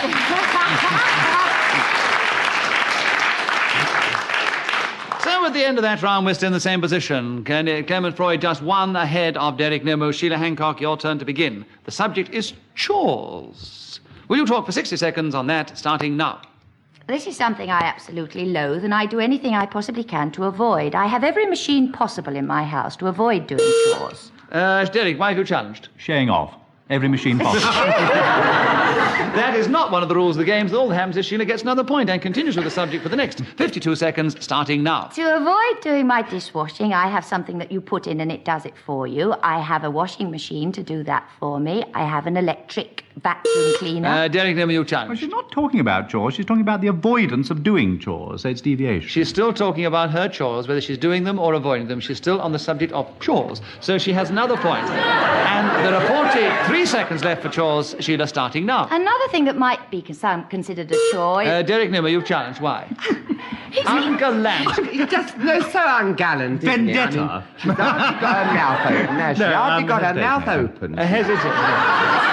I've got a stutter. Yes, she can't help I must herself. explain to the listeners that Sheila Hancock sits next to Derek Nimmo, and we all know that Derek has a stutter, which he uses very cleverly, not in this show but elsewhere. He's now passed it on to Sheila, which is utterly disgraceful. So Sheila has a point, and she continues with the subject. For 40 seconds, starting now. I sometimes consider going to the theatre every evening and doing the same play and saying the same words is a bit of a chore and putting on my makeup, but for that I do get paid, so I don't mind doing it quite so much. Sometimes playing this game is a bit of a chore when you sit next to Derek Nimmo and he makes you stutter, but you have to put up with that as well because it's all part of the British spirit. However, when Clement Freud is there, it's also even more of a chore. Kenneth Williams is less of an inconvenience. Kenneth Williams, your challenge. Why? Well, I challenged because I thought she was deviating a bit. Why deviating? Yes, she was deviating. Well, the thing is, Clem, what I was trying is that she was definitely hesitating. She'd almost come to a full stop on your I see. name. Oh. But she was also, you cannot be a chore. Yeah, I leave all that to you. After all, you've got to have rules. Unfortunately, I have to leave the challenges to you, Kenneth, and the others. So you have a point because you are not devious, and you have the subject of chores. 15 seconds left, starting now. My chores are manifold. First thing in the morning, there's the toothpaste. It's all got to be squeezed. Then there's the laces to be tied. It's a rich life, isn't it? Going down to the post. It's a ceremony. Clement Freud, you've challenged. It was just there, but I think it was more intimidated hesitation invitation. So Kenneth Williams still has another point, and there are 2 seconds left for chores, starting now. Combing my hair too is murder when you see all that. Well, that, I'm afraid, is all we have time for in this particular edition of Just a Minute. Sheila Hancock was in 4th place, just behind Kenneth Williams, who was a little way behind Derek Nimmo, who was fractionally behind Clement Freud, who is this week's winner.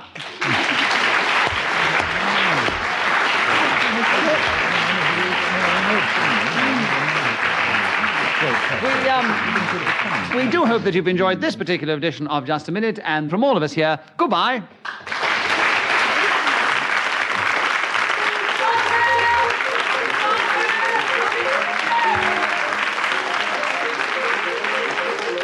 The chairman of Just a Minute was Nicholas Parsons. The program was devised by Ian Messiter and produced by David Hatch.